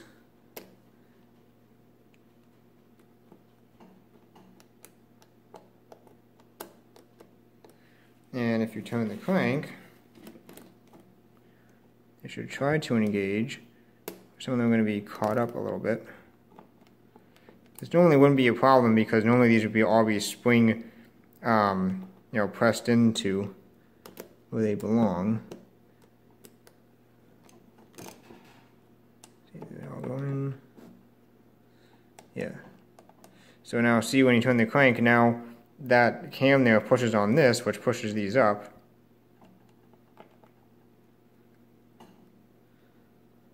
That one all the way in. I don't think that was all the way in.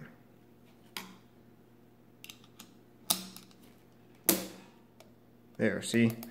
So what happened on there was it went kind of halfway up and jammed on one of these peaks. Now I think they're all in. Yeah, I'm pretty sure. It's got a little bit of play in it yet.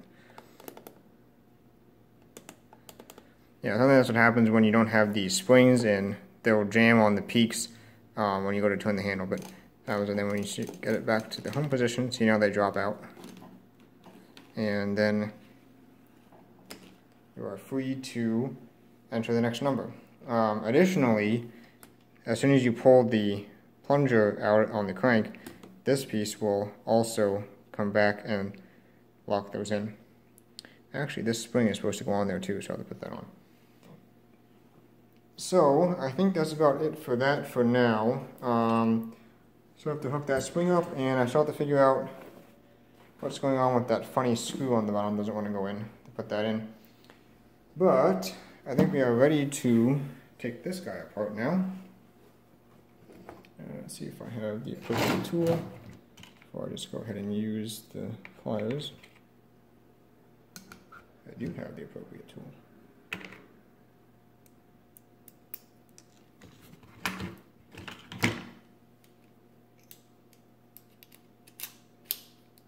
So we should be able to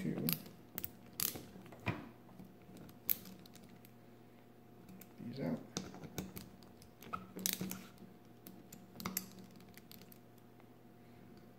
In addition to fixing the broken piece in here, I'd also like to see if I can tighten that up.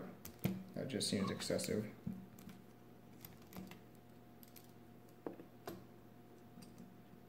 I'll take all that off and see if this will come apart.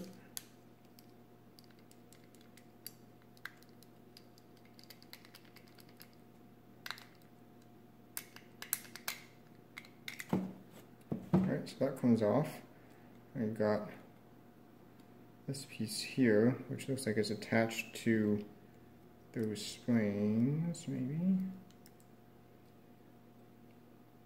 Yeah, so that looks like it's staked in. So this will just swing out of the way, actually. Alright, so the camera went out of memory, which tells me I'm either going too slow or talking too much, or probably both. Anyway, while that was copying some files off of there, I took a look at this, and I think that all we have to do is squeeze this and pull this out. And hopefully we won't get springs shooting, wow, everywhere, which we just did. Alright, careful, we have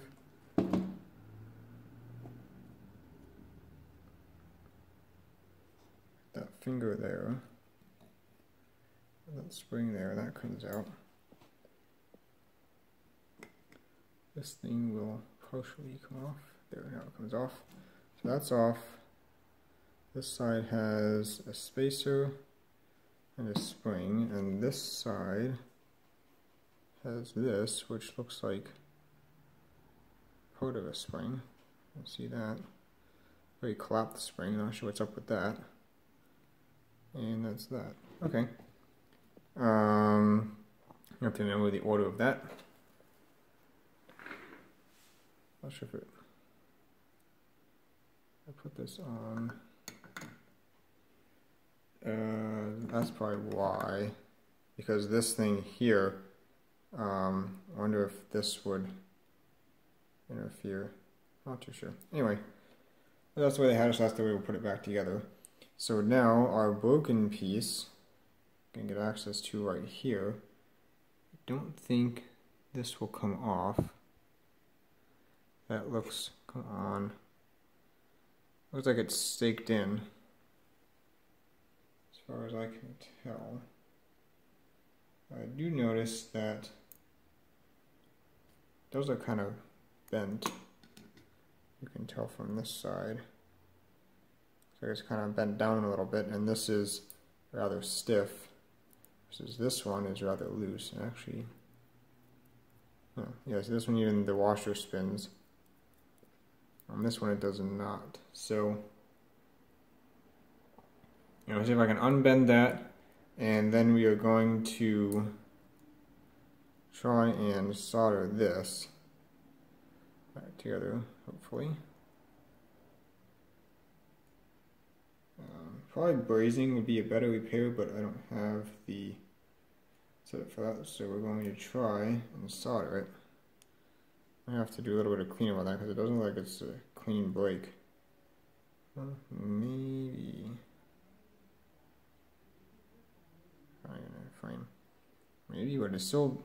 No, it doesn't really feel like it's solidly together. So I think probably this has been banging around inside here for some time. It kind of messed up the break there. So I'll have to get that cleaned up, see if we can get that to made up nicely. And other than that, that's really all for this. These things are staked in. These things are staked in. And these things are staked in. So you have to do the best to clean that up as it is. This guy, I want to take a look. Look at the play there. That's excessive. So I'm going to take a look at that. See if there's anything I can do. I'm not exactly sure. I'm not actually sure how that was originally staked in, because you can see it moves in and out and back and forth. So I don't know if that just swallowed out that much, and like whether I should, because there's a little ridge here. I wonder if I should push that back down a little bit, maybe. But I'm going to have to figure something to do about that, because that is just way too excessive. That thing just flops all over the place. So I've got to do something about that, and we'll have to solder that. So I'll probably do all that stuff off camera. This video is already long enough, and once you put this back together, I think that's the last actual repair we have to do. And there's actually not that many parts left over here. Look over at the remaining pile under my mess of tissues. And my mess of tools. There's actually not that much left over there. Of course, we got the base here yet. The feet, this front plate for the carriage, a couple of handles, the bell ringer. But yeah, getting pretty close now. Alright, so you can see I've fixed this as best as that I can. We'll see if it works. So this was broken off, so I ended up making a little piece of sheet metal that wrapped around here to kind of hold it somewhere in place, and then just soldered the whole thing. It's not easy. You can see the sheet metal on that side. Didn't have quite as big a blob of solder over there. So there's the sheet metal there that's wrapped around there. It's not perfect, obviously. We'll see if it holds. You can see that the solder flowed on to the piece. Come on, focus. The solder flowed, so I'm hoping it's going to be okay. You can kind of see where it flowed onto, right? You can see where it flowed back there, flowed onto the back piece. So hopefully it's strong enough to hold. The pressure will be that way because this slides, so this will be pushing kind of against the carriage like that, so pushing that way. This pressure should be straight on, hopefully not too much side to side, but we'll see. And I did replace the spring because when I was trying to take the old spring off, I kind of messed it up, so just replace that, and I think it should be fine. It's a little bit stronger than the other one, but not by much. So I think it'll be okay. Other than that, I've cleaned this up. Oh, I kind of made a mess out of that, but I think it's okay. The material was just, you know, that hole was just so walled out there that the material was so spread back. When I tried to stake it over, it just kind of, you know, flattened in on itself because it's kind of like a big gap there. So what I ended up doing was I took a flat piece and then pounded this thing as flat as I could, so it kind of spread out and filled up most of the hole, and then I think I got some good stakes on it. So you can see one right there is staked on the pin in the middle and the outside. I think there's one there and maybe one right there. Anyway, I got at least 3 on. So this is good and tight now, it doesn't move, and when you move this, you can see that doesn't move. You can see it better from the back side. The middle piece no longer moves when you move that. It's a little bit stiff, but I'm going to put some grease on that and I think it should be okay. That's something that's really hard to get right, you know, because when I first started working on this, I thought there was a shoulder on the inside of this that would space this out, but it looks like that's not the case. So, you know, it's really hard to kind of, you know, try to pound this flat without getting this too tight. So I think where I have it now is about the best I can hope for, given the way that it's made. You know, I was really surprised it didn't have some kind of shoulder in there, but I guess that is what it is. So, I should be ready to reassemble this now. There's anything else on? Oh yeah, I did want to mention these pins here. You can see they rotate. I don't know if that's supposed to happen or not. They're not like super loose. They wobble a little tiny bit, but there's no way to know whether those were originally staked flat or not. I just don't know. I'm going to leave that as is. I'm afraid if I, you know, start pounding on this, you know, there's more likely you're going to break this back off again. You know, just miss it with hit it once with the hammer and you miss that and this comes back off. So I'm not going to worry too much about that. I think it should be okay. Nowhere near as bad as what this was. So yeah, let's start reassembling this. So let's put some oil on these. I would like to get grease behind these. Oh, it's a bit stiff. So you can't get behind them because they're staked on. Like this knob won't come off, so it's staked in there. So you can't take that out to clean it, which is unfortunate. I guess I could have soaked this whole thing if I had a big enough tub to soak it in. Soak the whole thing in lacquer thinner, but we'll just have to settle for this. I'm gonna get some oil on that because this whole thing slides. Like that. So this here is the carriage release. So when I push this, notice they both drop down. And this is pushed by the end of that rod that I forgot to put in earlier. That pushes on the end here. You can see the wear marks. I'll put some grease on that. And that releases it. I think these are pretty free now. Just put some oil there and there. Little pivots there. And that should good for that. Now on to this. A little oil here where these things slide. Some oil on the pivot arms here.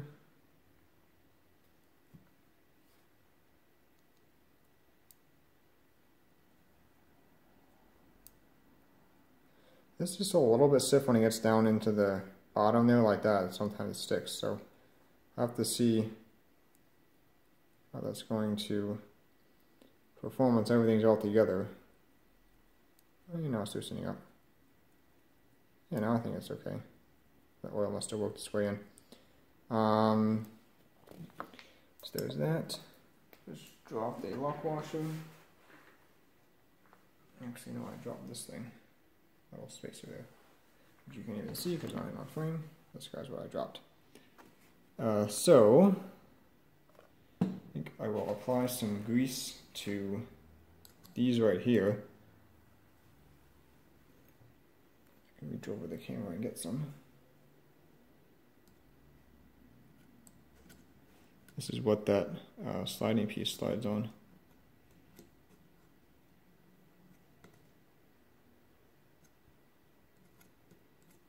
Let's put some grease on there. And then this thing goes on right like that. Probably apply some grease on that itself too. Add some in there.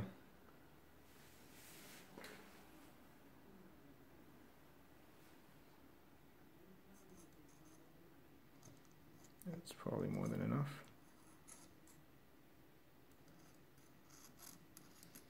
I could use lithium grease here. I don't know if it's true or not, but I've heard you're not supposed to use lithium grease on brass parts. So some of the other parts that needed grease, I used this.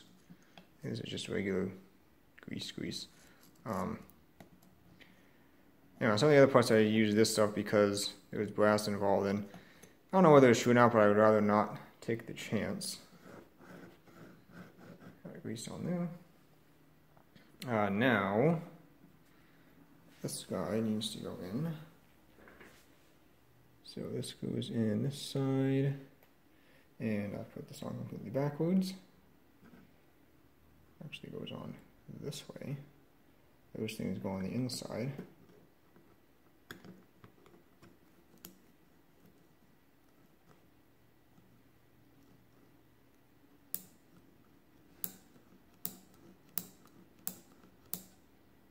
Take a look at that in a minute how that works.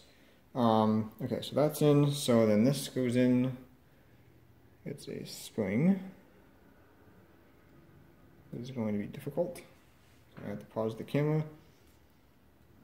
The camera's right in front of where I need to get at.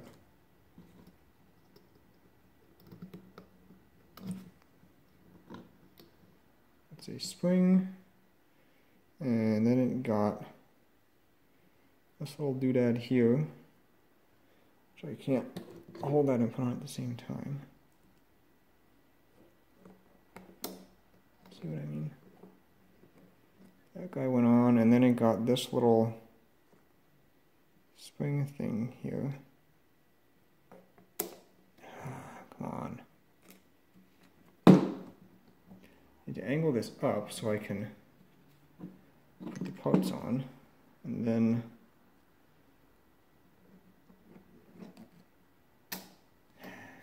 I'm gonna have to put vice grips on this, I guess, to hold that spring in.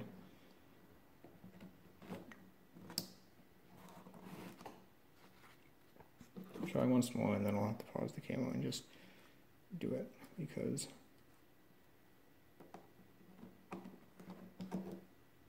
that goes on, and then that goes on, and then goes in here, maybe. There we go. Goes in there like that. Hopefully that was all on camera.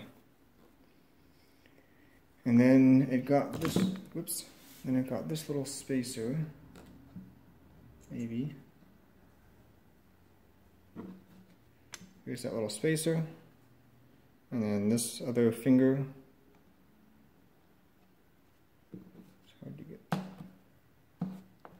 on.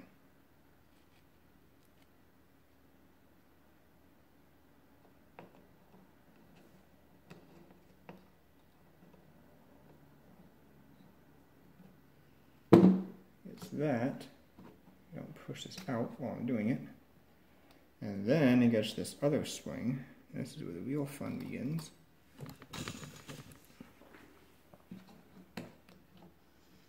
slide that all the way over as far as it will go. And then, there. I think that's in. Yeah, that's in. And then we just need to move this a little bit closer now. Just need to split out the auto pin type thing on the end here. Looks pretty squashed, so it's not going to be super easy, so I might have to pause while I do that. It almost started there. Yeah, I might have to pause while I do that, but there's a little, like a caudo pin, the end will split out.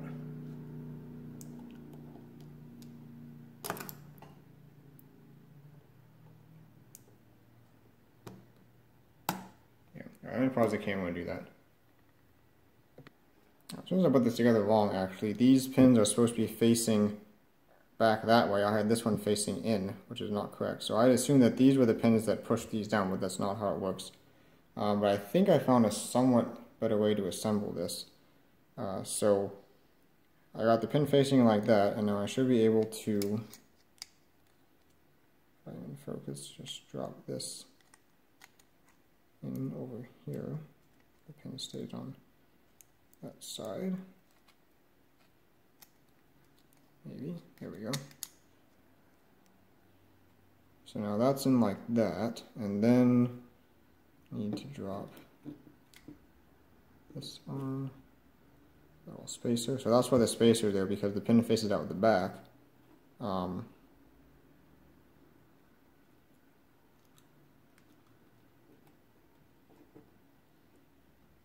and then this spring. So that was somewhat easier than trying to hold this spring down. Actually, if you slide this all the way out, there's enough tension released off the spring that it will cooperate. Now the hard part is going to be, again, this spring. Let's just see if we can make it work here. There we go. So again, I hope that was on camera, but that's installed now. And this time I didn't squash my end so far, so it's still kind of spread out there. That's my greasy screwdriver. Let's not use that one. So we just have to spread that out like that, so it's not going to fall out. That's good. So now I think this is correct. And you can see now when I push this over how it has to be. I'm going to put some grease and stuff on here. This is not moving as smoothly as it could, but as you can see with the bottom of the bottom part that's on the spring, so the bottom part, but the piece that's on the bottom down here on that pivot is what hits that little pin there as he pushes it down when it clicks past, and that's what releases that side of the carriage chip, and this thing should do the same as well. This spring is a little bit, so this here that's going to work. When it's in the machine, this will be held down by the carriage like that, so I'm not so worried that it's popping up too far. You can see it too pushes that down as it goes past. So that seems to be working. Like I said, this is still a bit stiff, so I'm going to put some more grease like down here on this shaft and stuff. I think we should be able to put this piece on now.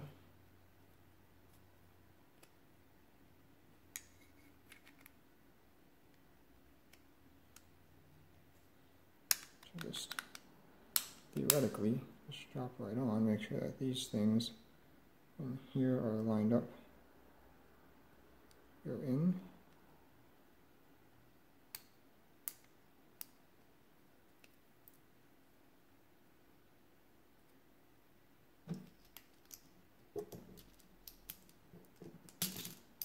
That one's in. That one's in. Should just go right on, and I think it's all the way on. So I'll be able to just drop these in. The lock washers they have. the nuts on, and hopefully this should be good then.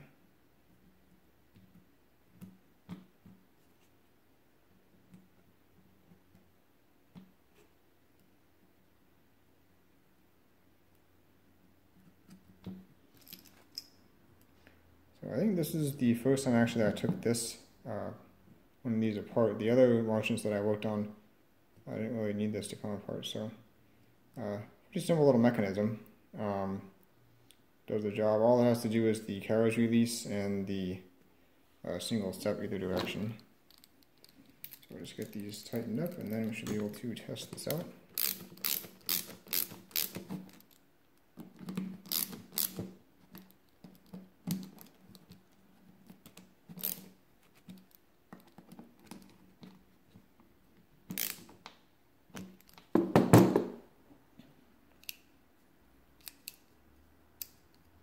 So it's a little bit stiff, like I said, I'm going to put some more grease on this, but this was pushed down where it should be.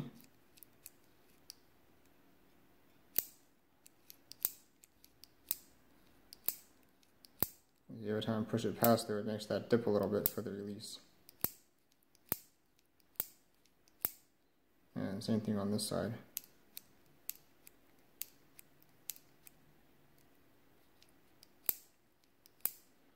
So we're just going to grease that up, make sure it's going to work out nice and smooth because it needs to spring return.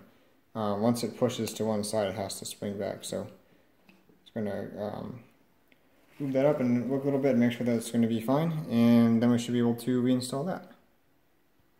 Alright, so you're back under the machine again. I'm going to stick this guy on. It's still a little bit stiff, but I think it will just have to be that way. The only other option would be to just not do anything about this, but then that would be, this thing would be flopping all around, and I really don't like that. I'm not sure how long this is going to hold up. We'll have to see as far as this pin, you know, staying nice and tight like that. Because this pin is actually the other end support for the shifting handle in the front. So that's this shaft that I still have to unbend and clean up. This has one bracket in the front that this goes through, and then this end here just goes right over that pin, and that pin acts as the other support for that. So, you know, anybody, you know, yanking on the handle on the front is putting stress on this pin, and I think that's why they work loose like that. I guess it's just a design flaw. I wonder if it would work if you like welded that in, maybe. I don't know how long that would hold up either. But that's the only other thing I can think of is if maybe you tried welding that in, you know, you kind of make these two parts as one solid part instead of just staking it. Maybe that would work. But anyway, we're not doing that today. Today we are going to just pop this back in. So it goes in, of course, with that pin towards the front. And there are dowel pins here to support it. Make sure before you put this in that both of these are facing that way. If one of these flips over like that and you put it in, it's not going to work. So those have to both be facing that way. And we should be able to theoretically just drop it right in there. Is that dowel pin lined up?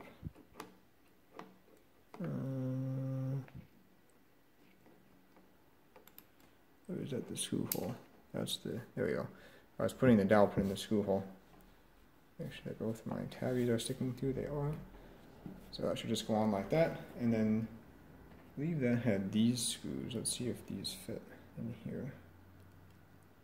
I think these were the ones, maybe. Come on.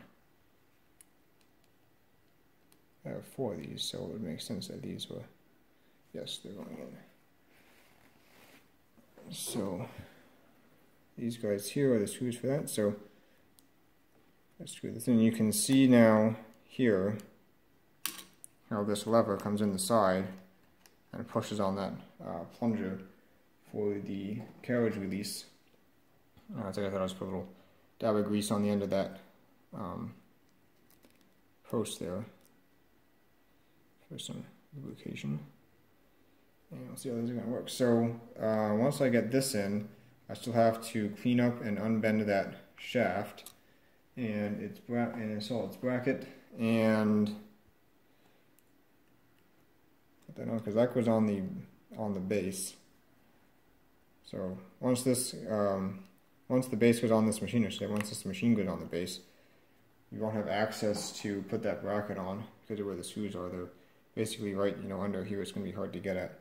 So I want to put that on first, and then once that's on, I think we should be ready actually to put the machine on the base. And once that's on, we can install the carriage, and really at that point the machine should be able to be tested. I'll tighten that down. Now I tighten all these down, and then I will clean up that bracket and the shifter shaft, and then once that's installed, we should be ready to put the machine on the base. I don't think there's anything else really nothing else actually we could do. We could install the carriage with it off the base, but I don't really see a reason to do that. Make a lot more sense to put it back on the base, and then that, of course, will get everything, solidly lined up. We can tighten down the carriage bed plate and everything, which actually, I think you do need to do that with the carriage off. So, yes, the next step would be, and I still have to fix this one screw, some of this thing up there, that messed up one. I'll fix that. But yeah, once the machine goes on the base, you can see it has the dowel pins, and it has little, kind of alignment pieces here. This whole track fits into a slot on the base and really, solidly aligns everything. So that's why I don't want to tighten down the carriageway or the carriage bed plate, whatever you want to call it, carriage track, before I get this installed on the base and get everything positively aligned. But yeah, that should be coming up soon. Alright, well, it's not perfect, but it's a lot better. Focus on this thing. It's a lot better than it was. It's like a little bit of a tweak, I think, but between that being improved and tightening up the knob, or whatever you want to call it, the pivot point, I guess, on the other end of it, I think will feel a lot better to use that shifting mechanism. Before we're just flopping all over the place. When you turned it one direction, the handle almost ran into the side of the machine. Everything was so whacked out. I'll just tighten this down. It has 2 dowel pins and 2 screws. So one of the nice things too about these machines, most of the stuff has alignment dowel pins, so there's not really much where you can put it on wrong, because everything has dowel pins, and it's not like on some of the machines where there's adjustments here where you can slide this wherever you want, and you have to remember how it came off, and when you put it back on you have to adjust it. It's not like that. All this stuff has dowel pins, so it's just pop it together and it's right where it was when you took it off, which is pretty nice. And not a lot of other machines I can think of did things like that.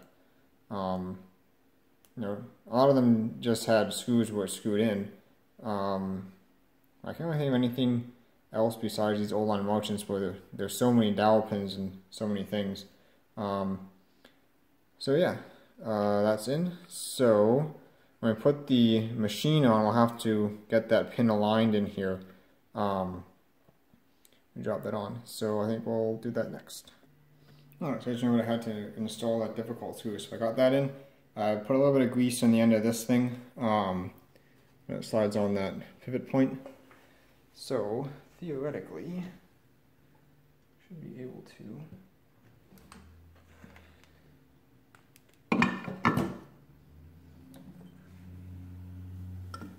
get this close here, make sure this thing needs to go on there. Maybe. Maybe I should put this on there first. Let's see if I can.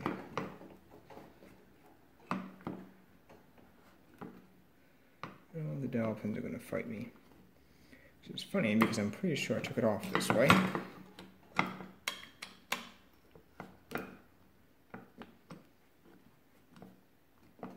I don't know, maybe. Just kind of look that on. Maybe.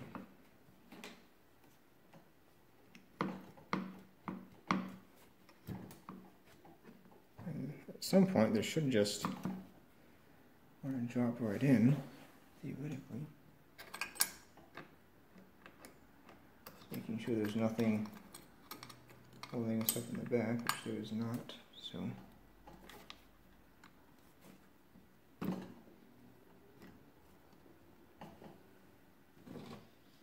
just pop this in here.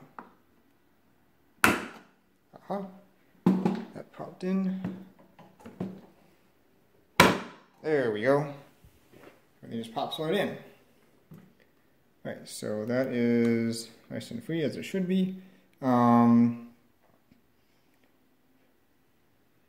Well, maybe you could have put this on later, but if you look down at the top, you can see that the screw in the back is just about right under the carriage bed plate. So, might have been possible, might have been a little bit easier, might have been a little bit harder. But anyway, it's in now. So, what we can do is, well, I'll just take this whole thing and roll it back. And I can start sewing the screws in the base here. Which will pull everything together. And because the base is kind of like the, sorry, the gold master, but basically the positive alignment standard, I guess.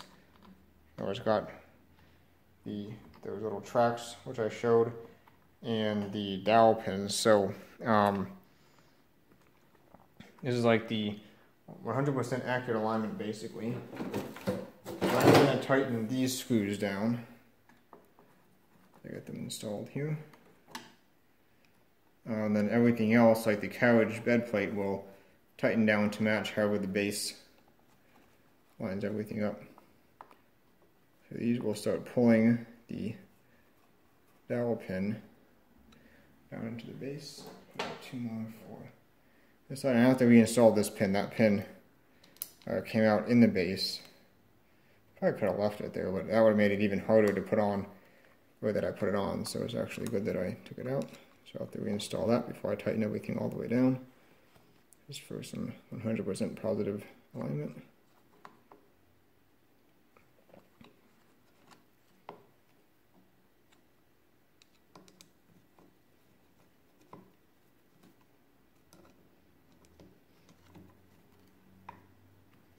These opens are a snug fit, so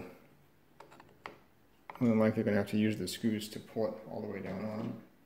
And I need this one.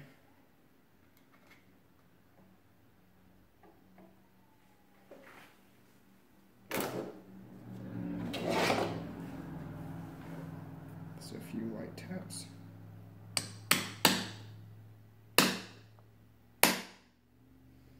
Like so. Should be good. Now I should be able to tighten this down all the way.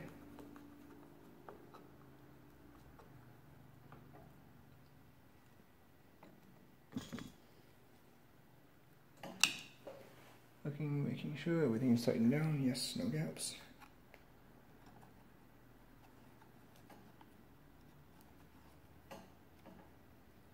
Of course, that whole thing with the pin was off camera. That pin that goes in right there. Just realized that I bumped my camera at some point. Knocked it out of frame, which is par for the course for this channel.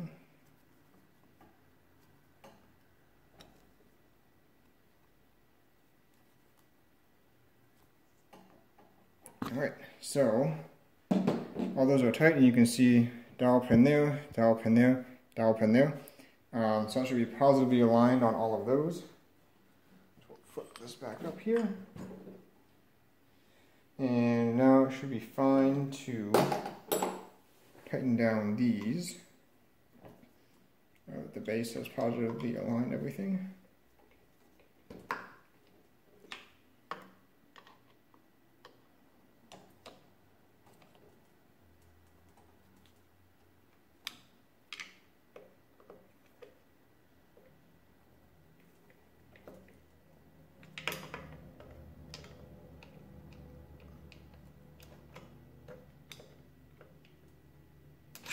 Alright, so those are tightened down. Need to tap these pins home a little bit so that the carriage can slide over them.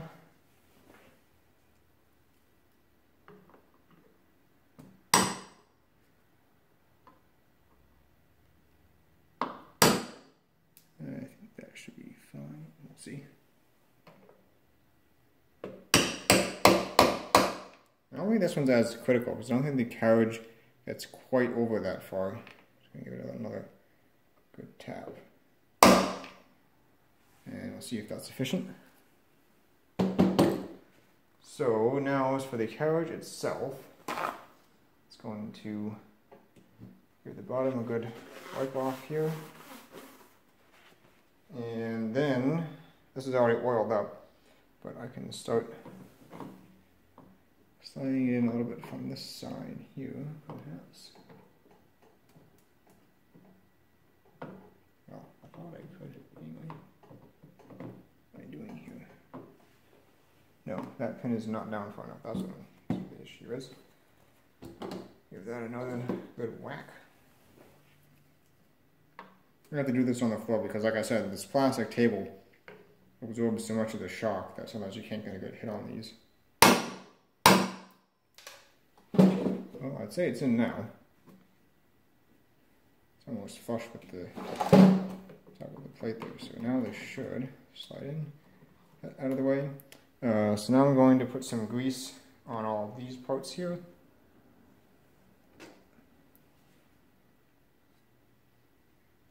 Just because they will be constantly sliding under the carriage, so I just want to fill it up. A little bit of grease.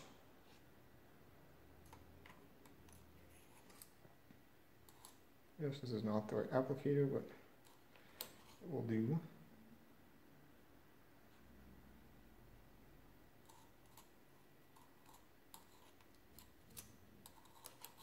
Pack a bunch in there.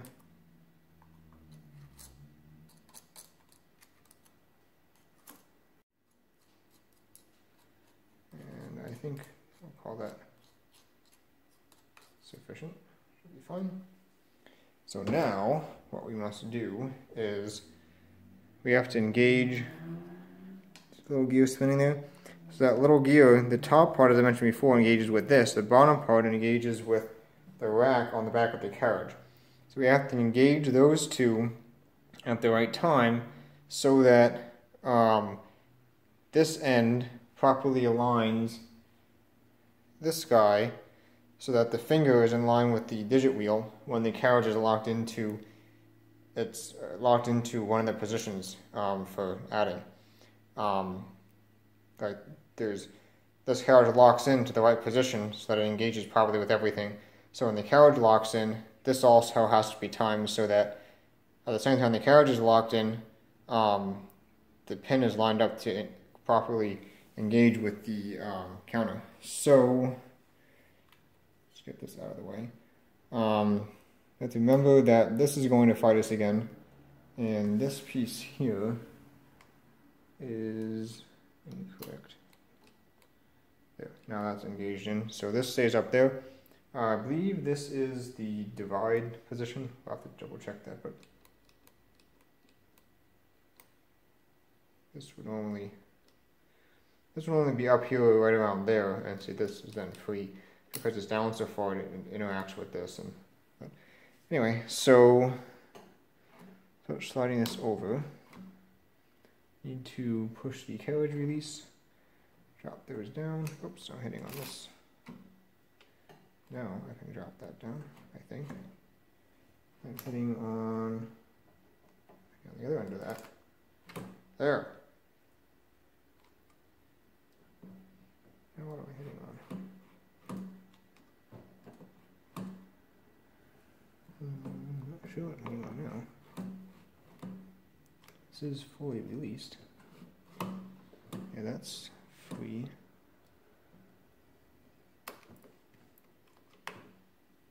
I think I was just misengaged a little bit with that gear. So that's slid on. Sure, these are not going to cause interference here. All that out of the way. So I forget exactly when to engage this. I think it's right around here.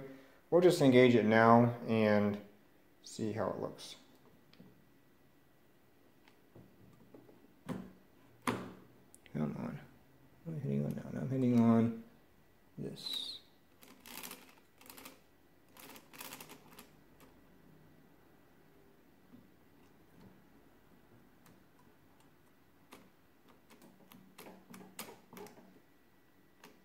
This thing is not cooperating.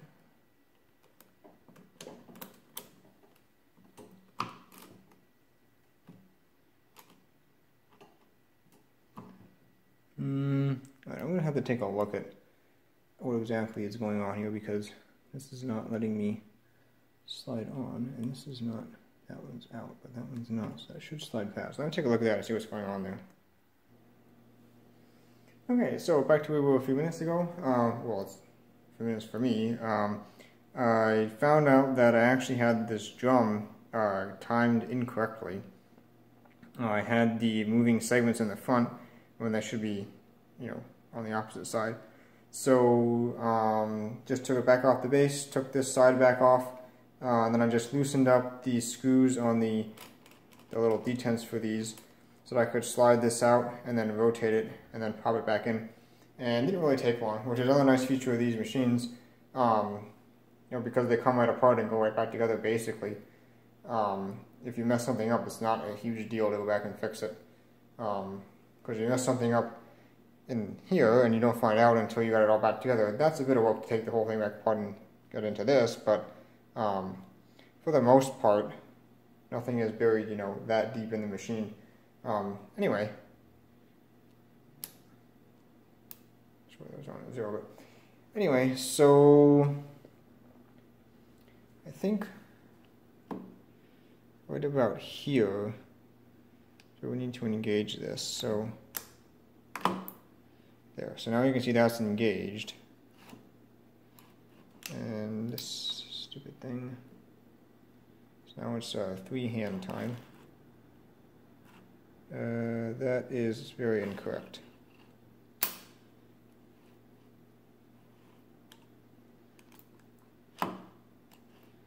Let's try here. Well, I thought I would try there. Looks like I didn't quite get it. No, I did.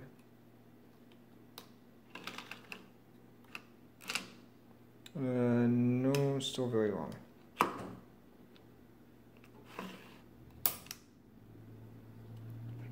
So long. This thing went all the way out the other end. Let's try that again, shall we? Now, what am I hitting on?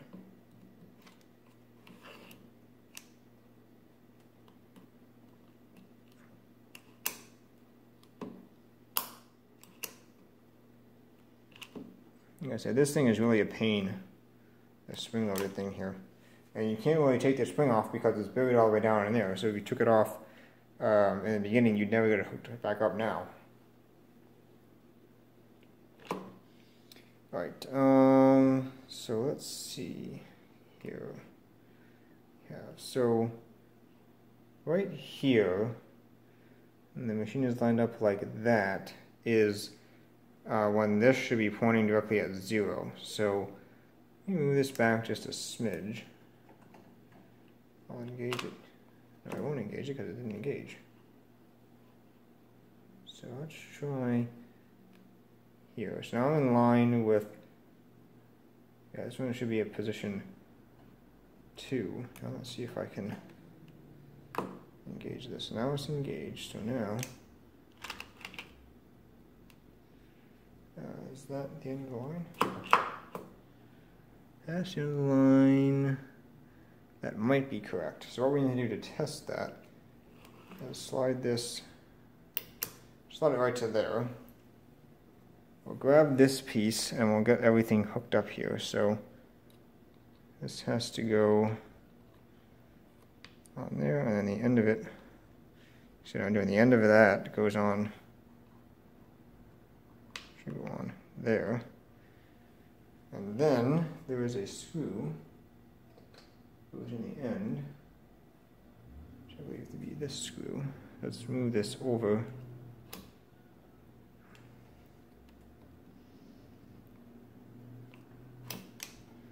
Just a little bit so I can see if I can get that screw in there. This is the not so easy part. I don't think that's the right screw. This looks a little bit better. Let's try this one with the real thick head. Focus. That in the end of that one goes in. I will tighten down. Which the screwdriver I was using for that, my real thin one. So now the one I was using for grease. So I'm going to clean that off.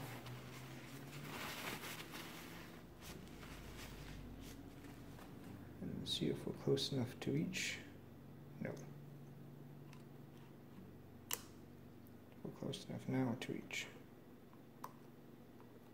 Kind of.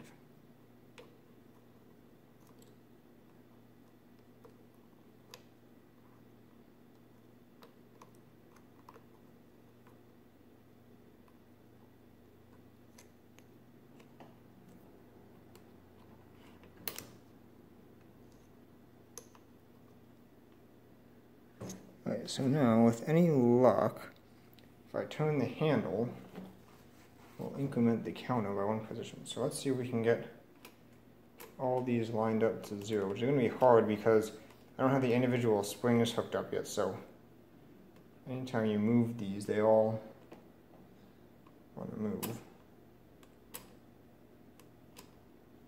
I think they're all at 0 now. Not that it really matters. So let's see if we turn the handle, if we get one added in right there. Make sure this is locked in.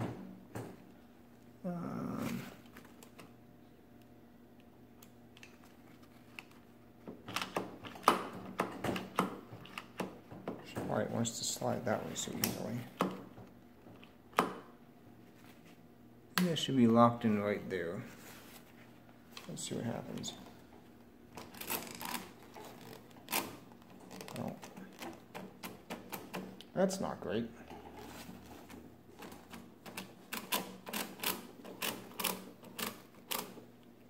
Yeah, it's wrong. It's hitting in there. I don't know if you can tell, but it's not lined up with that. So I need to release this and go backwards and readjust. So why don't I just let the camera roll? This video is way too long anyway. I'll take this screw back out of here.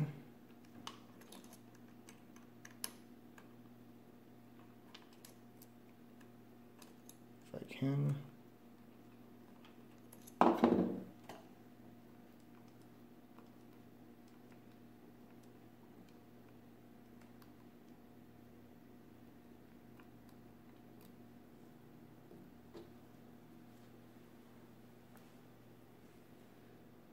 We'll pop that back out of there.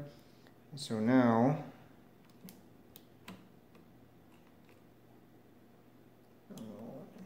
all these are out of whack there.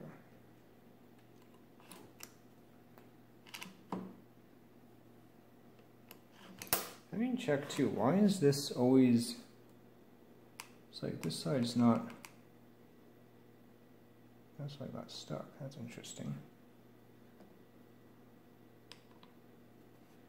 Sure if that's the issue or not.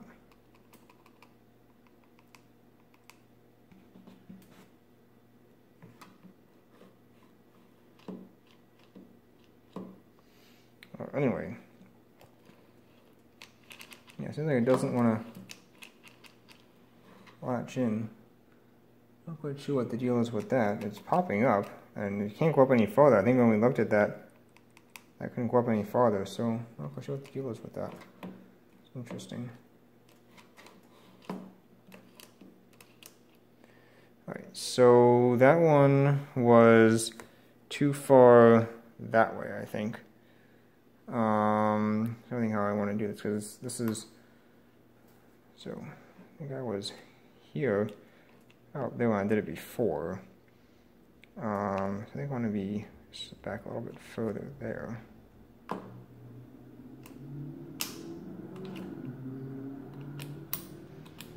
Sometimes you get lucky with this, sometimes you don't. This thing.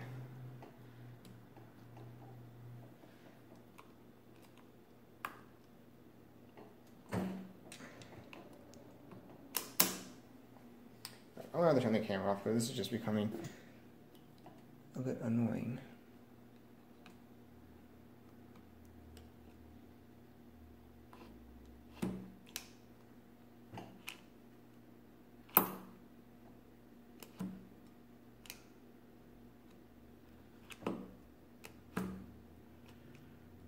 What am I hitting on?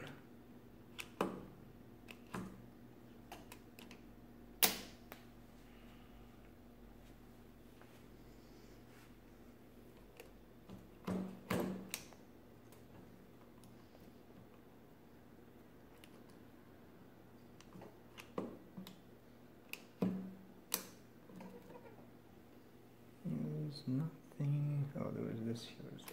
There we go.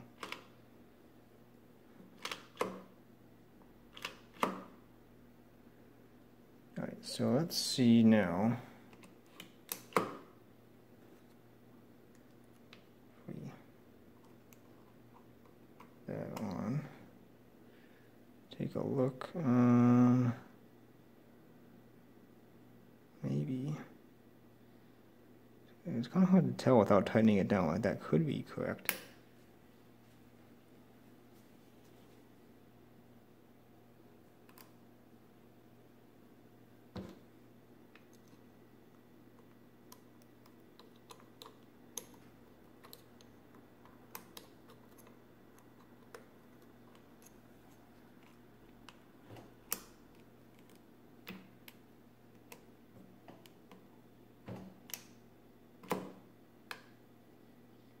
When it's loose like that, then it kind of gets jammed sideways on the shaft like that.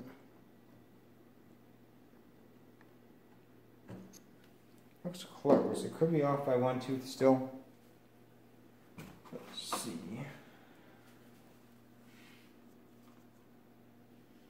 Can hold these or not.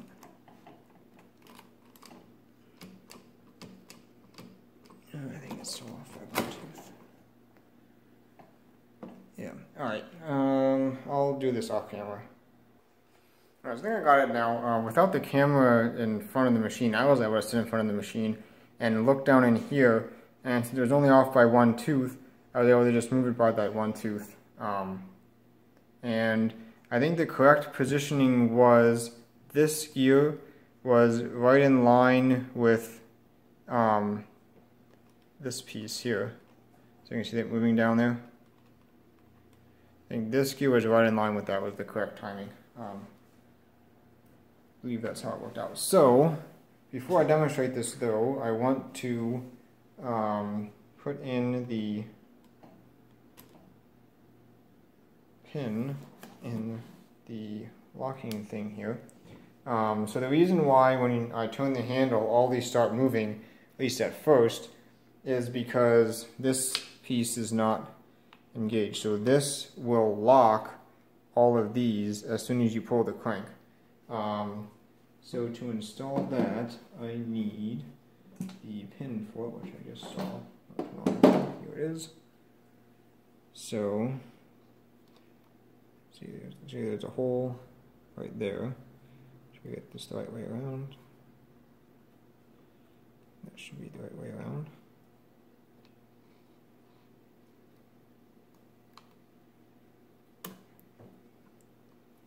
You get that lined up with the hole in there. Where did it go? There it is.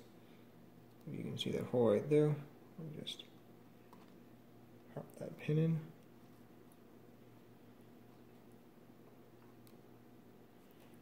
A little light tap. I believe that's the right pin for that. See if it taps in easily. Yeah, I think it is. Yes, it is. So that's correct. I have to stop rotating.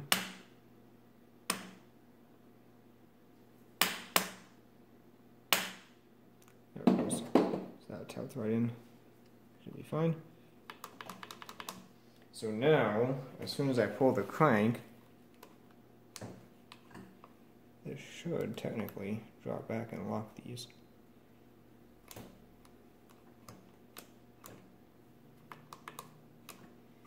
Doesn't really seem to be doing that, however. They do seem locked though. Yeah, I think it's working.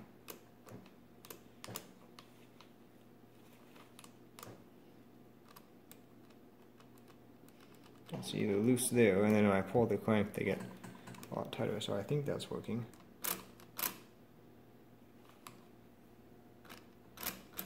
Lock. I should lock somewhat better than that, maybe. But, yeah, see. So, let's pop back like that. These are solidly locked. But that's got a bit of pressure to do that. So let me take a look at what might be causing that. Not sure if that's bent or something. Let me take a look at that, but you get the basic idea. So if I lock that, I'll just do by pushing that in for now. I'll come around to the front, and then I turn the handle, get an increment right there.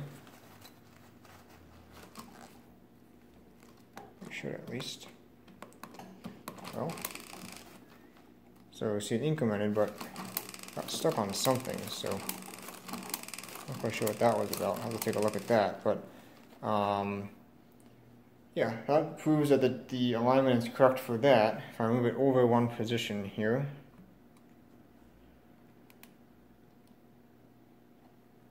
I think I can do maybe.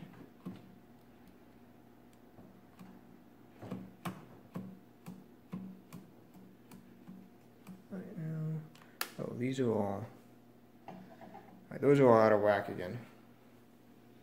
Just actually, these need to be one position forward where they were. So aligned.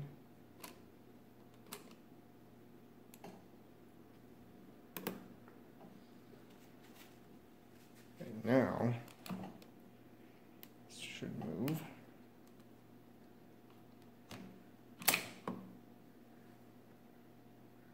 Yes, that's correct. Incrementing there. So yeah, I think that should be good. I just got to take a look at what's causing the hang up on that. Alright, so I went and I installed the detent springs for all of these, and also that bracket in the back there where it rides up on that disc was a little bit bent, so I unbent that, and I think the combination of the two made the difference. That peg still isn't starting over as far as I would like, but the main idea is so that these don't rotate on their own out of what you've set them to, and it seems to be fine now. So if I go here, you'll see that my counter is going, and these are staying still where they should be. So that's good. So we can try a calculation, right? Try 1, 2, 3. And I also put some grease in the triangles that go in the back of the wheels here. Yeah, some lubrication. And that detent is wrong. This thing out. That should be there. That's a detent. Oh, which would happen? Let's try it again.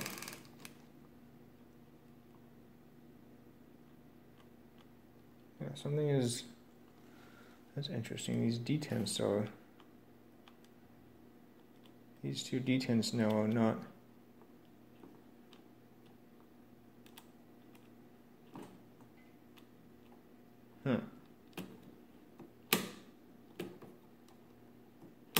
So right there, we have detents. If I turn one of them,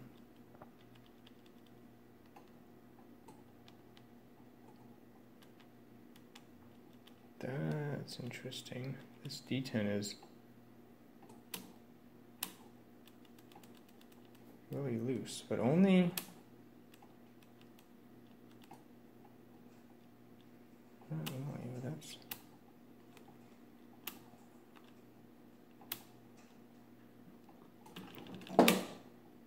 it's not loose there, so that's odd. Oh, I think I see this piece here is bent somewhat. It's not, it's the issue, right? Yeah, okay, that's the issue. See if I can bend that right. So you see this piece in the front is not lined up directly with the wheel. It's bent over to the side slightly. Let's see if I can see a little bit of a bend. Didn't really help, did it? So I think that's the issue anyway.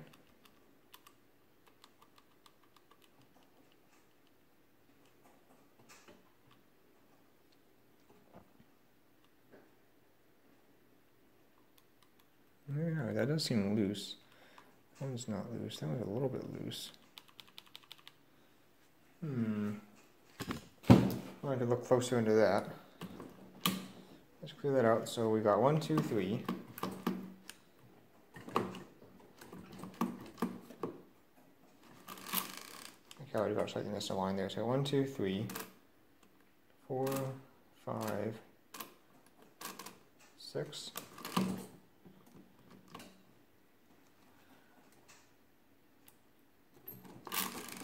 Okay, that's going to be a problem. So these are too loose and not lining up correctly to engage with that.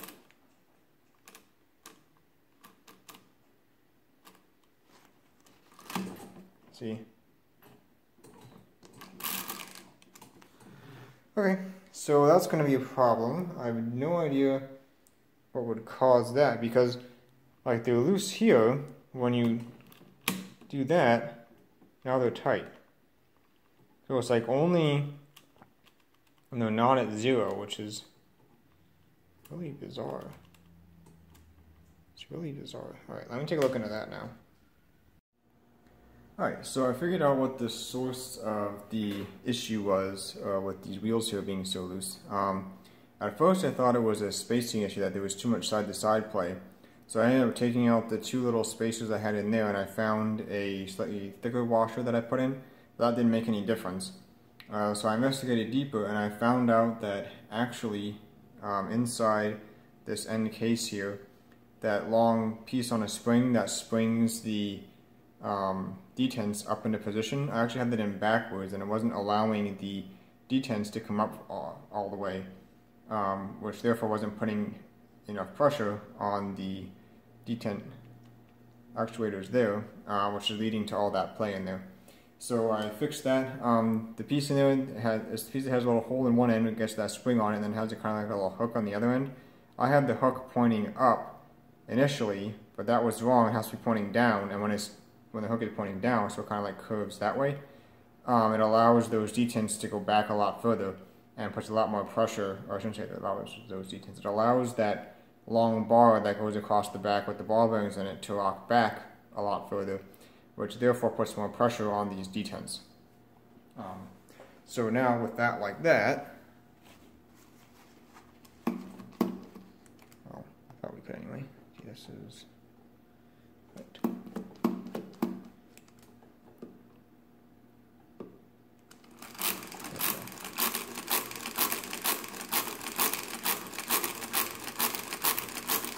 And here we can keep going as long as we want to, and it doesn't jam. So that fixed one issue. The other issue you may notice is the carriage slop here. I don't think there's anything we can do about that. The Probably the issue seems, and I didn't really pay too much attention to this before, but if you go back and look, you remember that one of the fingers that pops up is actually a little bit taller on this side than on that side, and I think that is the issue.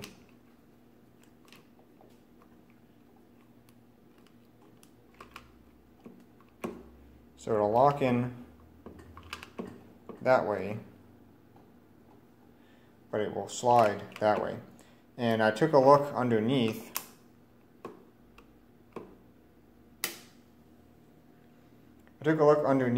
And yeah, that I can see that pin is moving, so it goes up far enough to engage, but I think it's like slightly rounded or something that's allowing the carriage to just slide over top of it rather than engage with it. So I guess really the only fix for that would maybe be to kind of like try and weld it up to make it a little bit taller or something. I don't really know. For now I'm just going to leave it as is because I don't really have a good plan on how to fix it. Just that whenever you move the carriage, you'll have to make sure it locks that way, and then it should. Well, maybe.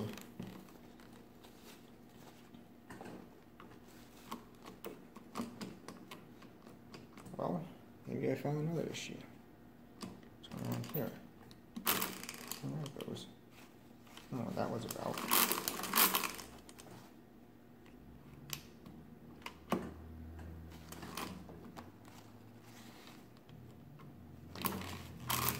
Yeah, so even that is not.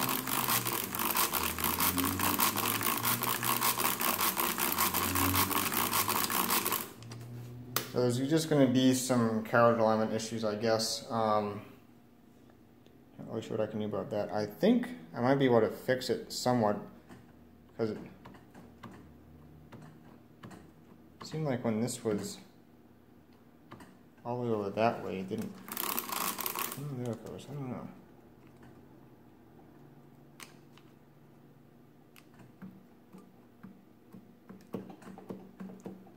Well, this thing is not wanting to.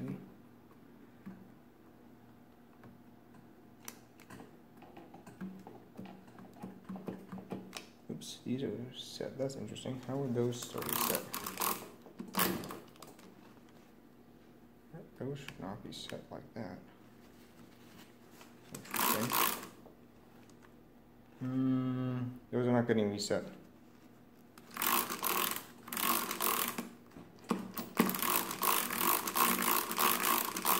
None of those are getting reset.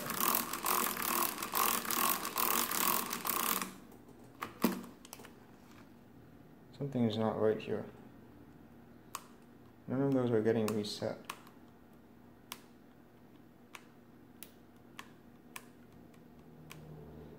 See, it needs to be like that, so they'll get reset. And that won't move. I'm going to take a look at what's going on here. This should be right, so something else is a little bit incorrect. So let me take a look at that and find out what else is incorrect, causing us to jam when this is all the way against the stop. Alright, so the issue was this piece here was just a tiny little bit bent, causing a slight misalignment of the wheel on there, causing the jamming issue. So now, if I move this, locks in, goes just fine. So now, as long as you seat that solidly against that stop there, it works.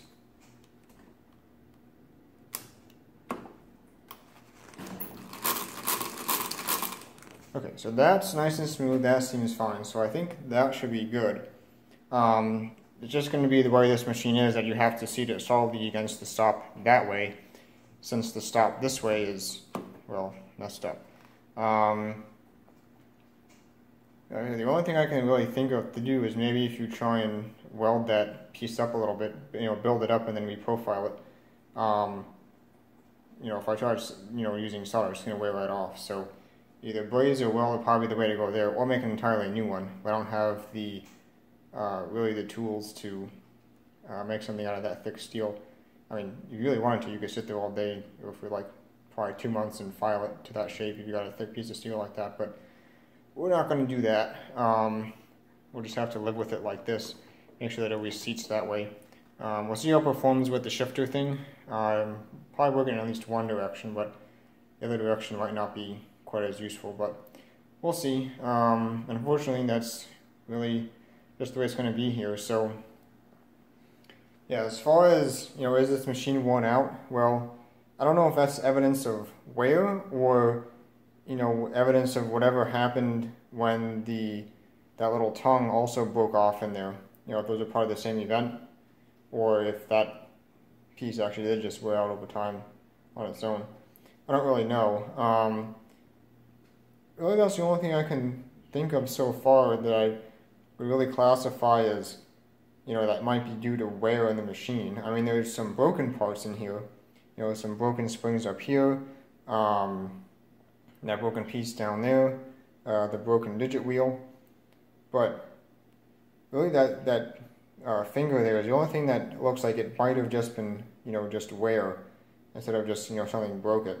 I will say this is the only machine like this that I've been into where so much stuff is broken.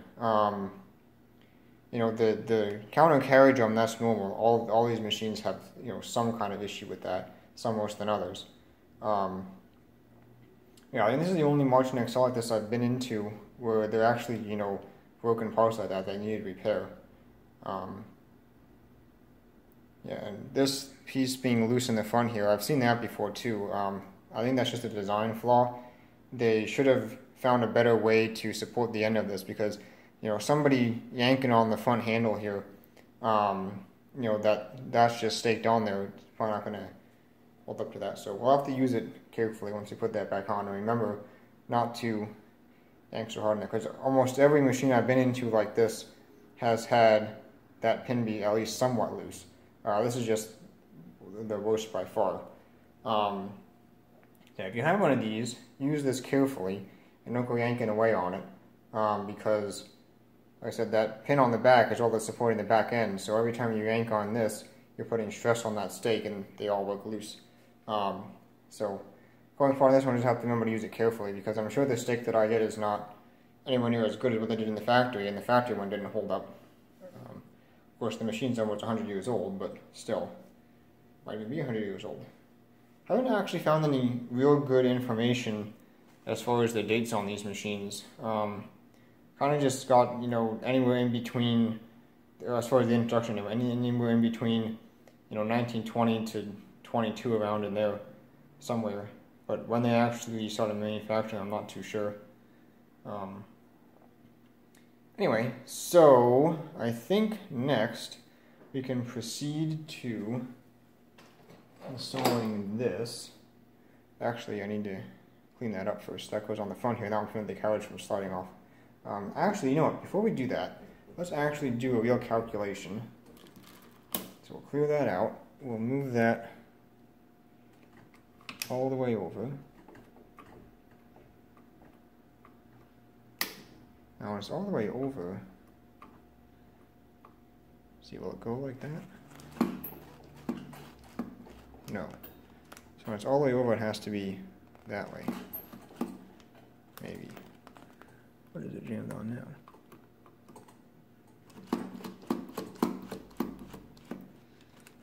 Oh, it doesn't like something.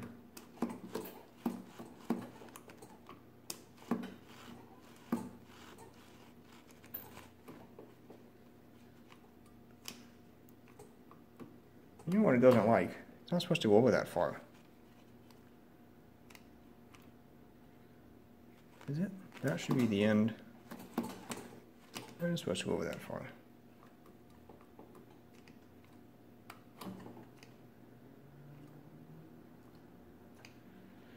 I have this timed wrong. Let me double check something real quick here.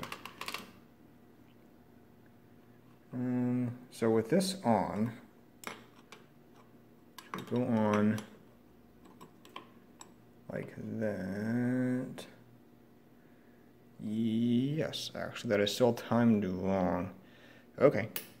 Actually that is still timed wrong because you see, this is all the way as far forward as this can go, but we still haven't hit the detent here. So actually, even though the machine works, it won't work in all the positions, and that's why we're running into troubles here, because actually the carriage is moving too far in that direction.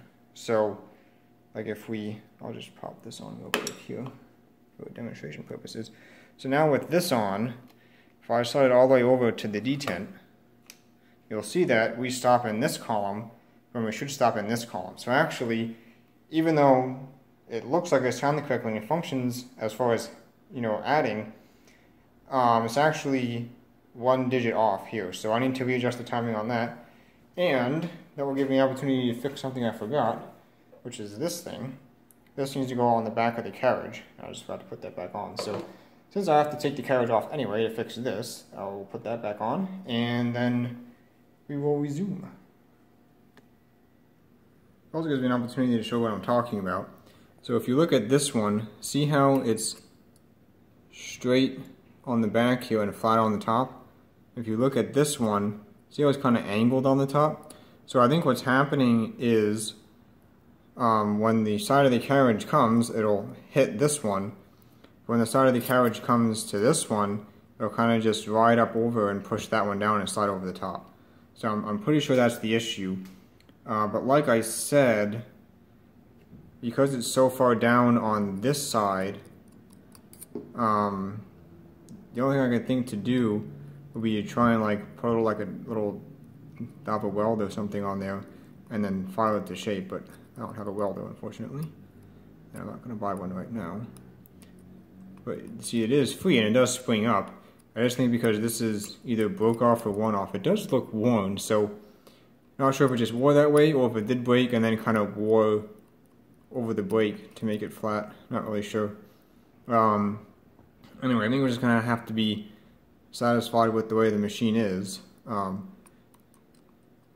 This is not a replaceable part either, so even if you did make one, you have to kind of drill the pin out of this one and then make a new pin in. Yeah, it would not be an easy repair on this, I don't think. So we'll just have to be satisfied with the way that it is. I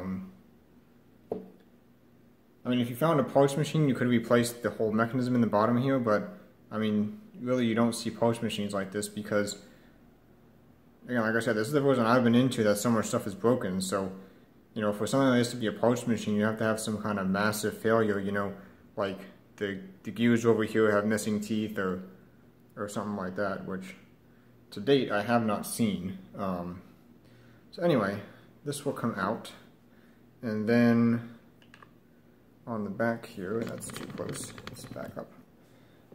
On the back here goes this thing, which has one dowel pin there. Let's pop that on in. And then you get some screws, which I'll probably just install off camera. Probably can let you know what I'm doing anyway, and you get the idea. Just screw this in. And this is not going well on camera. This is the interlock. I'll do that off camera because I can't get it in straight with me being off to the side, it being in front of the camera. There it goes. Anyway, this is the piece that these slots here interlock with the wheel down in there, which you can't see because stupid things in front of it. The wheel down in there with the bite out of it. And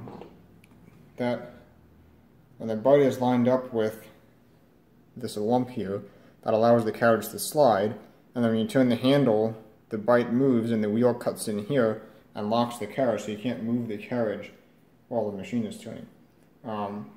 Which additionally will help, hopefully, with properly aligning the carriage, because even if it is a little bit off, when that wheel moves in, it should positively fix it exactly where it needs to be, assuming there's not too much play, which remains to be seen. However, depending on how sharp the edge of the wheel, which I don't look that sharp, so even if it's a little bit off, it should, you know, kind of nudge the carriage over to be in line. So I don't think it'll jam, unless it's like really out of line, but hopefully we'll be able to like I said, well, whenever you move the carriage, just make sure it hits against the one stop. That is good. And we just have to live with it like that. So I'm going to get this reinstalled, and then maybe this time I'll be able to actually capture the timing of the carriage on video, because I was not able to capture it last time. Alright, so I'm going to put some grease on that, and be good to put this back in, hopefully. This thing. Right, so now, before that I had it, I believe this wheel here was timed with this sliding disc there. So as that was 1 digit off, going to time it actually a little bit behind that disc, because remember the spacing here is not the same as the spacing in the counter register. The counter register's digits are closer together, so if we go a full digit here, we'll be too far out. So I want to go a little bit less. So let's see.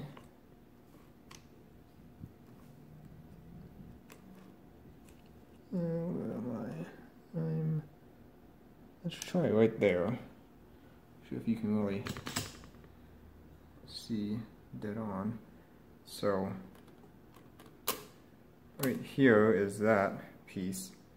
I'm going to be a little bit to the right of that. Let's see if I push that over.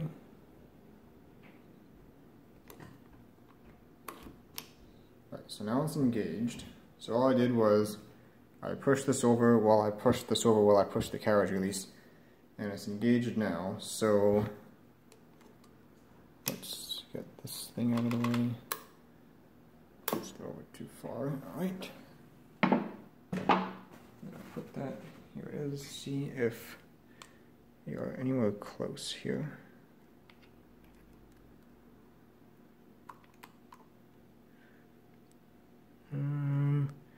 I would say no. It's not going to line up. So let's see. Just for fun, see if I can slide this over and see whether we are too far. Yeah, that's not going to work. Alright, let me just take this out. And I think probably I'll end up doing this off camera. Ooh. This is going to be a bit annoying. I'll try one more time. So let's try there now. A little bit further.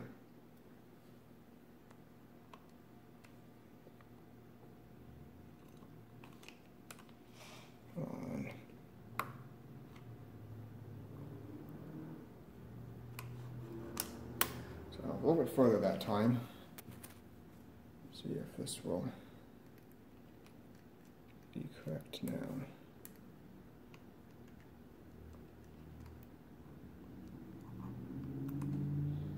And the answer is maybe. So let me put that screw in and we'll see if that is any better.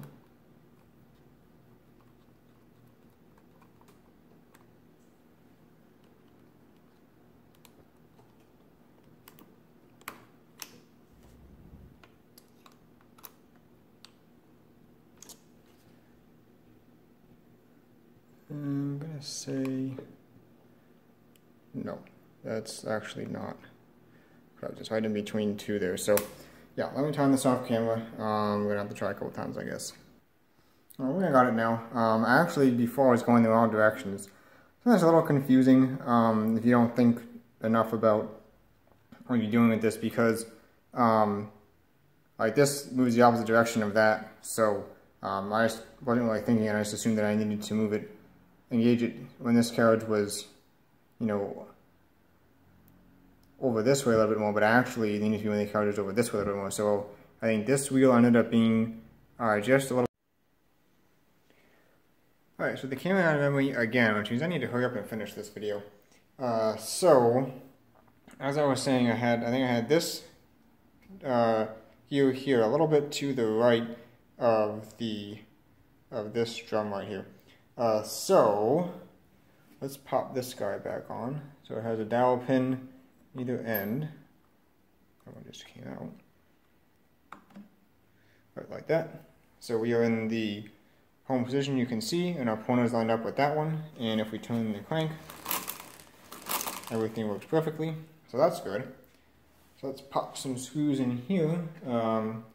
Let's get these little, kind of like little dome head ones, I guess.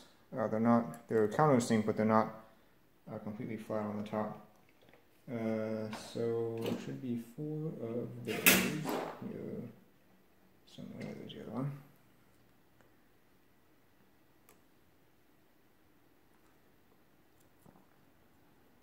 That's not the right one.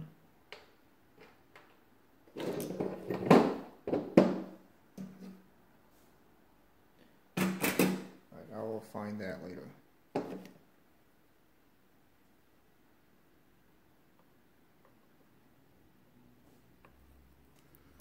Just screw these in here.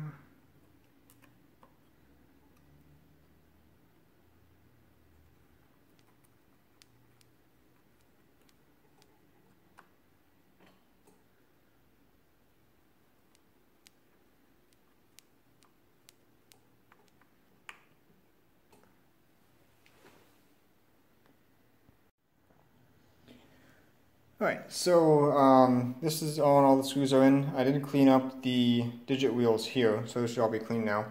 And all this fussing around, I forgot that we never actually did our first calculation. So let's try that. Do 1, 2, 3. 1, 2, 3, 4, 5, 6. 7, oops, 8, 9. And I'm starting to think that those detents there might be a little bit worn. Some of these are a little bit, they kind of like catch a little bit. 9, 8, 7, 6, 5, 4, and 3, 2, 1, and there we go, 330, that is correct. Excellent.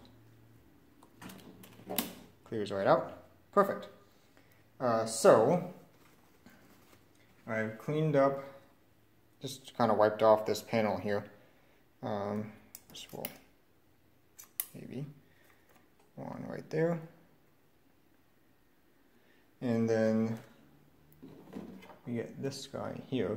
Now this guy, I believe was initially missing the spacer on one side. So I guess for now we'll just not tighten that side down all the way. I don't have any extra spacers for these, so unfortunately it's just gonna have to be that way for now.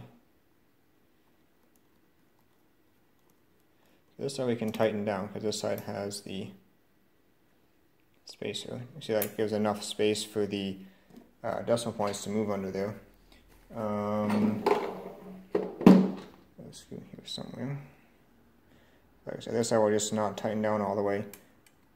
I'll have to see if I can find something to use as spacers there. That just kind of like little thicker washers. Because several of my machines now are missing those. That's rather unfortunate. Okay, why not pop this on now? So with that on, and I believe this just had 2 screws in it. She was missing a lot of screws. Might have had 3 screws, I don't remember exactly at this point, but anyway, whatever screws are left now at this point will go in the covers here. So with that on,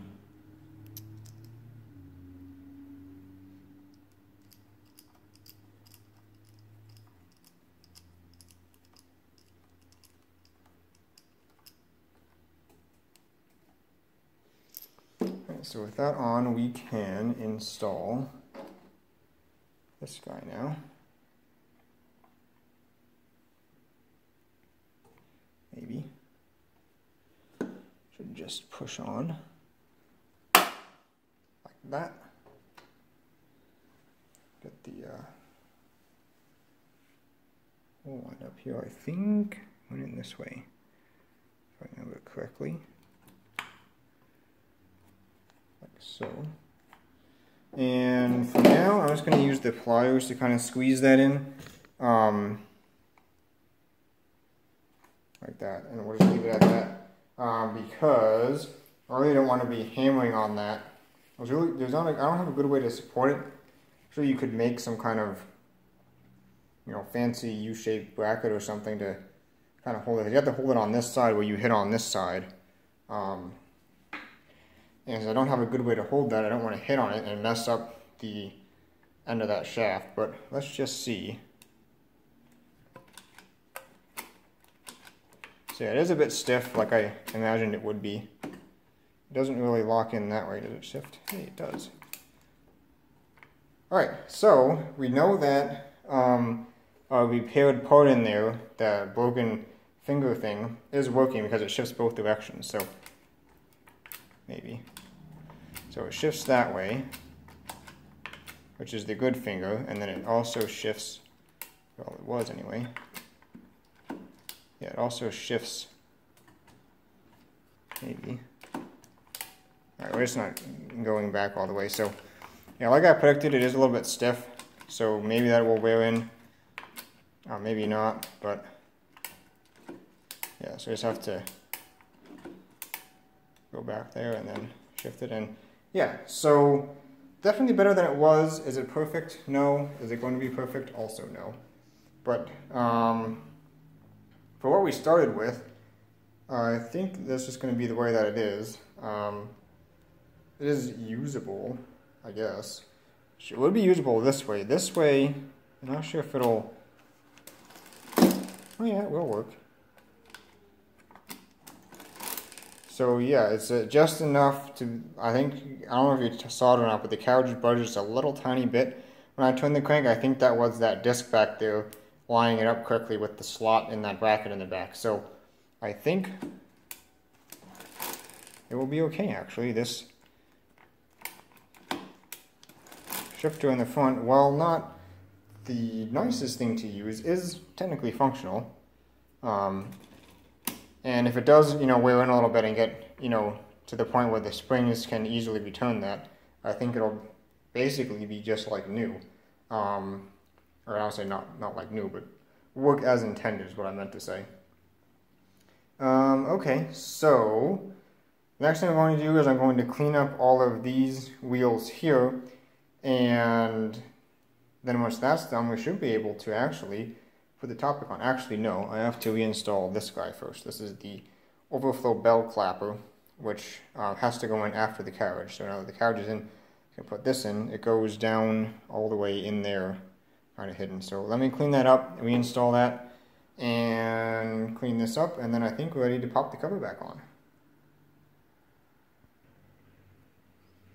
So this thing, you can see, has a slot in the end there. So that's, I guess, to lock it in because this is spring loaded on it. I don't think it's under any tension normally, but when one of the carriage chips, you know, hits it, it'll hit it and then it'll spring back, so it's not against the bell. So see how that goes in, but actually if I look at the, so this is the screw, it goes in the other side.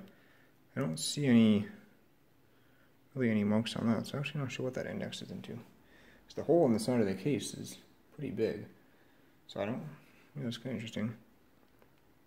Unless there's a little tiny mark right there.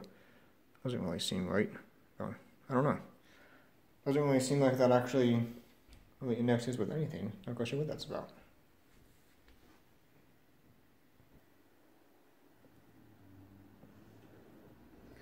Alright, so one thing I did forget to do was reinstall this ball bearing back here. This guy. So I've packed some grease in there.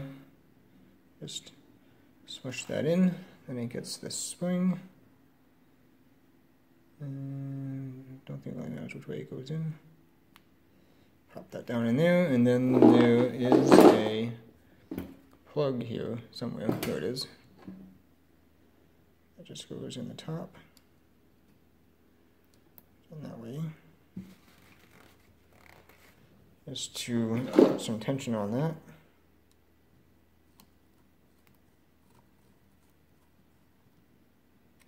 Screw that in. Now that should. So there's a detent for that. So of course, remember, because the thing is a bit messed up, we have to move this just like that. And then, well, I guess it kind of fell back in again. But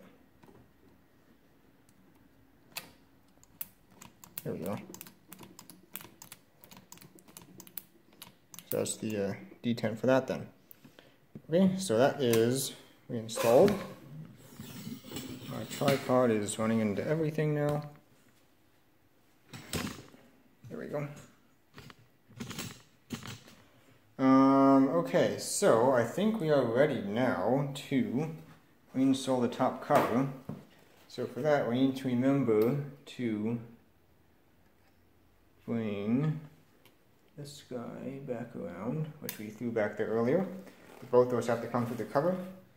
This one looks like it might have gotten a little bit bent when we were playing with it, so we'll just straighten that out real quick here, I think. We will anyway. See how this is going to line up with the cover. Might be okay. Alright, just give this a little bit of a wipe off here. It was not too terrible. I actually see the Marchant logo on the back. It looks pretty nice yet. So they got their, I guess that's the company number or something on there. Little stamp at the bottom.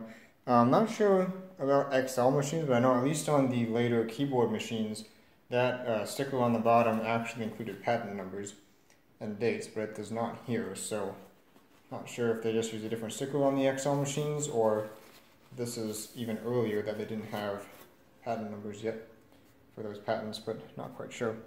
Anyway, so when this comes down on here, this needs to come up through there, and this needs to come up through there. Come on.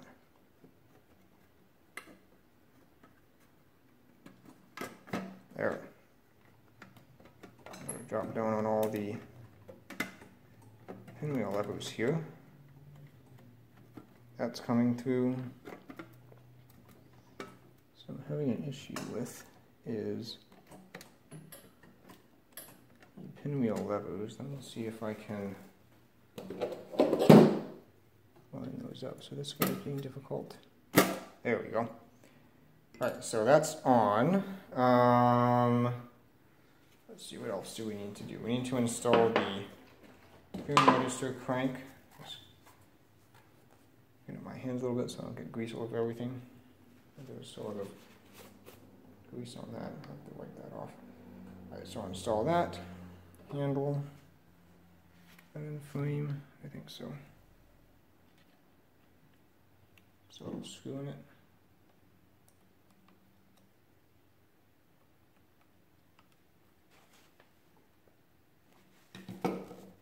Now, that clears out. Perfect. We need this knob. Just get a little bit of a clean off here.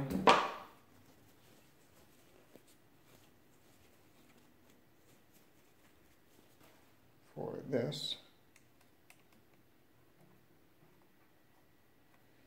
That's the carriage shifter knob there. That goes in. And I think the last thing, we still have one more screw here, so I'll just pop that screw in the front. Alright, so I don't remember how many screws came out of here. Actually, no, we don't know. Let's put the screw. Actually, let's put the screw in here. That needs some screws. That's stripped out? Yes. Pretty common too for these screws to be stripped out, I've found. I think one of the machines like this that I've worked on had 4 different screws in this cover, all of different sizes. Almost like I stripped one out and then put a bigger screw in, and then maybe stripped that one out and put an even bigger screw in a couple of places. Also a screwdriver here. But it's pretty common for these covers here to be missing screws to be stripped out. That one might be even stripped out. I'm not going to over tighten it, just in case. At least we got something to hold it on. So we got one more screw here. Let's see if this one will fit in here. Nope, stripped out. So it'll fit any of the back ones. I might do that off camera just because this video is way too long already. I'll do it off camera later. Alright,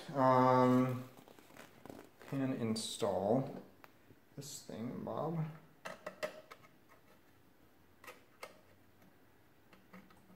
Maybe. It's a bit hard to get this lined up sometimes.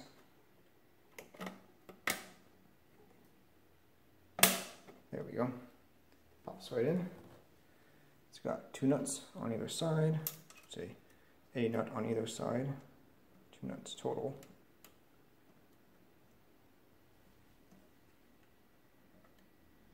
Maybe.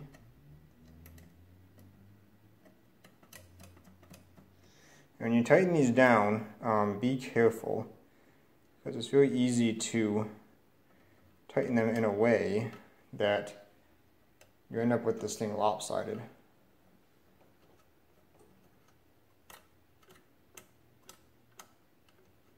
Come on. Well, anyway, we'll probably do that off camera, not waste so much time here, but you get the idea. That goes on, and then that will assist in clearing out. It'll work better once these are tightened down. This thing is so wobbly right now, but looks like I'm not the first person to use pliers on these, probably. I'm going to assume that anyway.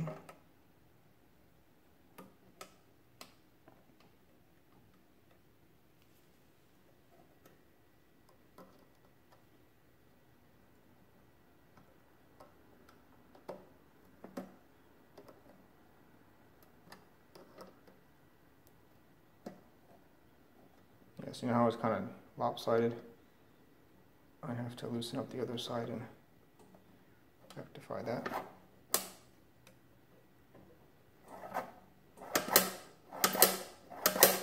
And that should be fine. Okay, so why don't we do some math? So I already did the regular addition, and actually this is now set to division mode, so let me change that back to multiplication or addition mode, whatever you want to call it. So we can just do some random stuff. Let's add in, say, 35. See, that adds in just fine. When it's to subtract, say, I don't know, 9. Just handle the opposite direction. Subtracts just fine. Clears out. This, of course, is 0 because I didn't enter anything there. This might need a little bit of looking into. This seems a little bit stiff. I don't know if this is rubbing on the side of the case or something. So I have to look into that. So multiplication we can do, say, 625 times 625. So when I put 5 times here, and then shift over, if we may. Oh, that shifted way too far over. I think we're lined up now. Anyway, 2 times here. See if this will work properly this time. And then 6 times here.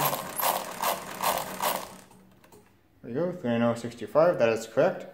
This thing is not perfect, I know that. It's just going to be the way that it is on this machine. Just a lot of damage in that area, so unfortunately that's just the way it is. Let's do a division now. So one thing you've got to be careful with on these is this and this get very close together when you set it all up, and it's very easy if you grab it like this to pinch your thumb in here, and that hurts. So something to be careful of. Well, if it's even going to move over. What's going on here? Oh, moved over before. This is definitely reinstalled.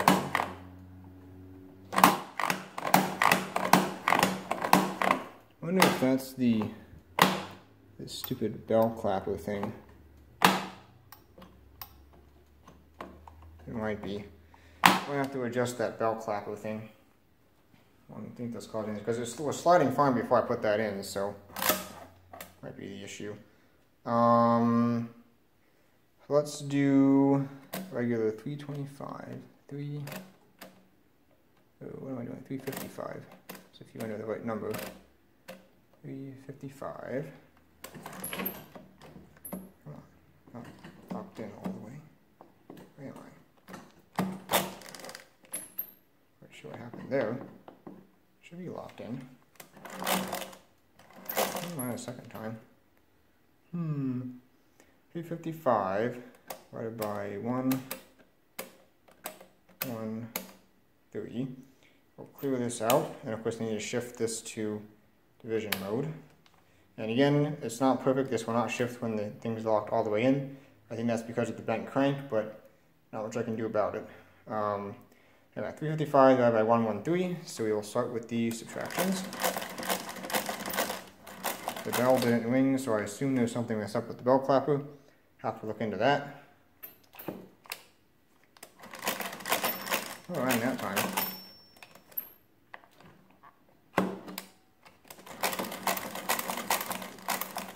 I'm going the wrong direction, I'm going the wrong direction.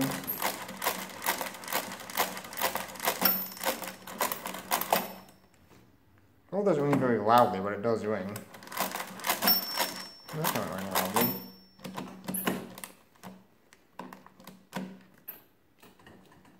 Why am I getting jammed here?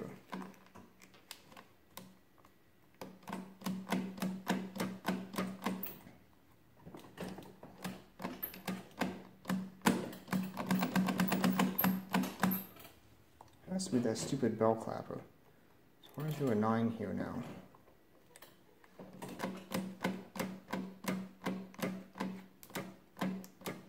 Something has to be up with that stupid bell clapper. I'm going to have to maybe just take that out. I don't know. It's not highly critical, but I would like it to be there. But something is certainly messed up with that. How am I getting... what in the world?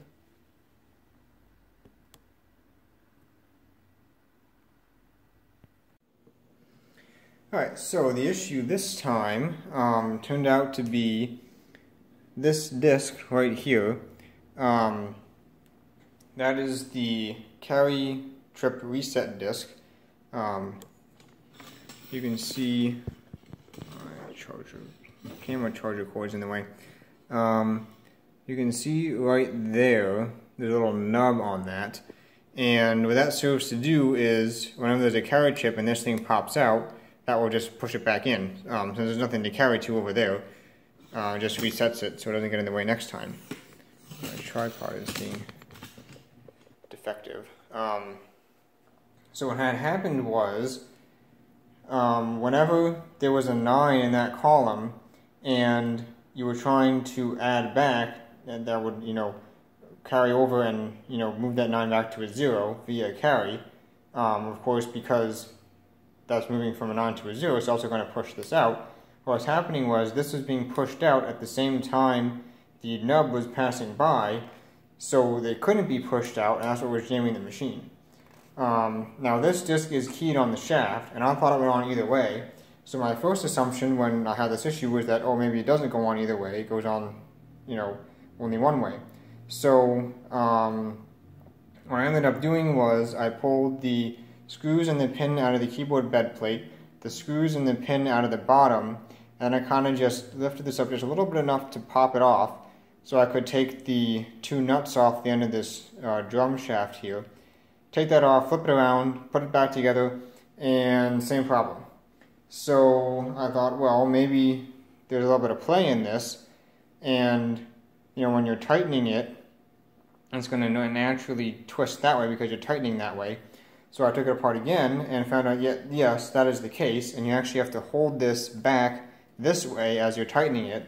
So it's all the way against the know, this depends how you look at this, but towards the back of the machine. I can't really say clockwise or counterclockwise because it depends whether you're looking this way or whether you're looking that way.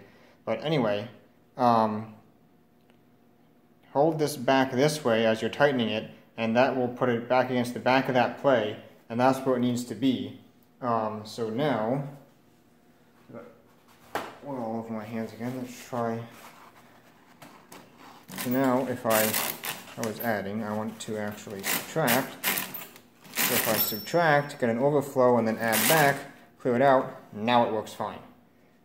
So that's another issue fixed, another thing I didn't know about when I was putting it together, but hopefully if you are taking this apart, now you will know and not have to take it apart 3 times like I did.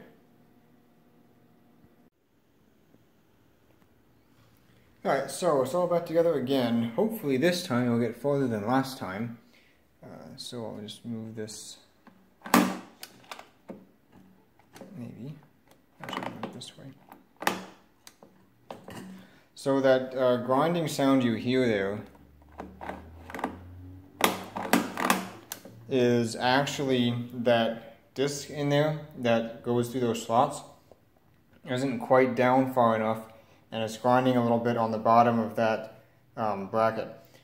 I believe, again, that's due to the crank being bent somewhat. It's a very, very tiny amount, and actually, if you move the crank to this position, the same position where it allows the shifter to engage, if I get it to stay there, hold it there, you'll see that that goes away. So again, I believe that's just due to the crank being bent, and that's just going to be the way it has to be, because it's a very slight bend, but it's just enough to cause all these issues. And I feel like if I try and address it, I'm just going to make it, end up bending it the other way or messing it up. So just live with it. All right, so let's do 355.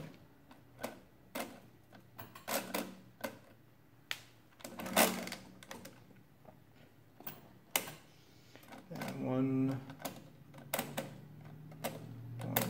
3, and here we go again.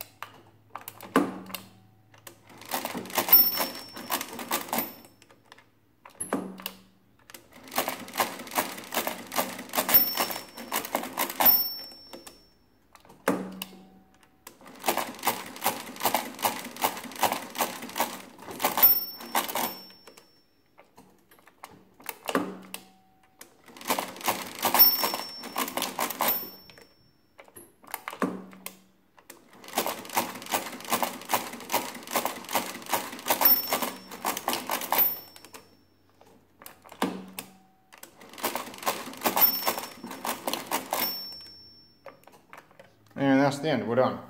3.141592. That is correct.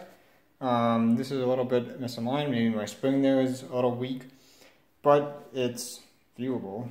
That thing got fixed because this bracket was a little bit bent and rubbing on the side of the case, so I just bent that over a little bit, and now it's fine. Unfortunately, when you lift it up, this side of the case lifts up a little bit. Really nothing I can do about that, because this is stripped out. I don't have a screw to go in there. But yeah. So, issues that remain are this bent crank means that you can't shift this in the exact home position. You gotta move a little bit, and then it shifts just fine. Same thing with the bent crank causing the rubbing down in there. Not much I can do about that, really. Just going to be the way it has to be. It's inconvenient, it's unfortunate, but it's just the way it is. This thing is functional, but far from good. It's still a little bit too stiff for the... So you got to pull it over till it catches and then move it. So it's usable, but it's not good. So you got to drag it back so it catches and then move it. So it works, yes, but it's not good. Again, damaged parts, made the best out of what we had. So, even though this machine isn't perfect, I hope it was at least informative as to, how these work. Some of the pitfalls we might run into, like that disc there, causing it to jam on carry in the last position. So like I said, I keep saying these machines are easy to work on, and for the most part that's true. There are a few things that can be difficult, like getting the timing, all this stuff timed right. Another thing that's difficult is getting the spring reinstalled on the lever in here, that hook-shaped lever. There's this pretty strong spring on that, and you really have to compress it and try and slot it in, and it's a little bit difficult to get in there, but for the most part, everything, comes apart, goes back together. You don't have to try and, work down inside tight spaces you can't see in. Everything is, basically open and visible, and you're able to get at everything. And that makes a world of difference working on these calculators. Like anything else, like, a Freedom or like a silent speed, you gotta try and reach up inside the machine and work your way in between levers, try to get at the one that's stuck. Like on the silent speed, the control mechanism, you actually can't even see what's going on in there. I've spent, hours just playing with those things, trying to see the lever that I'm moving, what it's connected to inside, and why it's not working. But with this, it's so simple, it's so easy to get at everything. These are really nice to work on. Yes, there are some frustrating parts of it, but overall, it's much easier than pretty much anything else, really. The air thermometer is pretty easy to work on. That's the same deal as that. Everything's out in the open, you can get at everything on that as well. So that's a similar class of, ease to work on. So I think that's about all I have to say for this one. Because even though this machine is not perfect, I hope this video was at least somewhat useful in terms of how these come apart, how they go back together, and if we didn't have these broken parts, like the damaged crank and the damaged mechanism here, really it would be a fully functional machine without any issues. The only issues that remain are due to damaged or broken parts. And we were able to fix the part in there. It does shift both directions now, which is good. But yeah, the main issue is that messed up latch, and when I staked the pin back in, it made it a little bit tight. But I mean, at least this thing isn't flopping all over the place now. It has that little tiny bit of play that it's supposed to.